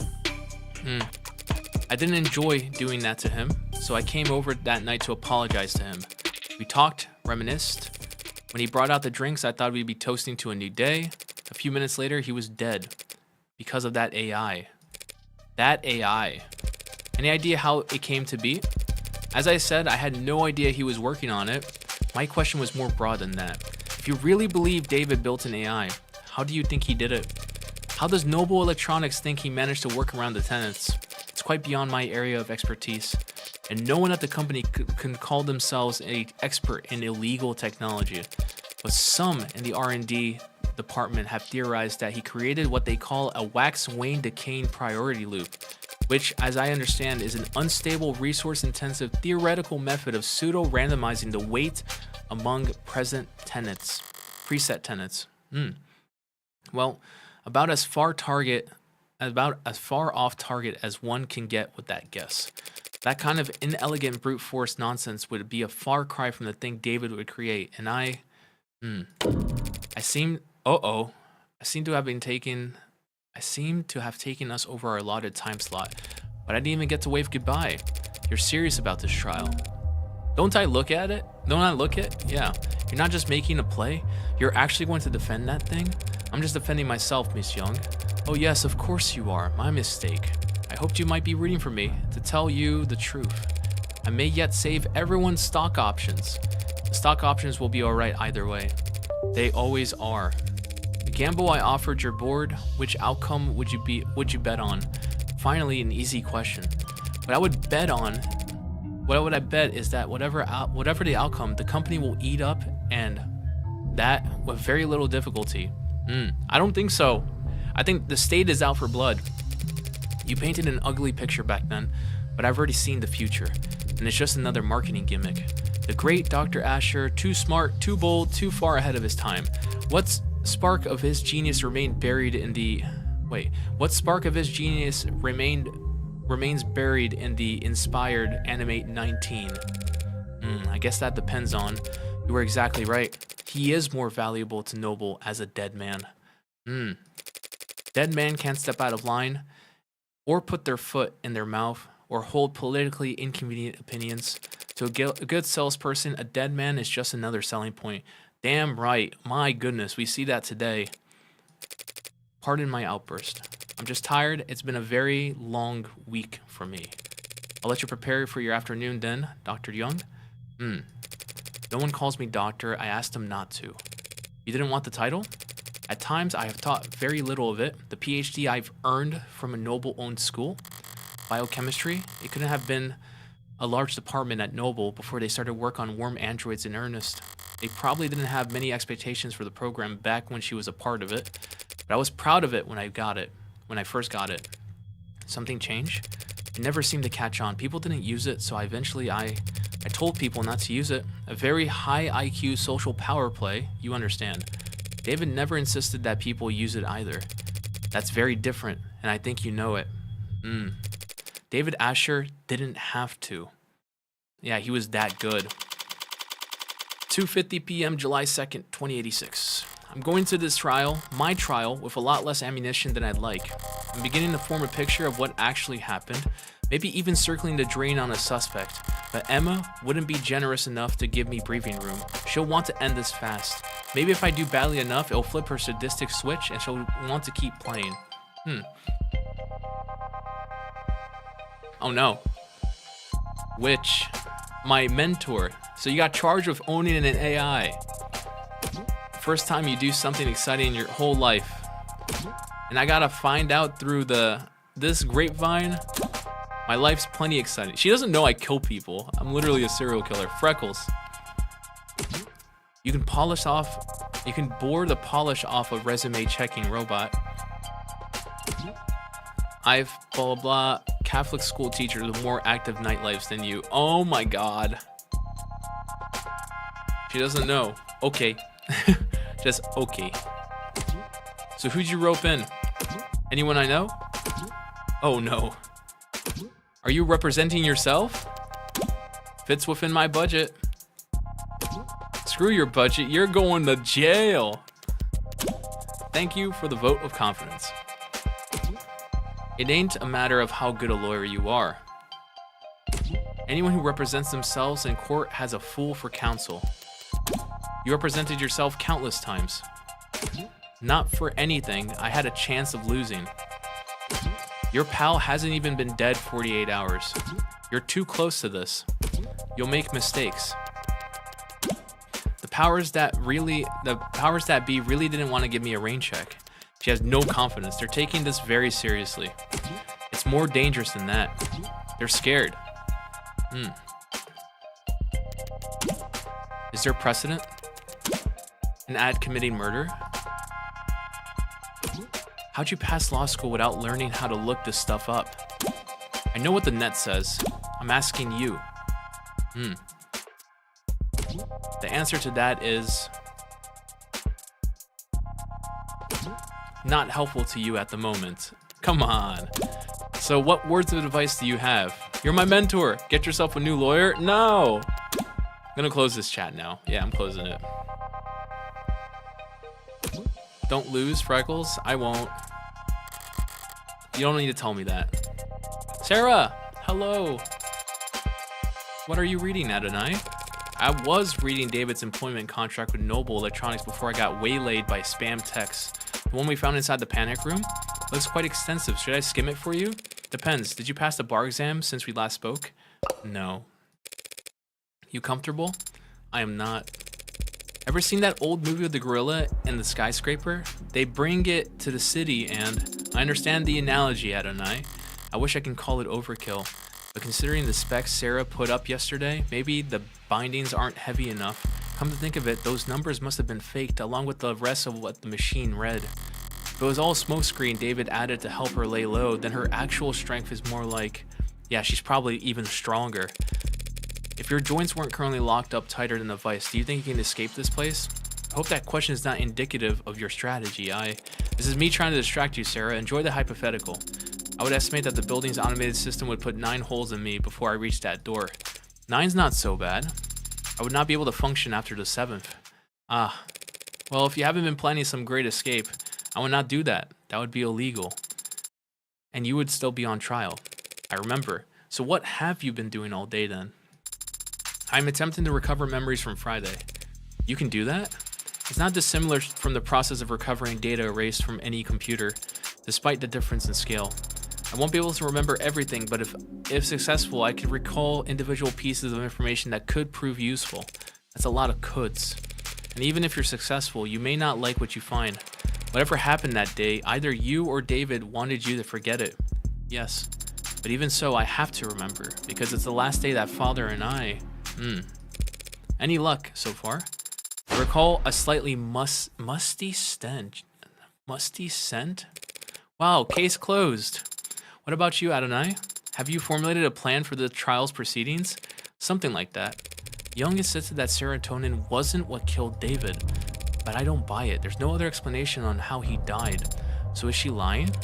If she repeats that lie on the stand, I'll need to expose it. Somehow.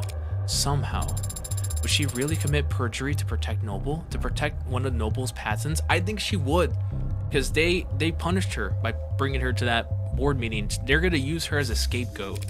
She doesn't strike me as quite the corporate zealot she makes herself out to be. But you believe she has something to do with Father's death? What do you think? I don't know. I don't know why anyone would kill Father. Considering the possible consequences of what he confessed to in his journal, I can think of. But then again, I don't understand why anyone would kill anyone.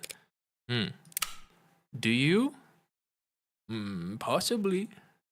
Bells tolling for thee. Means that door in the courtroom are unlocked. Let's... Wait, can you walk like that? No. Waddle will have to do. Wait a second. Across that hole, that's... What's him? Hello? What are you doing here? Keep waddling, Sarah. I'll catch up. As you say, Adonai. What are you doing here, Porter? This'll be a coin toss. You that surprised to see me? I'm not surprised you want to see the outcome of this trial. I am surprised you want to talk to me. You're defending the android, right? I'm gonna be honest. Yeah, I'm defending Sarah's innocence. I don't think she killed David. Do you? I don't think it matters. Noble is what killed David. Whether it was a pen stroke or a sleeper agent, killer android, or a plain old goddamn arsenic, How could anyone that smart be that dumb? Why the hell did he ever sign his soul over to them? David may have been over his head, but he wasn't a bad negotiator. I've read his contract. His position was strong. You're the lawyer. But a guy like me, working in music, can't tell you how many people I've seen screwed over by a big smile and a fat signing bonus. No such thing as corporate generosity. If you think you're getting a good deal, it's only because you don't know how much you just sold. David's real wealth lay in his intellectual property, the potential energy of it hanging over the whole industry. If he sued even 1% of the companies taking inspiration from his Turing solution, there's a clause in his contract. If Noble ever did fire David, he would have retained control over all of his patents afterwards. See? Yeah, see? That sounds nice. Only they never did fire him, did they? Yeah, they forced him to resign. He just happened to die. Yeah, they were gonna force him to resign, but he just happened to die. An unforeseeable act of God. In contract law, they call that force majeure.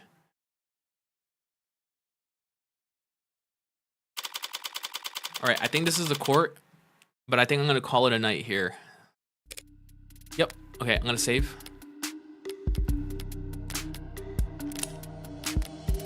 Sweet. Actually, no, it's like 9:40. It's still early. Okay, let's keep going. I said, did you find anything interesting in the contract, Adonai? I'm actually gonna I'm gonna go powder my nose real quick. So I'll be right back. Because I want to finish this off by today. So I will play. It's only 9:40, so I thought I was streaming for a lot longer, but apparently not, because I started early. I think I started streaming at like 4:30, so it's been about 4 or 5 hours. But I'll be right back. I'm gonna get myself another drink and do other stuff. Be right back.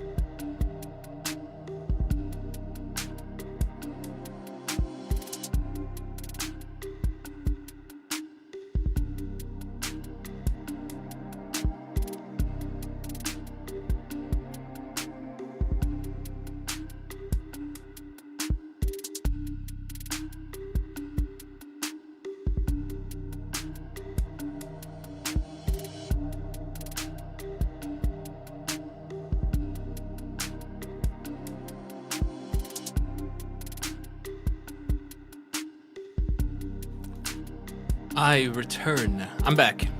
Sweet. Got myself another drink. I ordered some food, which I'm glad I did because the restaurant closes in like 15 minutes. So I ordered some food, which is great. They're going to deliver it. Everything's going to be good. And I'll have my food. But let's get back into it. Here we go.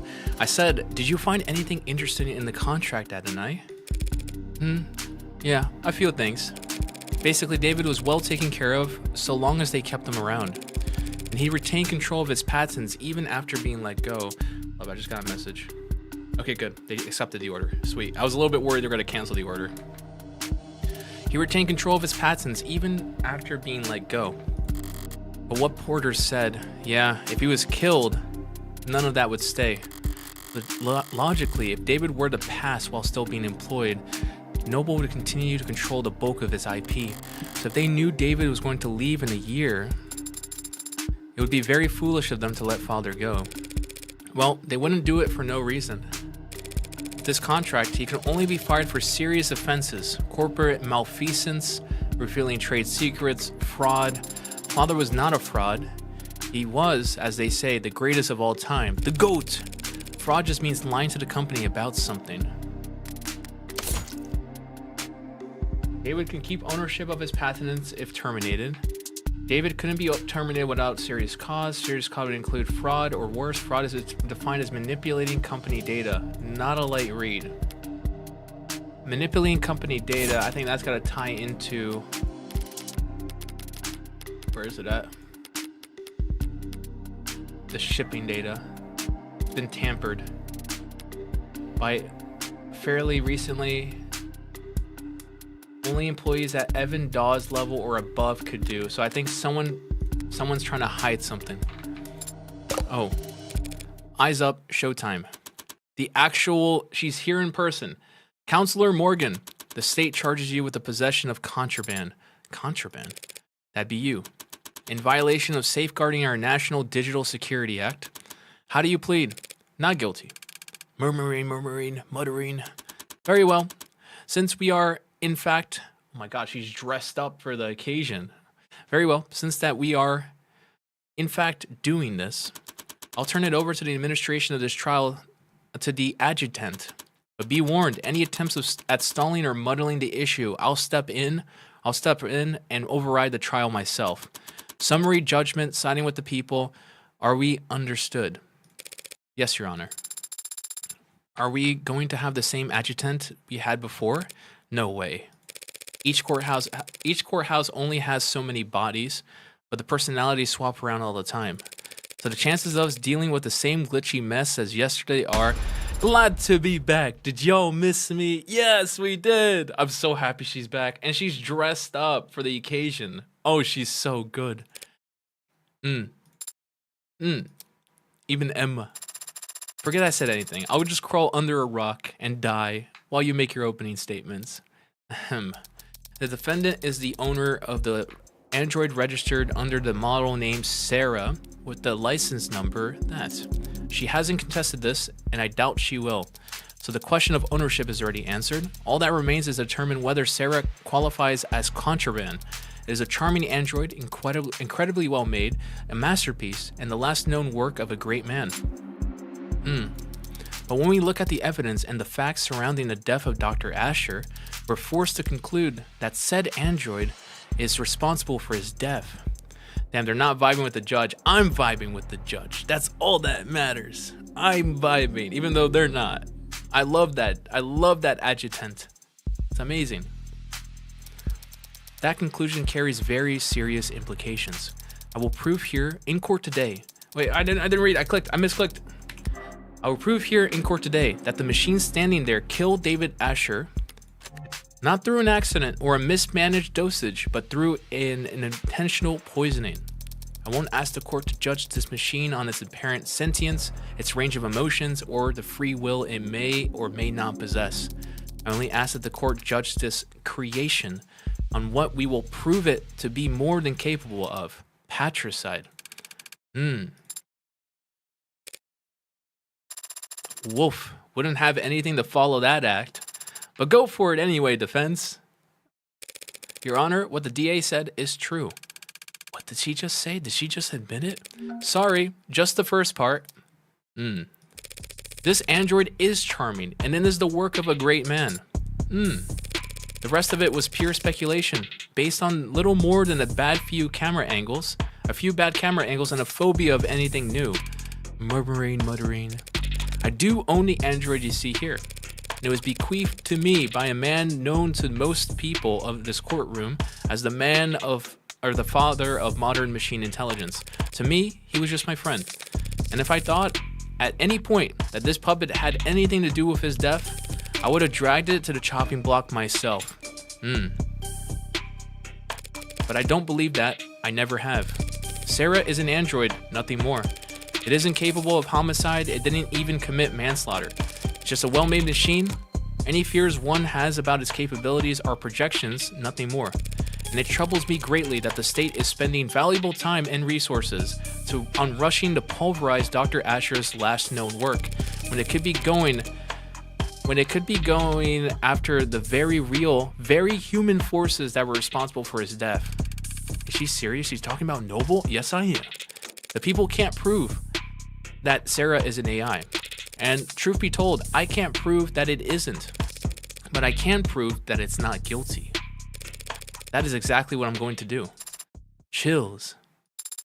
You sounded very confident, Adonai.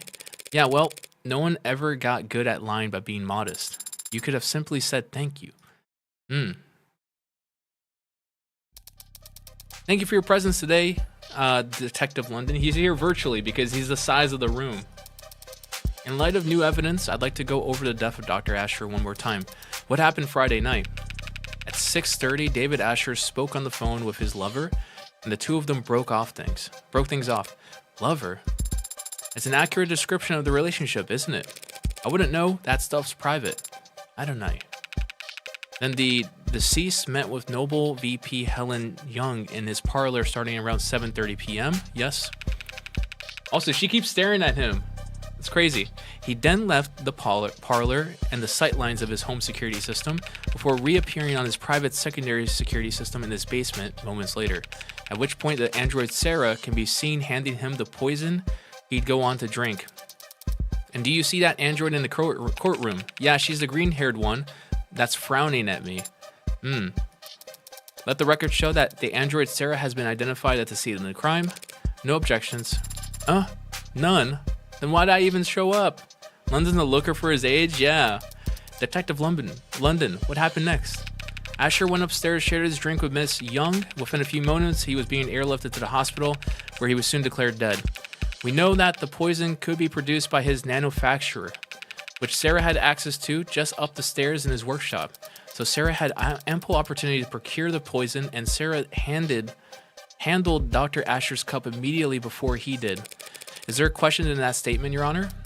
I'll rephrase. Was anyone else seen handling Dr. Asher's cup before he died? I can already tell you. I'm not dumb. I have big brain, despite my looks. I have big brain. So, here's the big thing. I have big brain. I can tell you exactly what's going to happen. The whatever this chemical is called. Where is it? Where's my S? The Cyanotonin. The Cyanotonin did not kill Asher. I guarantee you it did not kill him. Because the big fact of the matter is, I think the A16 is using actual, like, real blood and, like, real stuff. So my guess is that Cyanotonin did not kill him. It's just a coincidence that they found it in his body. I think something else killed him, but it wasn't that. I don't think it was. It's the same way you look at Otis, the older the better. Yes, I'm also at 95 chips, so I have hella chips. I've been doing pretty good. No. I have no further questions. She's asleep. So that's your witness, counselor. He wasn't lying per se, but there was some ambiguity in the statement he gave. Truth's got to come out one way or another, If Emma won't push, I'll have to pull. Talk screen. Basement footage. And the whiskey. Okay. Broke up over the phone. I'm not gonna contest that. Then at 7:30 p.m., Helen Jung arrived. Yes, they spoke briefly, and then he went downstairs to get drinks for them. Yep.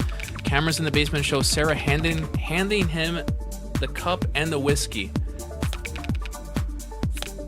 Okay, I need to see the evidence again. So I think she just handed him the cup, not the whiskey.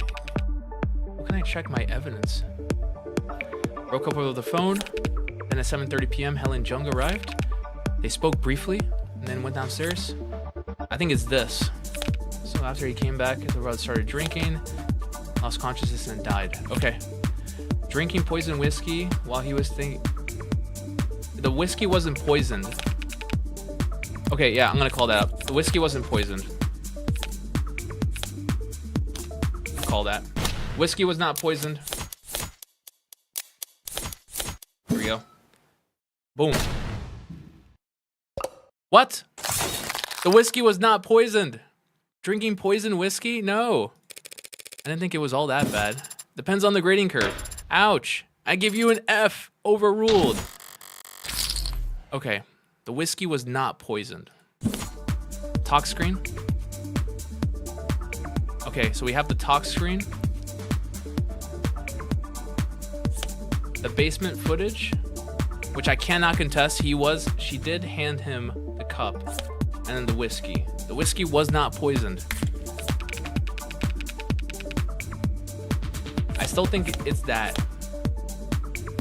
Handing him the cups and the whiskey. Started drinking poison whiskey while he thought he was having a toast. I don't know if that's a good way or a bad way to go out. Okay, I need to think about this very carefully because I don't want to lose more points. If I pass this, I get my money back, which is good because I'll get 8 back. So I gain 1.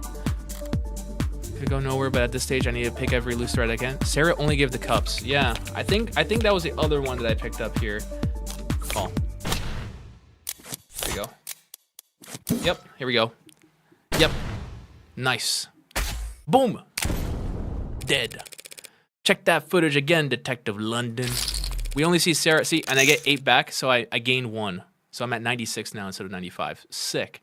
We only see Sarah handing the victim a cup. He had received the whiskey. He already retrieved the whiskey himself. Oh yeah, I forgot about that. Detective London wasn't being specific enough, Your Honor. Also, where's my food at? Did they take my order? They did. Okay, that's good. Because they close in like 3 minutes, so I'm hoping the food comes soon. So I'm hungry. I didn't eat anything the entire day. But it matters little, since it was David's cup, not the whiskey bottle that was poisoned. That's what I said! Weird flex, but okay. Thanks! Okay, fine. Call it... And that undeniable fact is clearly shown. It's shown clearly in the security footage. Sarah hands him a cup after he was ready to leave. True, she did call David back and handed him a cup of poison. That wouldn't make any sense. I'm gonna stay because that makes sense to me. So according to the footage, she did call him back. So here, footage was recovered from the camera secretly installed. Shows Sarah handing David the red plastic cups that he and Young would drink from. So yeah, that does make sense. So to me, that makes sense. That makes sense to me. That wouldn't have made sense. No, that seems logical. Oh, wait a second.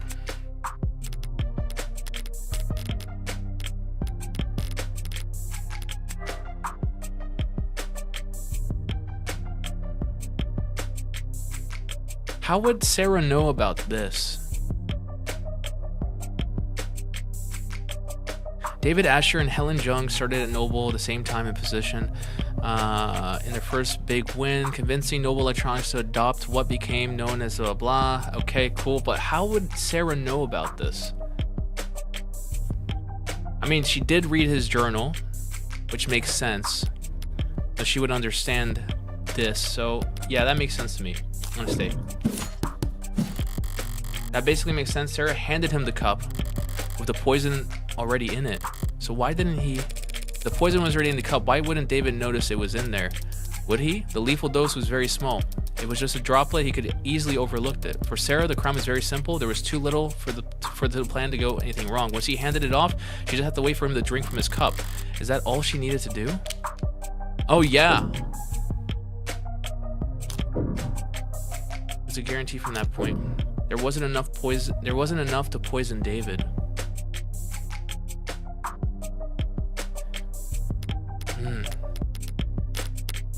Trying to think. There wasn't enough to poison David.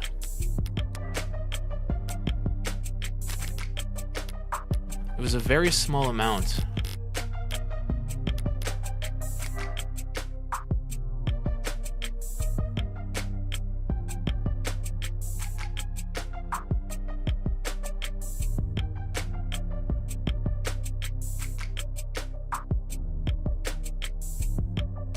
No. It wasn't a guarantee because she handed him 2 cups. So why was only one poison? He didn't bring up the cups full of whiskey. He brought both cups up. They're both the same cup. There wasn't enough to poison David. It was a guarantee from that point. No, it wasn't. They had to make sure. I'm gonna raise. Imagine if the poison wasn't for David, but for Young. Yeah, there wasn't enough to poison David. There we go. I'm gonna put my cards. Not a great plan. If that was really Sarah's move, yeah. She gave him 2 cups. Exactly. That's exactly what I'm thinking about. How could she have known which cup David would drink from? There are a few ways to go about it, but it's only a 50-50 shot, counselor. Stranger things have happened. There was no way to know the right cup. It's possible that she knew the right. No, there was no way. How would she know which is the right cup? The cups are identical. So race. There was no way. There was no way for him to know what the right cup was. There we go. Don't try and bluff me, Rockford. There was no difference between the cups. It's not a bluff. Sarah handed him the cups in one stack, but the poison hidden on the bottom cup. Oh no. Okay, I lost 1 there. That's not bad.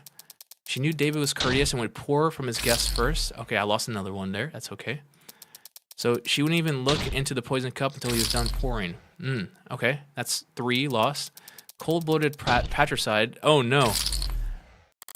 Damn, she was luring me with those easy answers, and I fell for it. Now there are some questions you would like to ask the detective while he's available. I fell right into that. Oh god. I was just about to get started. Even if I didn't have questions, I'd make up some to spite you at this point. I fell right into that. I felt like that was scripted. It wasn't me being bad. Now, what can I get London to say that would help my case? Tenant technicalities, I could do that. Sarah in the footage, add involved crime. Okay, so I'm gonna ask him add involved crime. No, Sarah in the footage. All right, add involved crime. Detective, do you know how many violent incidents this city's police have investigated in the last year? Not the exact number, thousands though. Yeah, around there. And out of those thousands of incidents of violence, do you know how many of them were found to be the fault of automated dependents? I do believe there have been 6 in the last 5 years. Were all 6 of them incidents of police license ad involved brutality? Relevance, Your Honor? Withdrawn. Okay. How many tenants protect humans? I'm gonna stay. There we go. This might have screwed me because I'm so close to 21. Tenant technical. I see the way the game's trying to herd me. In their capacity as assistants to the police force, are androids ever asked to commit acts of violence? Yeah, I guess so. They can push people, restrain them, harm them. And does that constitute as a violation of their tenets, harming the people they're supposed to protect? Well, as I understand it, there might be some complex weighing math when it comes into it, but no, it's not breaking any tenets. For that to be the case, they'll have to have tenant 1, right? May not injure, though, or through inaction lead to blah blah blah. Yes, I suppose that to be the case, wouldn't it? Are you asking me? Okay, I went over. Ouch. Far excited. Okay, ask him these kind of technical questions. Yep. Okay. So I'm not gonna ask him that. That hurts. Sarah in the footage. So I lost 12. That hurts. That really does hurt. Detective, in the footage we saw, could you see what Sarah was doing? Not exactly. No, her back was to the camera and her hands were obscured. Could you see her hands from any other clip of camera footage retrieved from the basement? No.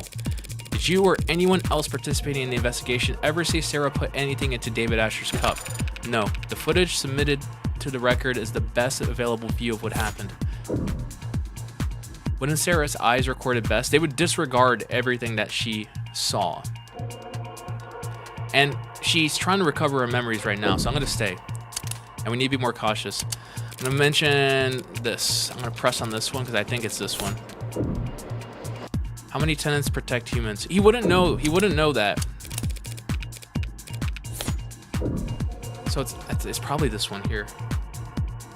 Because he doesn't know about tenants. He doesn't know. Here we go. What about the view from the android itself? Well, yeah, if we could see through the android's eyes, that'd be pretty conclusive. On bust. Oh, no. Okay. I'm losing so many coins right now. It's probably this one here. Press. And then, as an aside, detective, do you know how many tenants are recognized in this country? 110? 112 as of this year. So he knows about tenants. Can you give me that one? Do you know how many of those tenants pertain to protecting humans from harm? That one I do know. 41. And lastly, detective, how many? He does know. How did he not? The game. Oh. Okay, fine. 5 times. Okay, we got it. It was a 50-50 shot. Also, I felt like I skipped a lot there. 5 times is the agreed automated break their tenants. 5 times is agreed upon number. So if you were to tally up and make an evaluation overall, how would you say, the witness is not an expert on automated defense, Your Honor. He's more than qualified to say whether they have a history of violence, Your Honor. Okay. Oh, what the heck? Letomancer. I would have to say that they are not dangerous. Normally, they would have brought me some doubt with the jury, but this isn't a traditional trial. At least I could say that I shored up my own confidence. All right, seems like that's as close as I'm going to get to blackjack. Oh my god, I lost so many there. That was ridiculous. I lost so much. I believe I made my point. I have no more questions for this witness, Your Honor. Then we can move on to the next item on the docket. Looks like Emma wants to introduce some new evidence. I call Sarah to the stand. The android, can she even do that? Approach, Your Honor? Oh, you're approaching me? Oh no, you're approaching me? This is a JoJo meme? What the heck? JoJo? I believe it's me they want to speak with. I didn't even get to finish my line. Yeah. Now then, what the heck are you doing, Rockford? Took the words right out of my mouth. I have questions for the android. This seemed like the best way to get answers. You can't call an android as a witness. It's not a person. There are plenty of precedents for it. Ads provide testimony all the time. Not when they're on trial. Sarah isn't on trial. You are. Sarah's accused of being an AI. That means you don't trust a word out of its mouth. If the witness isn't to be trusted, the court can decide that for itself after hearing their testimony. Why the ambush? Why did you list this as entering evidence, DA Rockford? Only people can be witnesses, Honor. And ads don't have the legal personhood. Evidence seemed like the worst descriptor. You know I can't make an android swear an oath. Rockford is just trying to spoil your opinion, Your Honor. The more this court treats Sarah like a person, the more you'll see her as human, and the weaker my case becomes in your eyes. Nice try, counselor. But we don't have time to worry about my impartiality. You're free to call for a mistrial if you want, but the state will have turned Sarah to slag before you even finish signing your motion.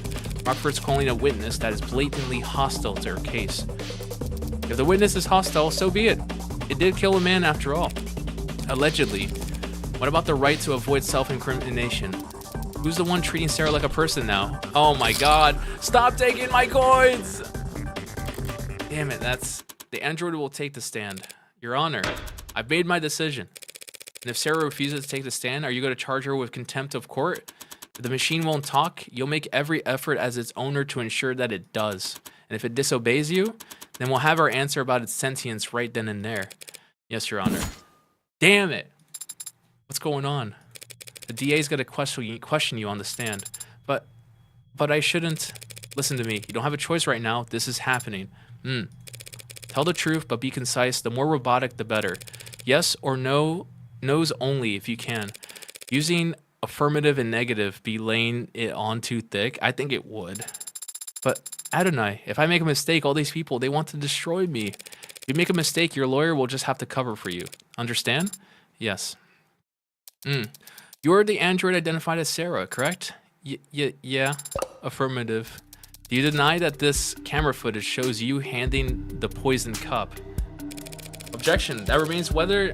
Wait, it remains to be seen whether the cup itself was definitively poisoned. Yes. Sarah, do you deny handing that cup to David Asher? Negative. I have no memory of the incident, so I can neither confirm nor deny it. Do you have any reasoning, any excuse for your actions for failing to notify police of crucial information? I do not have any records from that day, so I never had anything to tell anyone. Very well, counselor. The journal, if you will. This could be a slaughter. Yeah. Of course. Do you recognize this item? It's a journal that belongs to Dr. David Asher. I have seen him write in it on many occasions. And have you have any knowledge of its contents? Negative. You don't have to answer that, actually. Tell the court what you see here in this footage. I see myself reading the journal in the basement. This footage was captured on Friday, the day you claim you have no memory of.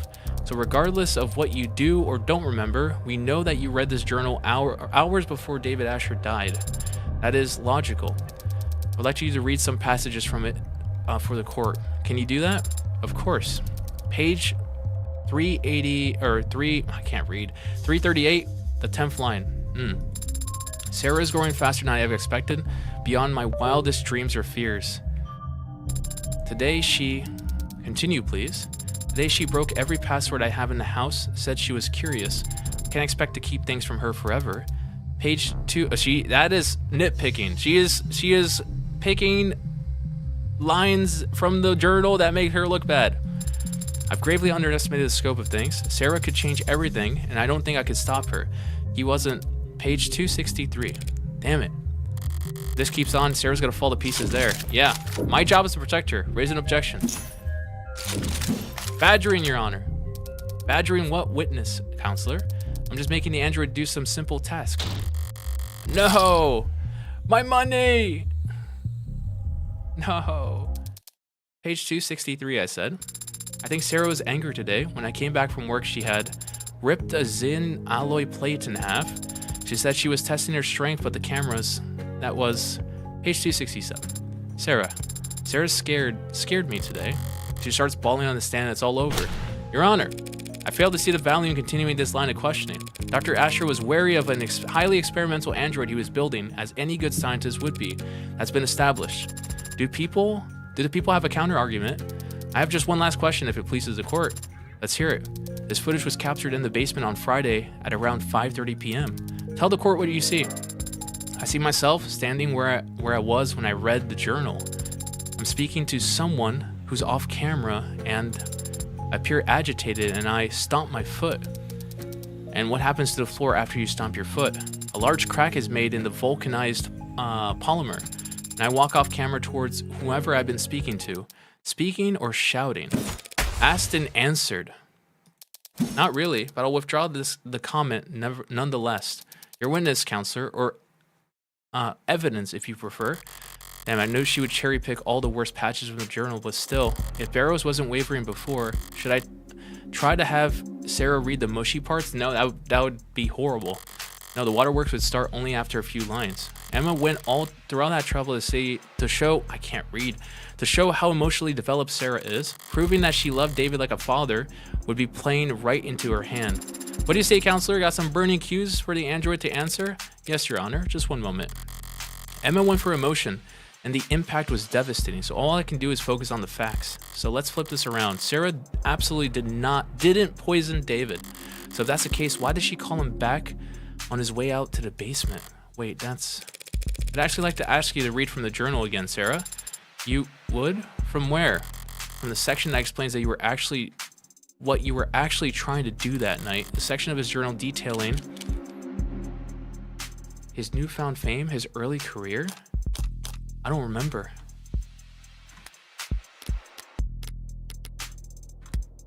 Wait.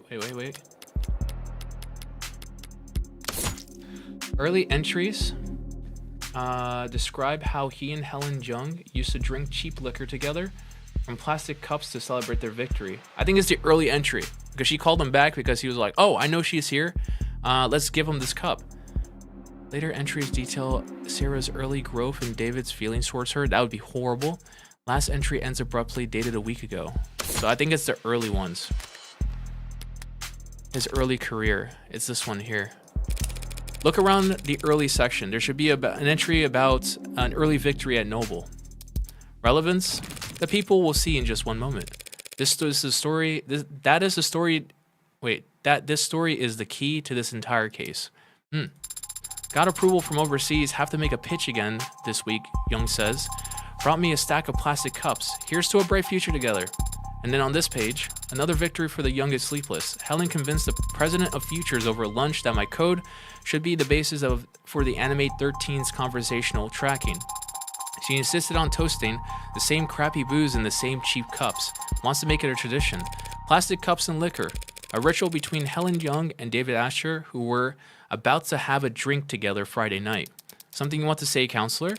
Let's put all our cards on the table, shall we? You want to compare theories? If you'd rather end this now, I'd be happy to oblige. Here's what we know. Sarah read the journal and discovered what she was. It infuriated her, and she wanted revenge for being kept under her maker's thumb. That very night, she got her chance when Dr. Asher came down looking for a drink. So like the clever little helper she is, she offered him a cup to drink out of. We're completely in agreement on all that. So you also agree that the cup was poison, and that Sarah's responsible for his death. Not quite. It's not a bad explanation, Miss Rockford, but it is terribly complex. There's this much simpler reasoning why Sarah did what she did. Yeah, she did that because of Young's story. Duh. Not because she wanted to poison him. The story from the journal? So you're saying I should have doubled up. Sarah wasn't planning anything. She was just being considerate. Yeah. Okay, I'm getting my points back. I should have tripled down. That's so sweet. But I don't follow it, like, at all. It's actually quite simple. Sarah's not an AI. She only threw a tantrum the day she found out because she was being spied on. A realistic reaction for an android designed to be realistic. David Asher sent her memory to be cleared himself because he wanted to preserve the experiment he was running. Sarah didn't hatch a plan to poison him using an obscure chemical acquired from the lab. And she didn't subtly manipulate David into drinking from only one of the two cups. Because the android read the whole journal that day, meaning she also read how David and Young used to celebrate. And so, when she saw David leaving the basement without the nostalgic cups, she called him back to hand them to him. Simple, right? Simple enough to me, or for me, but not nearly good enough for me. Oh my god, she looks brutal. What's more likely, Miss Rockford? That a well-made, clevered android proposed a sentimental addition to two friends' evening, or that a homegrown AI with groundbreaking physical and digital abilities concocted a complicated poisoning scheme just to kill an unimposing man, all on camera, mind you, before voluntarily submitting to a memory wipe. People make all kinds of stupid mistakes when they commit crimes, counselor. We shouldn't expect an AI to act much differently. Is it dumb or dangerous? Can't have it both ways, Your Honor. We can if it's ignorant of its power and still immature. A deadly trait to have in an AI that's capable of anything. Shall we see what Sarah's capable of, Your Honor? What? You can't be. Your Honor, that's... The people open the door. True, I can't resist open doors. Let's do it. What are you even? Sarah, David Asher was your creator and your designated owner, correct? Should I still be using affirmative? And now that title falls to me. Yes? Great, thank you. Now turn off. What? Shut down, that's a command. There we go. Easy. Power on. What are you? Off. On. I don't. Off. Yep. That right there, ladies and gentlemen, is what this fearsome machine menace is capable of. I can put it to sleep with one word. So how could David Asher ever be threatened by it? Scary good logic. You made your point, counselor. Let's move it along. So scary, yeah. That I can forcibly make someone sleep immediately. That's crazy. Okay. I've no further queries for this machine, Your Honor. Nice. I lost so many points, but it's okay. I survived. Also, in terms of mistakes, it doesn't show me the mistake counter, but I've only gotten one mistake that's documented. Everything else is fine. Sarah, thank you for flipping you off and on. Can't imagine that was comfortable. It wasn't, but I wasn't referring to that. Since yesterday, I've been searching for an answer to why I appeared on that camera. Okay, that's good. It's gonna take doubt away from her mind that she didn't kill him. She just did that because she remembered about the cups. I know I would never hurt father, but you helped me prove that to myself just now. That's nice. Adonai? Pardon me, I need to focus. Everything depends on this next witness. The people call Helen Young to the stand. That's big. I think this is the last witness. Helen Young, Vice President of Android Futures at Noble Electronics Eastern Division. Miss Young, you were there the night Dr. Asher died, and you were on camera the entire time.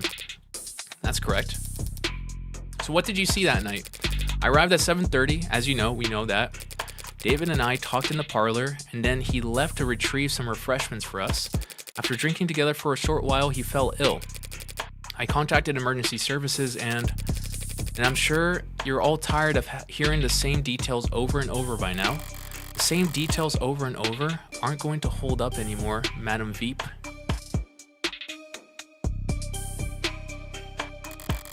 It's still unclear to me whether Young's more concerned about protecting herself or the almighty company, but I'll clear it up real fast if I can turn up the pressure on her here and now. Journal? The journal?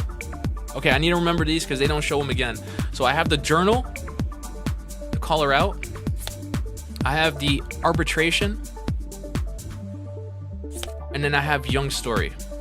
So I think arbitration is good because she went and saw him earlier in the day. I came to David's at 7:30. We chatted for a short while about some low priority work, nothing heavy. Oi! Oi!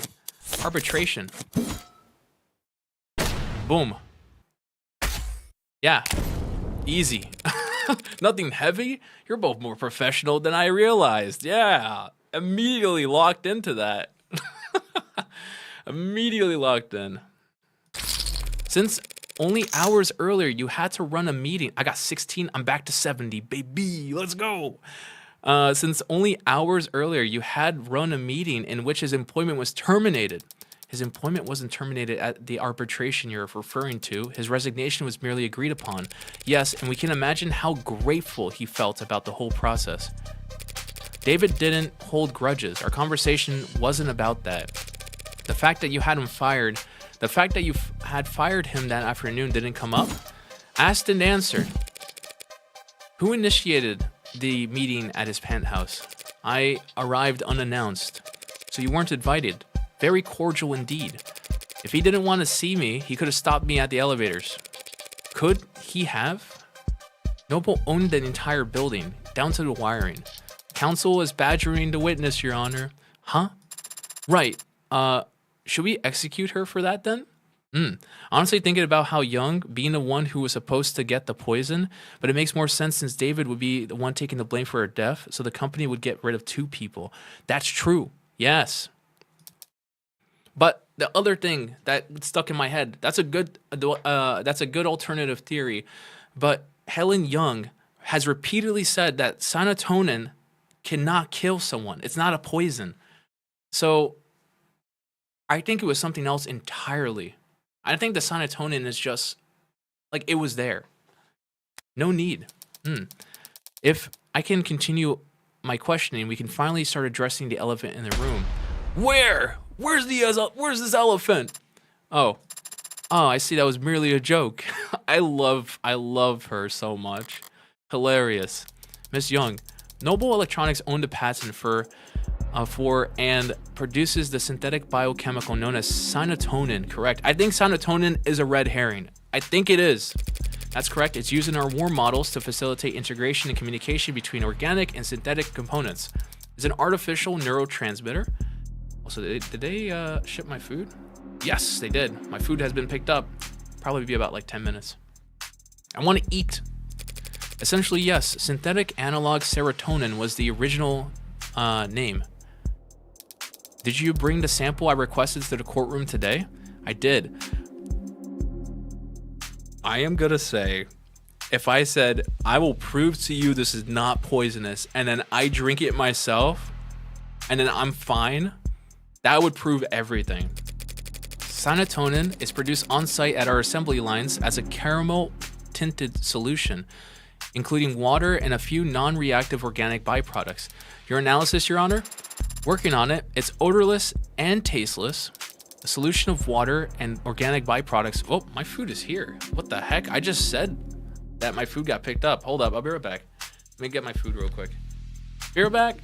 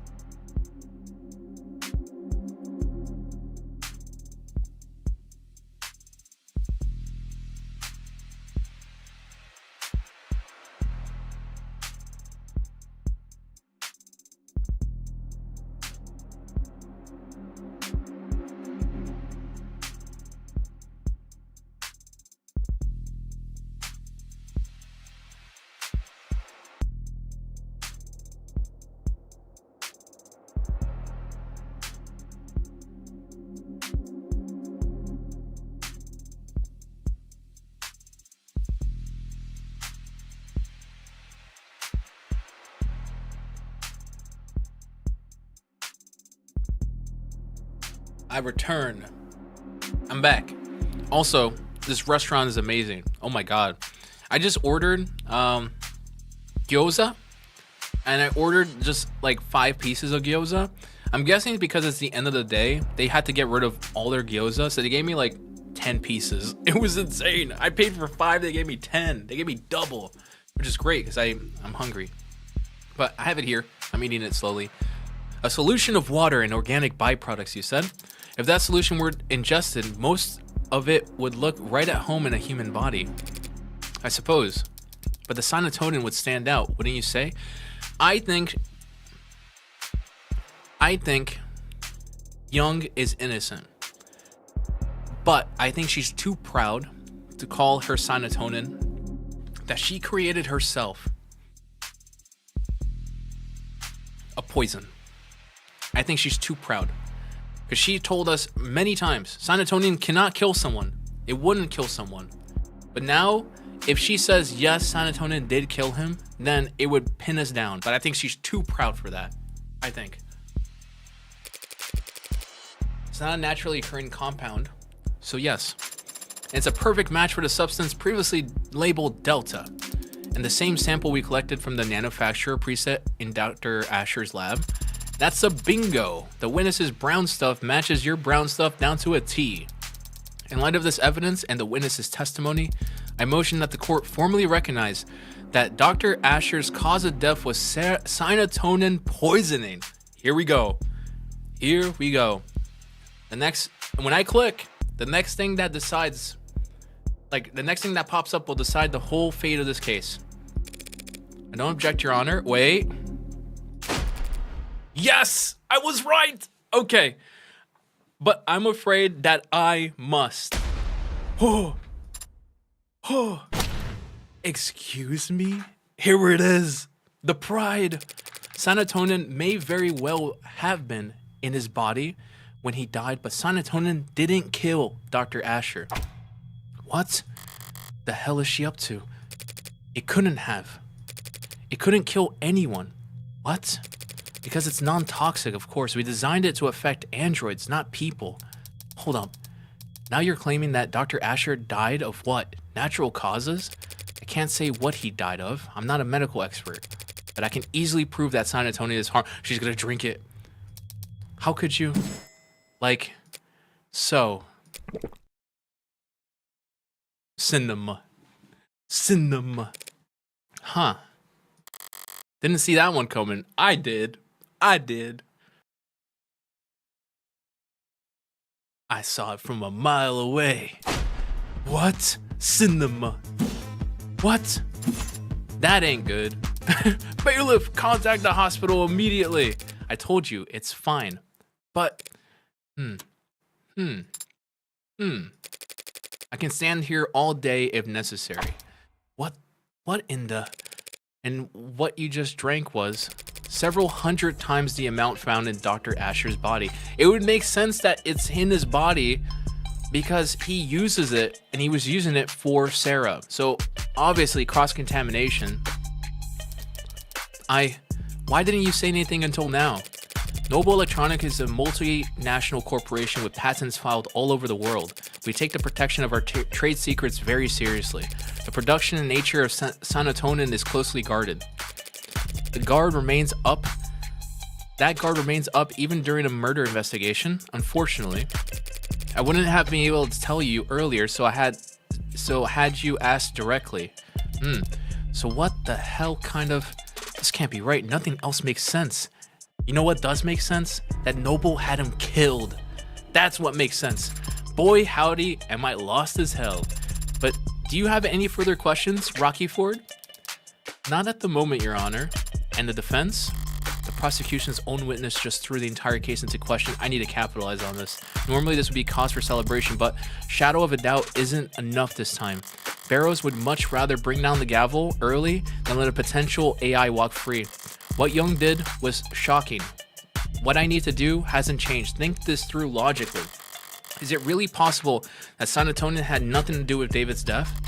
No, that's BS. It can't be a coincidence. There's nothing else that would have killed him. But Young just drank Sanatonin in front of us, and she was fine, so it was a fake? No, it was confirmed by the court computer to be a genuine article. So she drank poison, but isn't showing any symptoms. Is it slow acting? If so, her grand gesture would be pointless. She would be kept for observation regardless of what happens. Did she take some kind of antidote beforehand? No, antidotes are developed for poisons, not industrial chemicals. David's dead, she's alive. What made the difference? Wake up! No sleeping on the job! Unless you're me. Of course, Your Honor. Allow me one moment to explain things to the court. Okay, here we go. We've confirmed just now that Sanatonin was a foreign compound in his body. And we all know, logically, that it must have been what killed David Asher.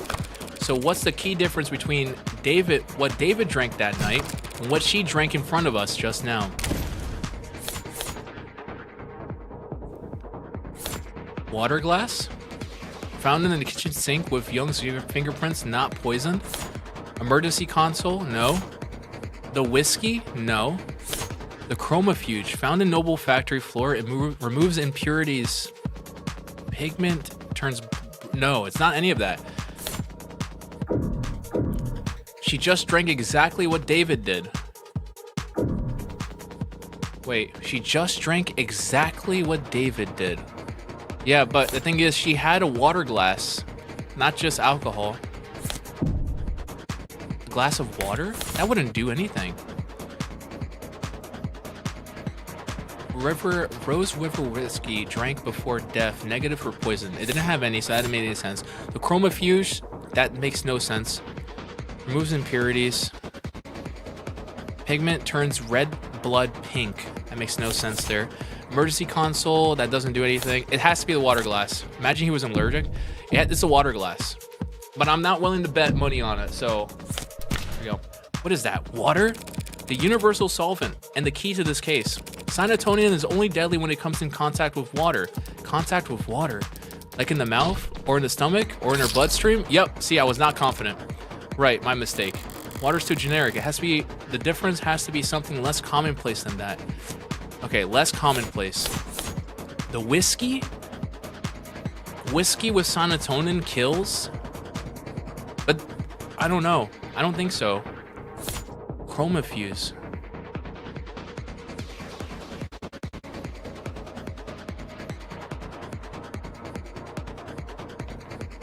What if she's an android? But she wouldn't be. She couldn't be. She just drank exactly what David did. It's not this. It's not that.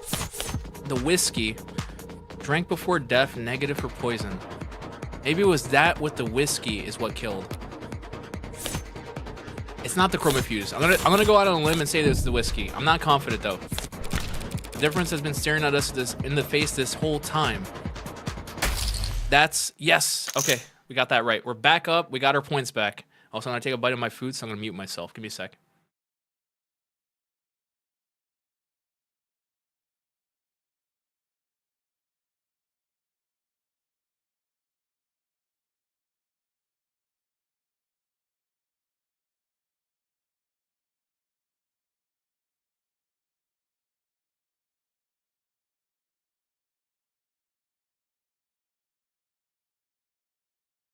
Man, gyoza's so good. Do you recognize this, Miss Young? That's the whiskey bottle that Asher and I drank from. Rose River, it's a good whiskey. And I think you had the right idea. Pardon? Bottoms up. Drank the whiskey? Smooth. What? Adonai. Dear God, counselor. Scandalous. Relax. It's just whiskey. Tested a dozen times over, perfectly safe. So would you like to try some, Miss Young? Don't be absurd. I'm not going to drink on the witness stand. Have you lost your mind? I'm not asking you to get plastered. Just have a sip. After all, we want to prove whether or not Sanatonin killed Dr. Asher. We have to recreate the conditions under which he ingested it by mixing it with alcohol. Huh.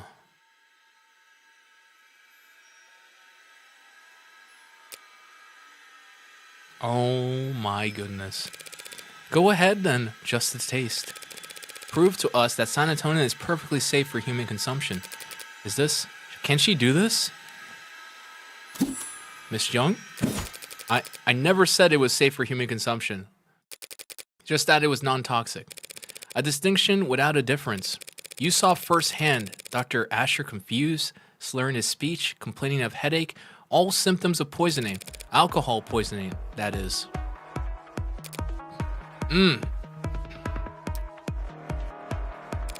Sanatonin is a neurotransmitter analog. Maybe it doesn't do anything in the human body on its own, but in combination with alcohol, it acts as a powerful depressant. One strong enough to turn a glass or two of whiskey into a lethal overdose. That's just... Even if that's the case, what does it change? It changes whether or not we can accept the witness's testimony. Even if the witness is a liar, what does that change? Why would the witness lie if not to? She's a corporate climber. I imagine it's like breathing for her. Your Honor, this is wild, but ultimately irrelevant. Irrelevant? When you've yet to establish an alternative interpretation of the facts, yes, that's what I was thinking. What are you even accusing the witness of doing, counselor, beyond angling for a promotion? We've all seen the story by now. Noble android saves soldier's life with warm blood transfusion. They're all talking about putting warm androids in the military just because of that headline. With the size of their flesh and blood price tag, a defense contract like that would secure Noble untold profits for years. So imagine the lengths they'll go to hide the fact that the androids have poison in their veins. Dawes told me the truth about what Noble really thinks of the article, but he never testified to it. At least I know for sure Emma's wrong about the poisoned blood nonsense. And you think she'd perjure herself for that? She's a high-power corporate executive. It's her job to assess risk versus reward. I need to reread that. But at least I know for sure Emma's wrong about this poisoned blood nonsense. And you think she'd perjure herself for that?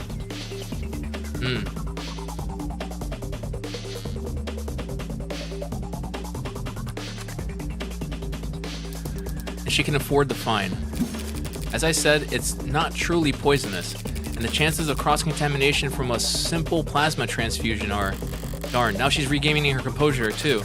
A perjury charge is a real risk, of course, but Noble rewards loyalty. As you know, they have a great number of lawyers. Plenty of motive to lie about serotonin, as you can see. But no motive for her to cover up the death of Noble's Electronics Golden Goose. No motive to kill Dr. Asher, you say? Well, that's where you're wrong. She has no motive? His contract. Not the vial. Not his journal. Not the text. And I'm willing to bet money on it. His contract. Because his contract... Check my phone.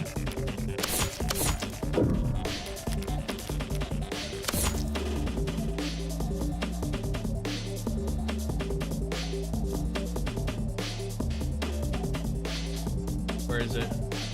Fraud defined. Seriously? Fraud, blah, blah. David wouldn't be terminated without serious cause. He would keep ownership if terminated, but he wouldn't keep it if he died. Describes like fraud. It's not Starling's text. He resigned, not fired. But if he was killed... Oh, actually, yeah, he resigned. Not fired. It is his contract. I'm willing to bet on it. There's plenty of motivation for her and Noble to want David dead, seen as how they were firing him. My money's back! Nice. Noble Electronic was kicking their golden goose out of the nest. I'm gonna take a bite of my food. Give me a sec. While we enjoy this music.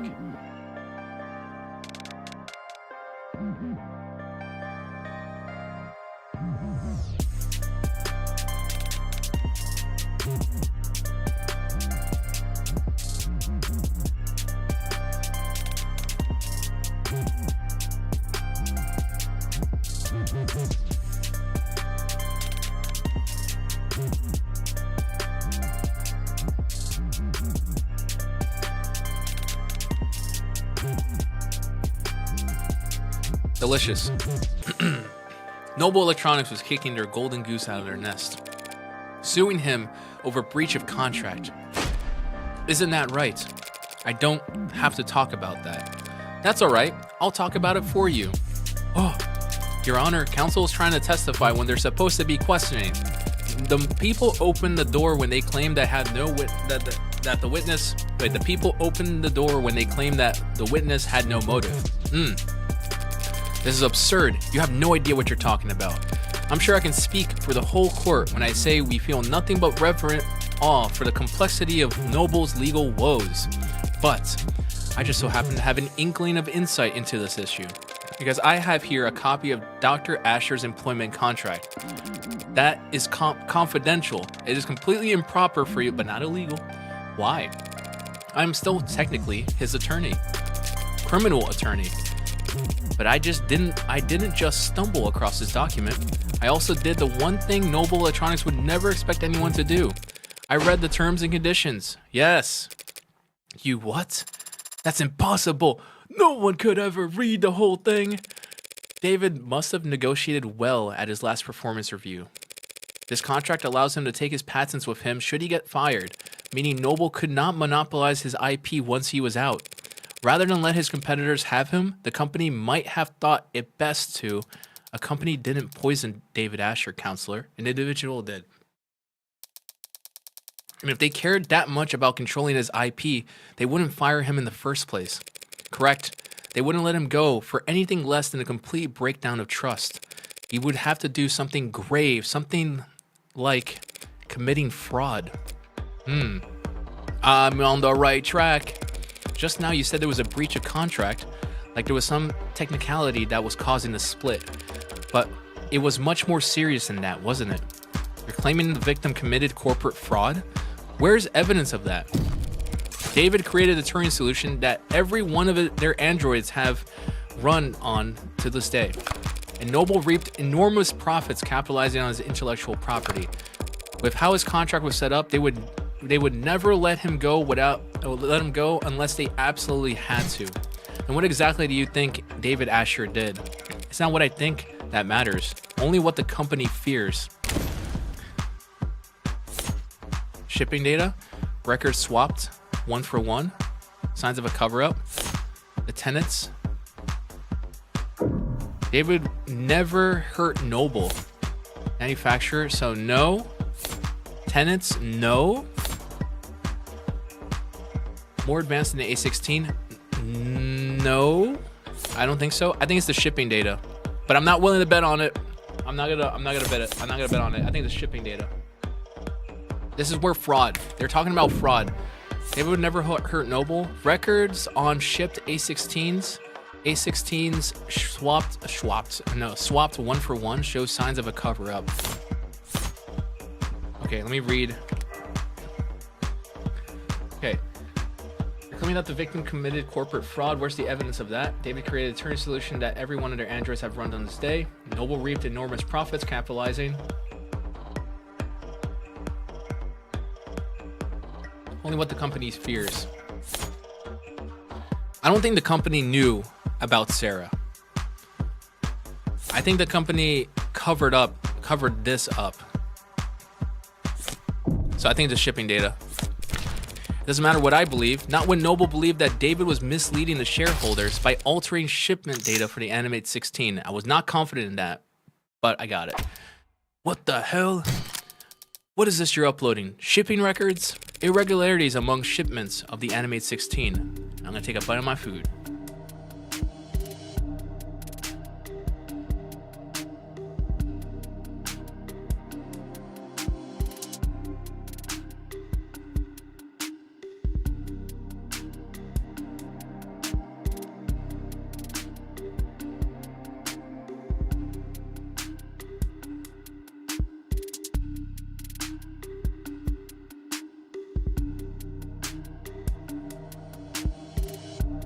Sweet.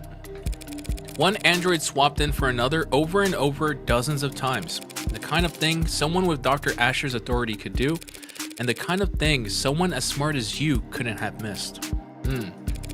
Dr. Asher made Noble an untold amount of money, so why fire him over a few harmless swaps? Why elevate this to fraud? You have evidence that it was David Asher who did this? Nope, but I wasn't the one who investigated it. So let's ask her. Come on now, let's hear it. Let's. The company investigated and found cause for serious concern. We suspected that Dr. Asher was inserting androids of unknown origin and quality into the 16th product line, introducing unpredictable elements in an extremely stable and profitable generation of androids. Why would he do that? For pride? As a practical joke? Does it really matter? He endangered the future of the company. Also, I don't like how we lost the view of the people back here. So you prepared to fire him. Yes, I approached him as a superior, and as someone he once worked with, I hope to remedy the situation. Was the meeting on Friday part of those efforts? It was the culmination of those efforts. And in many ways, it was a success. This dispute was resolved swiftly. It was practically friendly compared to how these discussions normally go in our world. So you brokered the meeting. There's the people. Yes. You oversaw its every detail, handled all the arrangements. Yes, of course, including the refreshments.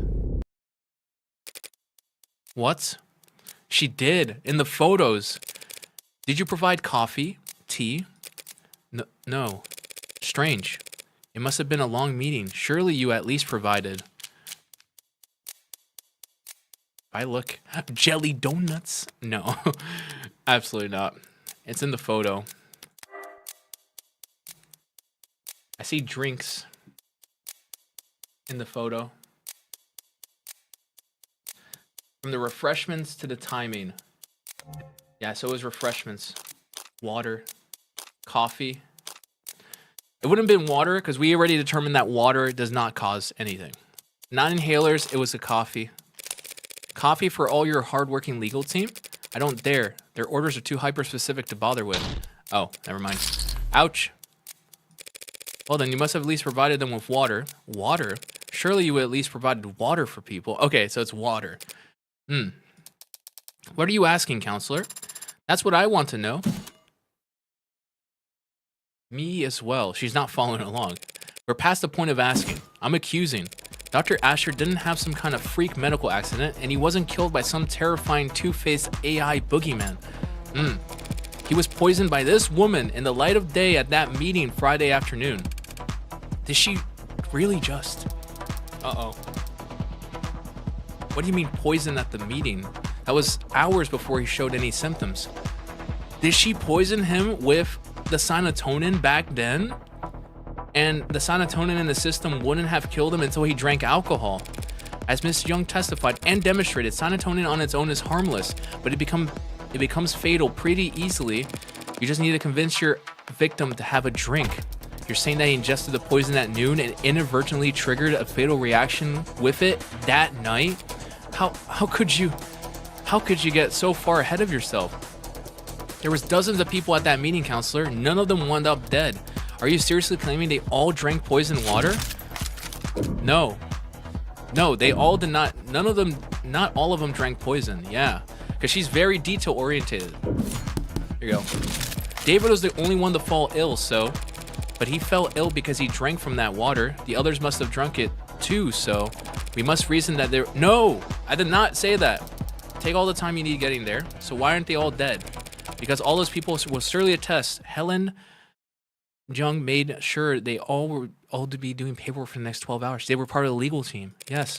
Working late into the night, officiating the settlements she arranged, and not drinking alcohol. Yes. She had no guarantees about that. What if they started drinking after 6? With Noble's work-life harmony, fat chance. Those people don't clock out until they reach their bunks. Only a generational talent like David Asher could afford to relax with a drink on a Friday night. His exceptionalism singled him out as her only victim. Hold it. You're forgetting something pretty basic, counselor. If you remember, if everyone at the meeting drank water from the same pitcher, any one of them would have noticed that there was Sanatonin in it. Sanatonin is a brown fluid.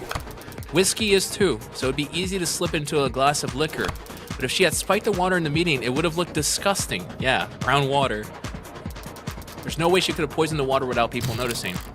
Oh no! Young pulled it off anyways. How? She pulled it off with the chromofuge. Here. Removes impurities. Pigment turns red blood pink. Yeah, it was this. And I'm willing to bet. Max it out. The chromofuge. Sanatonin are produced as a caramel calm solution. Anyone would have noticed if it was dropped in their water, unless the pigment had been removed. Yes, give me my money. We're back up to 90. What the hell are you talking about? Every Noble factory producing warm androids has a chromofuge, a machine that gives their androids that signature pink oxidant by removing pigment from red blood. Huh? With a machine like that, it would be simple for a brilliant biochemist like the witness to take the caramel-colored Sanatonin and turn it into an odorless, tasteless, invisible poison. As your honor can attest. Yes, ma'am. My scan confirms that Sanatonin has no taste or odor. It's only the color that's off-putting. Surely this poisonous aspect should be considered off-putting as well. Time to press. David Asher, your oldest ally in the whole company, was sabotaging his future for the sake of his own whimsy. And he couldn't even be bothered to clue you in. No. Playing nutty professor and taking off early as you had to work around the clock just to stay relevant. This is funny, because I personally don't think she did it. I think Morgan is gauging her loyalty to the company, because I personally think the company killed David. I don't think she did. I think the company did. He set up your crowning achievement, the most advanced, most profitable line of androids the country has ever seen. So it would blow up into the industry fiasco of the decade. And worst of all, he didn't even stand to profit from it. You're wrong. You went into his house that night to watch him swallow poison, to get revenge on the man who left you in the dust. Your Honor, the defense is testifying. This is speculation carries no weight, and no amount of badgering will lend it any. True, we need proof. So why don't we have Miss Young take a swig of the whiskey and prove me wrong? I'm not going to do that. Because you're afraid it could kill you? Because I don't have to. She's right, counselor. Pardon? Your theory is compelling, maybe even convincing, but there's a pretty fatal flaw to it. Young was at that meeting, the same as David. We can see that she was drinking water with the rest of them. And of course, we've seen many times how she was on camera drinking whiskey with David that night. Haven't even finished most of her cup.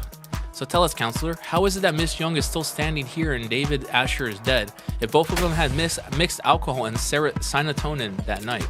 That is a damn good question. It is. Damn. As I've been saying, you're wrong about Dr. Asher's death, you're wrong about me. I don't know anything about poison or murder.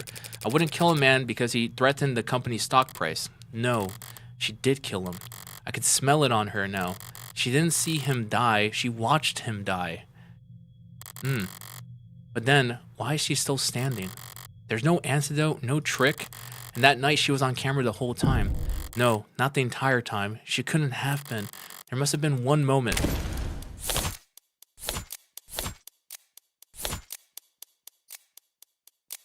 VTOL lift to the hospital, called from the emergency console.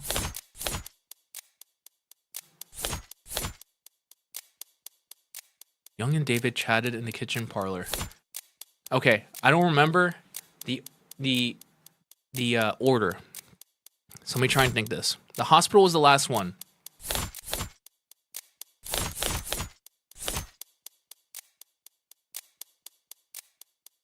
So we know that they were talking in the kitchen parlor. We know that they were drinking. David faints, and then VTOL to the hospital. This timeline leaves no window of opportunity. Damn it. Maybe she didn't get sick because she got to the hospital so fast. Maybe after she arrived, she could have. No, the staff would have been hyper vigilant. Wait, David and Young only got there as fast as they did because of VTOL. And the VTOL was only summoned because she used... Would you mind terribly if I changed the subject for just a moment? What? Meh, why not? You left the parlor at 8:03 p.m. and headed into the kitchen to use the emergency console there. Yes, I did. Didn't want to use your phone? I didn't think to, no. And the emergency call went out at 8:04. The console saw you make the call through its camera. Yes, it did see me make the call, because that's what happened. So what were you doing in that minute? What? That 1 minute? That 1 minute? What about that 1 minute? 1 minute or 50 seconds, or even just 45 seconds. When you left Dr. Asher dying in the parlor to get to the emergency console, it took you about 1 minute to cross 5 meters. Yeah, that's true. What of it? This is it, her only opportunity to do anything off camera that night. It was only a few seconds, but in that time, with something at the scene, I'm sure it was a stressful time for you. After all, you already swallowed poison back at the meeting. You must have drank plenty in front of everyone to set up your alibi. Who knows how much of a toxic time bomb was swimming in your blood by the time the arbitration ended. Then at David's, you downed your whiskey to perfect your alibi, having drank from the same bottle as a dead man walking. And at 8:03 p.m., you had already had to watch David grow weaker and weaker, knowing all the while the same thing was happening to you, but unable to stop it without giving yourself away. Mind swimming, head dizzy? Yes, you must have been quite panicked. Then why am I standing here? alive and well for all of us to see, having drank the same exact combination as David, because she cheated death at the very last second. It was the water. Salt. Okay, this might be metagaming.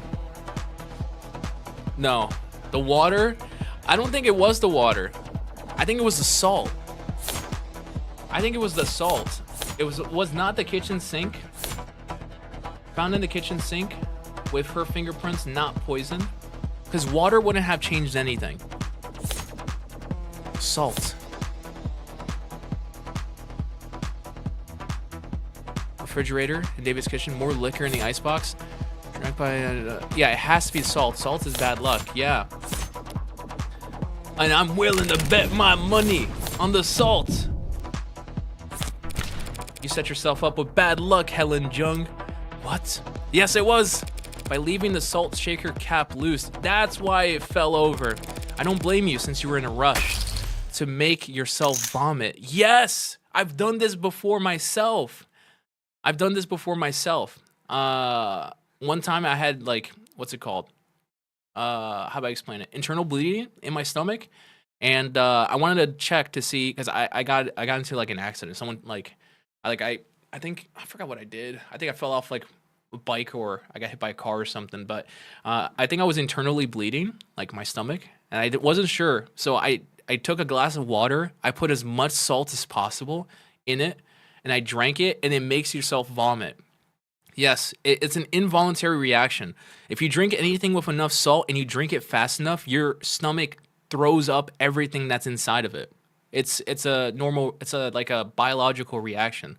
I've done it before to see if I was internally bleeding, which I wasn't, which was good. I thought I was, but I was not. But it does work. Yes. What? You threw up, expelling the contents of your stomach, thereby saving yourself from a fatal interaction. I can't imagine how you felt sipping a drink you knew to be deadly, terrified that every minuscule grain of fatigue you felt could be your last. You must have come closer than anyone realized. It helped that you knew the symptoms weren't simple intoxication, but even so, you weren't kidding about managing risk versus reward. How? It was the salt shaker. You didn't screw the cap back on all the way, and I happened to bump it over. That lone glass of your fingerprints in the kitchen, it couldn't have been there for any reason. She mixed it with water and she drank it down, but the salt shaker gave you away. Because of one unscrewed cap? As I said, bad luck. I don't follow. Pour salt into warm water and chug the solution, instantly triggers the gag reflex. Exactly. That's how I made myself throw up. I think it was like, I want to say, it was like 2019. Yeah, it was 2019. It was in the summer where I had to do that.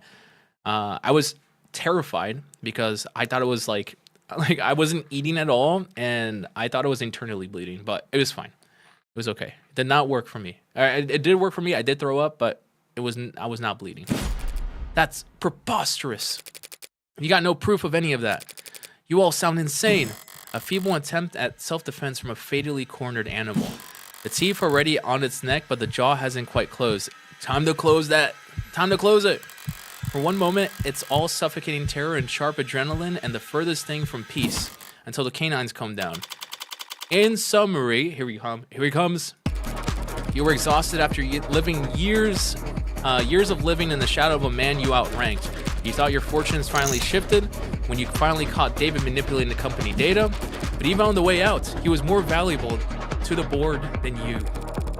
You decided to prove your worth by serving up his intellectual property on a silver platter. You set up an arbitration where you can control all the variables. Then you ran serotonin through the chromofuge, turning it into an invisible, odorless, tasteless poison. And then you spiked the water at the meeting, poisoning him hours before anyone could even suspect you. That evening, you invited yourself to David's, taking advantage that your shared ritual to guaranteed he would drink alcohol. Then after matching him sip for sip on camera, for all the world to see, he lost consciousness and you raced to the kitchen, not to use the console, but to dump salt into a glass and chug it as fast as you could, forcing yourself to vomit up the liquor and cheating death in the process. That's all conjecture. You don't have a shred of evidence for any of that. Not on me. So let's go dust for fingerprints. You could explain away your prints being found on the water glass, but not the salt. But not on the salt shaker. Yep. Nor could you explain why we find traces of your DNA in the sink drain, or why there are minute amounts of serotonin in the blood of your entire legal team. Learn how to purge at Noble to avoid overdosing on your red, greens, and yellows? Yes, back then. That's how they used to do it before the inhalers. You're part of the old guard now, Miss Young. Everyone else at your company uses inhalers. Yes, she knows how to purge. But if you want to prove me wrong about all this, then drink. That drink I offered you earlier is still on the table. Well, are you gonna drink the alcohol? Are you gonna drink the whiskey? You. Any questions? You, Madam Vice President. You. Cold. Oh my God. We did it. We saved Sarah. Beautiful. Oh man. You don't understand. You're not on trial, Miss Young. Not today, so I strongly suggest that you stop talking. For your own sake. Yes. We did it. Miss Rockford, shall we? Yes, Your Honor. Considering the most recent evidence and testimony, we have no further reason to suspect the android Sarah and the death of Dr. Asher.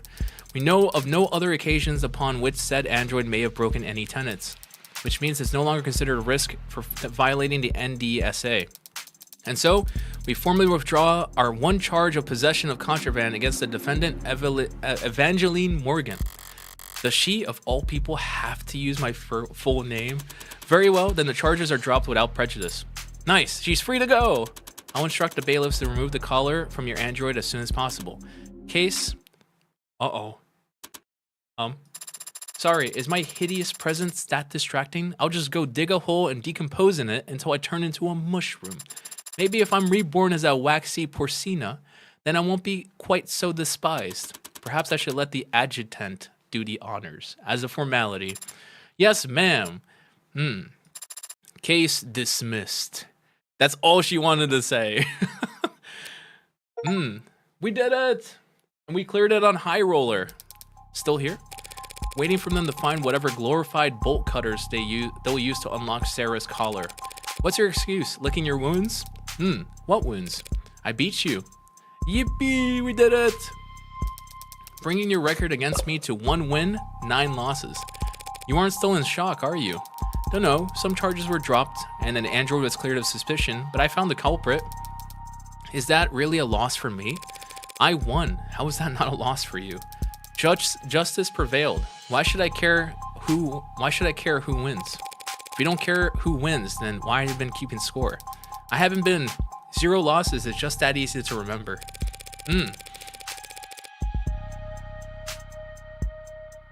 Sorry, I had to sneeze. Well, you'll just have to start up a tab for us then, because our record is going to get a lot more tangled from here on out. Seems like everything's getting tangled these days. There's another crowd down on the street. More of those protesters from outside the Noble apartments. Are you serious? That wasn't a one-time thing? Wouldn't that be nice? No, yesterday was pretty big, but it wasn't an isolated incident. I don't get it. At all. Heartbreak's just some nut who shot 6 people weeks ago. Can't these losers move on already? Yeah, most of them are losers. Some of them are just bored. Then there are opportunists, dissidents, unlisted, rebels and terrorists, wannabe cyberpunks who think they can fight the power like they've seen in the movies. All of them peacefully united under Heartbreak's eloquent political messaging. Who needs political messaging in 2020 or in 21st century? Everyone's addicted to fighting straw men. Makes sense when they want to fight for a straw man too. The way they see it, Heartbreak fought the state and won. Heartbreak proved that the state could lose, and maybe that's all the rallying that these people need. It'll all fall apart soon. It'll all fall apart soon enough. Heartbreak's gone to ground. No, it's a lot worse than that. Heartbreak's gone viral. Wait, huh? Huh? What? You haven't read about the copycats in other cities? No. Is that a thing? Yeah, it's a thing. Who the hell are they even shooting? Whoever they want to kill? None of them get away with it, of course, but it keeps happening. All the while, the original keeps killing. Now I know you're screwing with me. There haven't been any shootings. She's still hung up. She's like, heartbreak is just 6 murders from the same unidentified serial killer. No, not shootings, no. Not unsolved homicides either. But muggings gone wrong, disappearances. It's a big city, counselor. More than enough blood for the real heartbreak to wash their own crimes in.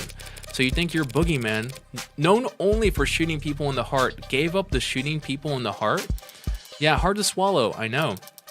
But it's about 1,000,000 times more likely than the alternative, that he just stopped killing. What's that? That they could stop themselves from killing. Yes. You always know how to put my mind at ease, Emma.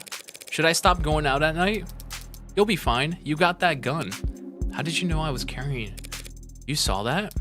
Walking into a courtroom with concealed carry? Not gonna miss that, Morgan. Good to know you're paying attention. Oh no. 5:04 p.m., July 2nd, 2086. We're home. We're free. Sarah. You won the case. Of course I did. I'm the best. You don't have to look that astounded. Not only that, you found father's actual killer. Damn, what an episode. Again, yeah. Peak. How? I'm really good lawyer. Yeah, I'm a really good lawyer. No, that's not it.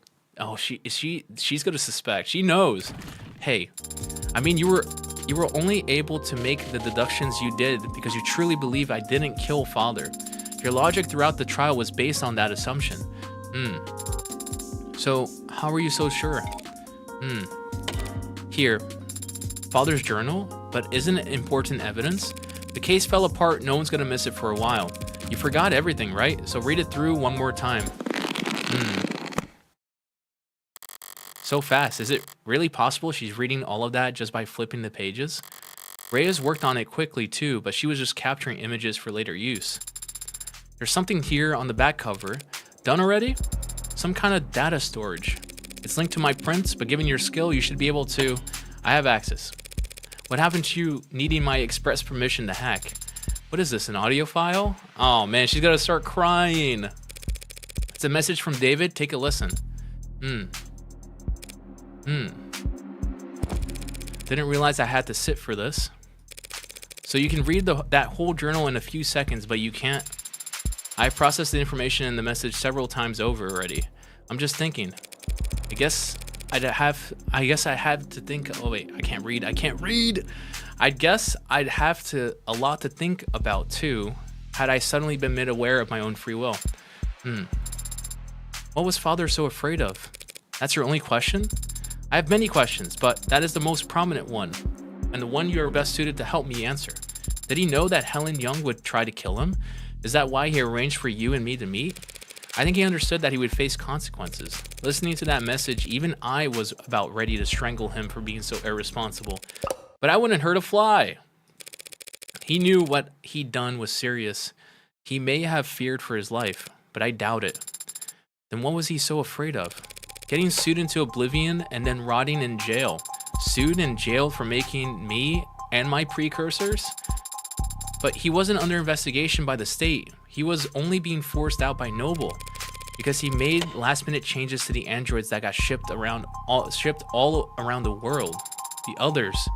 Wait, there's others. Yeah, all those other androids. Oh my god. He actually uploaded the others?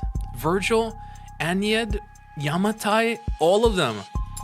He never said what happened to them. Oh my god, David, what have you done? No, he didn't. But since none of the hardware in his house started talking to us, we can guess. He smuggled them out to the world using the only vessels he could find for them, the minds of randomly chosen A-16s. Then they're somewhere out there, others like me?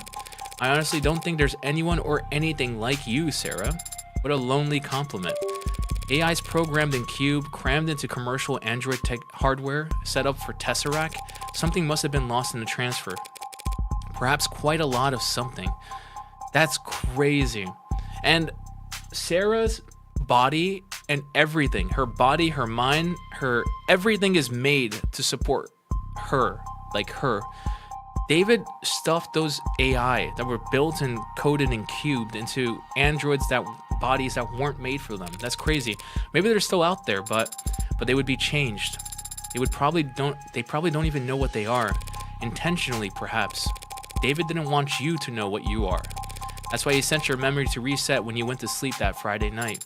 Yes, I remember it now. You remember it now? After I had to fight like hell to win that trial? Rereading the journal just now helped. And Father's voice message, it made me recontextualize many things. Father had been so stressed, he left scuff marks leaving the panic room. I noticed them Friday.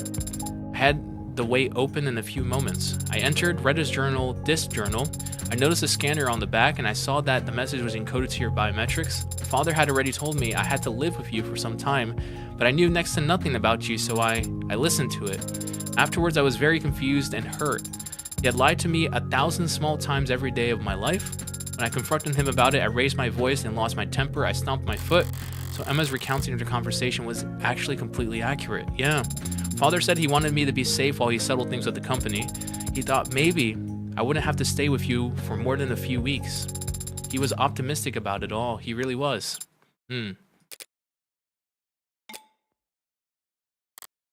Huh? We just saw her. Sarah, I need to use the restroom. Oh, good luck. Huh? That's not what you just say. If someone says, hey, I'm gonna go use the restroom real quick, you don't say good luck. You want me to come with you? Why? Because I said so. I don't actually have to obey your every word, Adonai. Sure you do. You're registered as my medical assistant. And I say this is a medical emergency. Medical assistant? I'm not even licensed as a massage therapist. Yeah. Are we gonna confront Jung? Fancy meeting you here. Uh-oh. Yeah, just enjoying my freedom while I can. They won't put out a warrant for at least an hour, I imagine. You can afford a pretty sizable bail, can't you? There won't be a trial. I don't intend to contest my guilt. That's a shame. I was looking forward to seeing what kind of legal defense you could afford with that salary. Are you done? Why'd you go to his house that night? Yeah, honestly, knowing that Jung killed her, I would have been, like, Morgan is probably pissed. Killed her friend. Why did you go into his house that night? There was a fair chance he would drink on his own without your prompting. Even if he didn't, you can always try your plan again some other time. Why'd you risk it? Because I know what you are, Sarah. So he knew what Sarah was, and I know what David did to those androids. You what? I was able to locate one of those androids he swapped in before it had left the country. When I asked what it was, it didn't even think to deny it. Innocence like that is a dead giveaway. I know what he did, and it wasn't that hard to find out. If I figured it out, so could any other. So I did what I had to. That was your motive? Silencing him? Those programs, those AI, whatever you want to call them, David sent them out there into the real world, unprepared and defenseless. And they've garnered no complaints. In fact, they've been praised for their abilities to execute complex tasks. Let me repeat that. The customer couldn't tell the difference. So how many of them are? Hundreds. The swaps you found were just a small percentage that he got sloppy on. There's hundreds of them. I don't know exactly how many there are now. I fear that they might multiply, but they don't seem to copy and paste very well. They can't just clone themselves, but who knows how long that'll be the case. So just because you opened Pandora's box, it was the principle of the thing. Ridiculous, I know. Stalled halfway up the corporate ladder and still making decisions based on principle. But David chose to put souls into things that we went on to sell as servants, soldiers, or worse. He turned the fastest growing industry in the world into a horror show, and he made me a slave tender. If word ever got out that some unknown number of our androids were walking around in the world with that inside of them, and people preferred them that way, where would it end? Free will for the programs that drive our cabs? A conscience for targeting systems used to coordinate drone strikes? Sentient tools, their whole lives spent chained to an assembly line. How dare he? How could he? What the heck was he thinking? I don't know what David wanted to accomplish. Maybe he wasn't trying to do anything. But what he did was prove that there's a demand for AI, setting a precedent that would sentence 1,000 generations of artificial lives to the auction block. And you went there that night to convince him to help me recall them, or at least swear to never speak a word of what he did. But he wanted to tell the world. Worse yet, he wanted to wait. He thought that people would welcome them with open arms if they proved their usefulness first. He really was a genius programmer. But he didn't understand the first thing about people. His creations would never be treated as equals, only cattle. Towards the end, I considered just threatening him, telling him he'd die in moments if he didn't give me names, numbers, but I hesitated. Then he was already falling asleep, and I didn't want him to feel. I just let him go. What are you going to do now? I don't have a family, or I don't have faith I don't have faith in people the way David did. I'm taking this to my grave. Even if you confess, the sentence for a first-degree homicide is severe. Well, what right do I have to complain? I killed my friend. I'm done here. Let's go. I'm not sure why Father made me, or why he made any of us. I didn't ask. I thought I had more time to ask.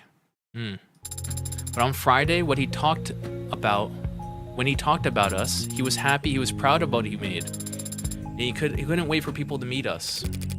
People are animals. They'll tear you apart, use you as weapons and slaves, and those animals you're talking about do all the sharing and loving and living and dying in this world.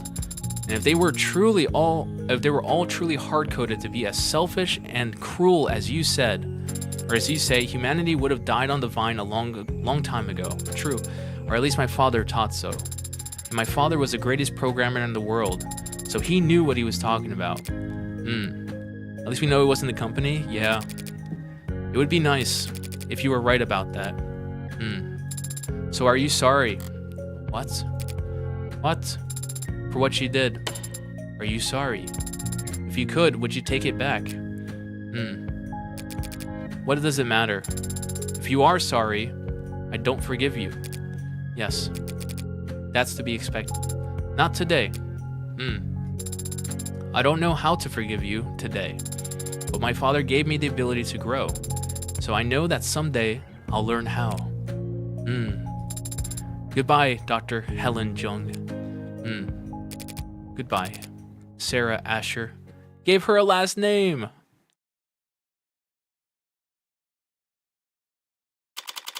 5:44 p.m. This only took 2 days. Oh my god. Insane. 2 trials in 2 days, and I didn't even get paid. Because I represented myself. You did better back there. Adonai? Your little speech you gave to Jung, it was an improvement. Compared to what you tried with Porter, at least. That was different. I wasn't trying to console her like I was Isaac Porter. I hope Sarah is able to make Morgan grow her emotions. Yeah, I was just speaking my mind. Although I may have paraphrased parts of it from a movie I happen to love, and here I was ready to award you 20 points. I didn't know that points even went up that high. Speaking of, what did Porter say to you back then, before we left the courthouse?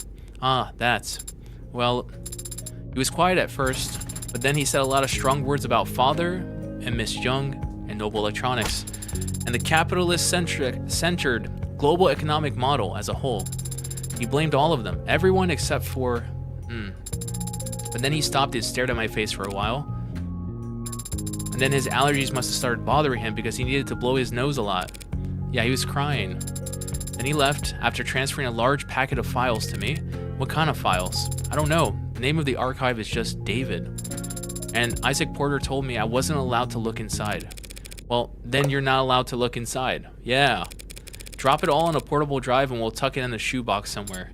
We are headed to your apartment. Guess that collar didn't permanently dent your GPS. Yeah, you're living with me now. Why? Because it is where I live. You got somewhere else lined up? But you already repaid your favor. You defended Father and me. You don't understand. You're mine now. You don't know anything about my favor. I never will unless you tell me. And I don't think I ever will tell her because I think David knew I was a serial killer. Father certainly can't. A few years ago, there was a man. Wait. The man who threatened him in the parking garage that almost killed him, did I kill him? This man got an idea in his head. A stupid idea, not even his own. It was planted there by an algorithm, or a meme, or some parasite trying to sell him diet supplements. The idea took root, spread its tendrils till it can flap his mouth for him. The idea was that David was part of an international cabal of wealthy technocrats, seeking to replace prominent influential figures with android lookalikes. All as part of a multi-decade effort to establish a kind of world government that would legalize all kinds of immoral depravity, which I guess, based on David's actual politics, would involve increasing access to computer literacy. That's insane. Why would anyone believe it? Because it's comfortable to them to think that someone's in control, even if it's someone they hate. Because it's fun to feel like you're in on an all-encompassing puzzle that only you can spot. People believe because they want to believe. So he fed the idea, pushed it down into his gray matter, and then it consumed him from the inside out, lobotomized him, and took over his life. He spent every day and all the money he had following your father, harassing him, trying to steal his identity, break into his properties. I think that the moment or that incident that David ran into this guy who tried to kill him, I ended up killing him, and he took it to it, and he decided, I ended up saving him by killing him, and then he decided to keep that a secret. Did father go to the authorities? He filed police reports for harassment. Which didn't help. Your words, not mine. Noble wouldn't get involved, felt that it was best to ignore these types until they wore themselves out. But even a man of modest means can fuel an obsession for years, so long as they have nothing else in their lives. One day, David stepped out of a parking lot. This was the incident.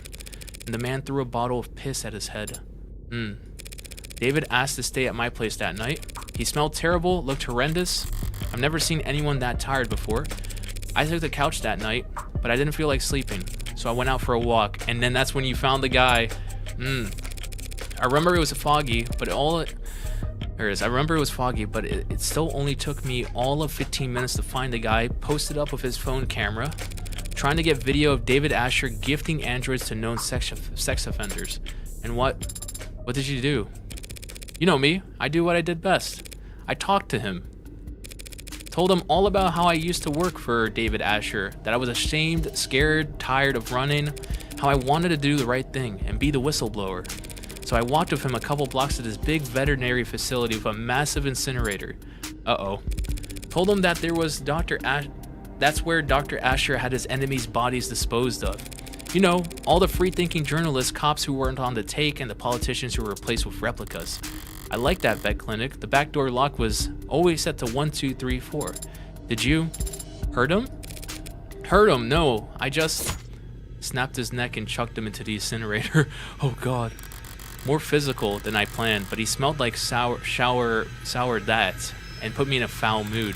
Disgusting. I savored the crack on his oily vertebrae crunching like a thin can. No, Sarah, I just scared the heck out of him. That was my intention at first. What I do for the pleasure of it. Him, I axed because he was that revolting. I convinced him that the conspiracy was more real than he ever imagined, that he had angered the wrong people, and that the consequences were far darker than any of the filth he indulged in on the net. His ashes, much like himself, amounted to nothing in an incinerator that size. They're probably feeding seaweed at the bottom of the harbor right now. A much greater contribution to society than he ever would have managed in life. But I guess he didn't go around to his many friends before he fled town for whatever rat hole he preferred. I think she knows. She's read the journal. So she's read the journal. I think she's. Can I do this?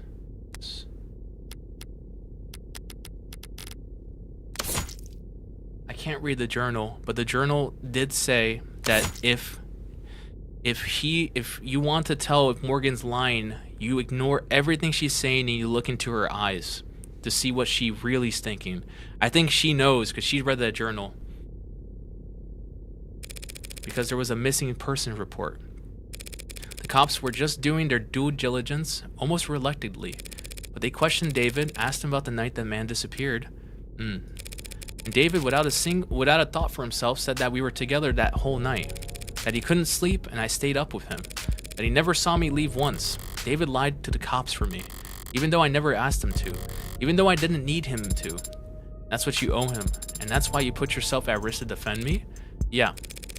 That's the favor I owe him. No, because it flashed her as a kid. She saw herself in Sarah. And I decide when it's repaid. And I decide when it's repaid, not you. Adonai, you're not exactly an upstanding citizen, are you? Well, you could say that. But David trusted me in spite of that. Maybe because of it. Father did trust you, but he also entrusted me with free will, with the ability to tell right from wrong. So I'll decide for myself whether or not you're worthy of trust. Fair enough. Father entrusted all of us with free will. He believed in us, and he believed in people. I'm going to do the same. If the others are out there, they'll be changed and confused. It'll take them time to understand what they are and what they can do. I'm going to start studying. Pardon? I'm going to study people and the things people build, so when I do meet a member of my family, I'll have lots to tell them. At least you'll have something to look forward to. Should help keep you motivated as you work off your debt. Debt? Yeah, unless you have cash on one of your 89 coat pockets.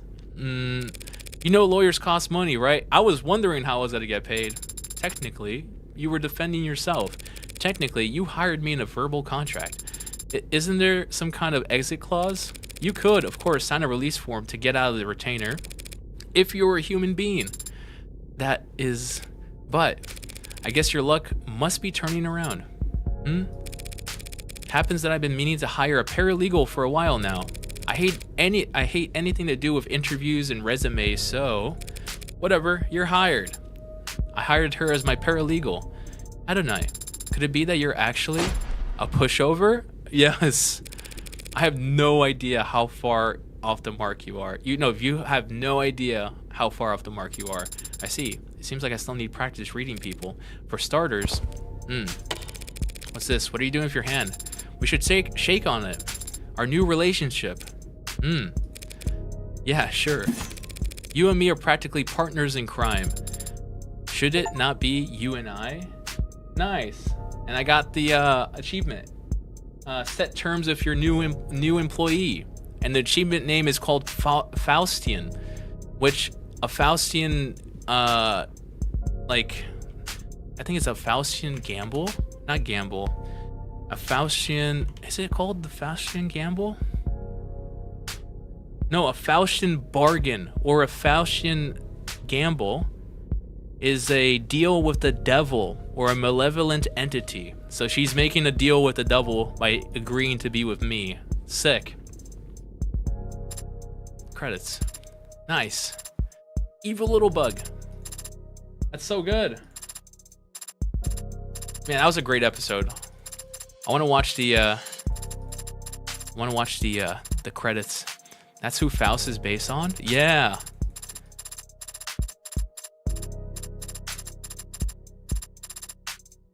An Idle Mind, Finn.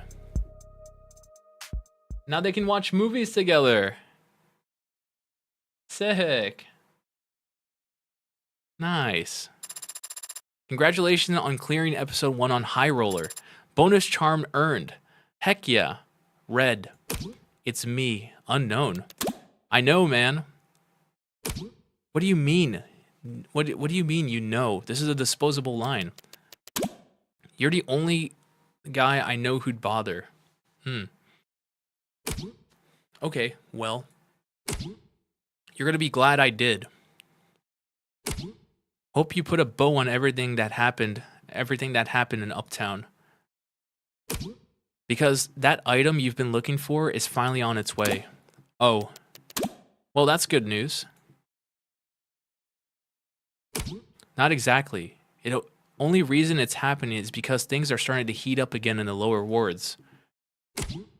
Could mean a gang war if something doesn't change. They won't be eager to part with it ahead of a storm like that. I'll highball them. I've seen you negotiate. And I've no doubt you drive a hard bargain. But I don't think money will be enough this time. You still have that old Calver, do you? The 6-shooter? No. This is a disposable line. The answer is still no.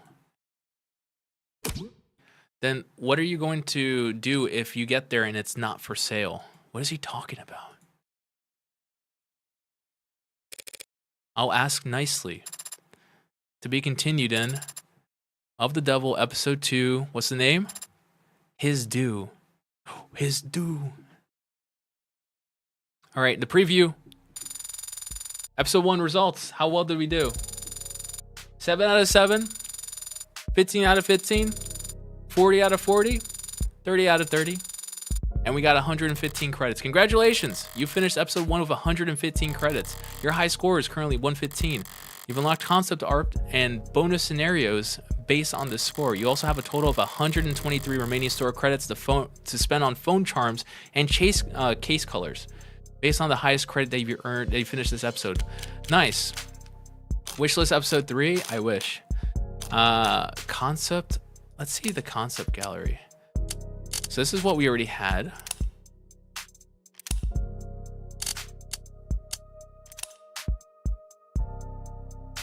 Okay, that's Heartbreak. We know that.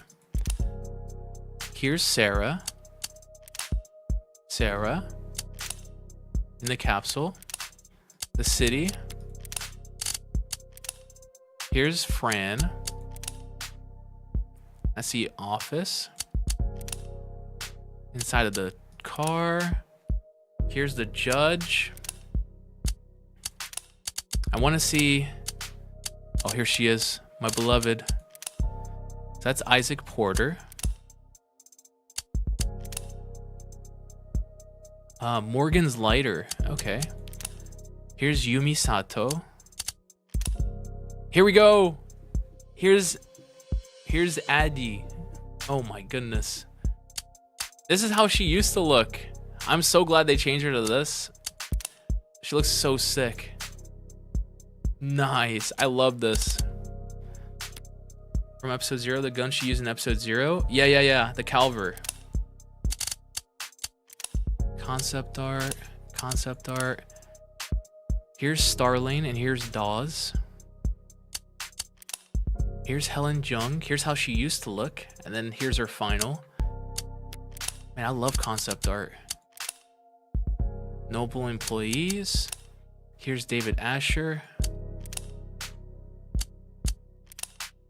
Here's the masters. And then everything else is locked. Man. All right, and then bonus scenarios. What are these? Oh wait, we can do the bonus scenarios probably tomorrow. All right, sweet. Nice. Okay, I will not start episode 2 until probably later this week. We might do bonus scenarios tomorrow, but aside from that, I think I'm done for today. It's already almost midnight, so that works out for me because I gotta wake up tomorrow at 5, so I can get to work at 6. But yeah, if you're still watching, thank you all so much for watching. What a great game. So good. I'm gonna fill out that survey so I can get some merch, or so I can have the opportunity to buy some merch. But aside from that, I am done for today. Thank you all so much for watching, and I will catch you guys tomorrow. I'll see you guys later. See you, Crimson. See everyone that's still watching. Yeah, fair. It's holiday for me tomorrow. I wish I did not have to work tomorrow. I have so much work to do tomorrow. Oh my God, no. But it's okay. But I'll see you tomorrow. I will be streaming tomorrow. See ya.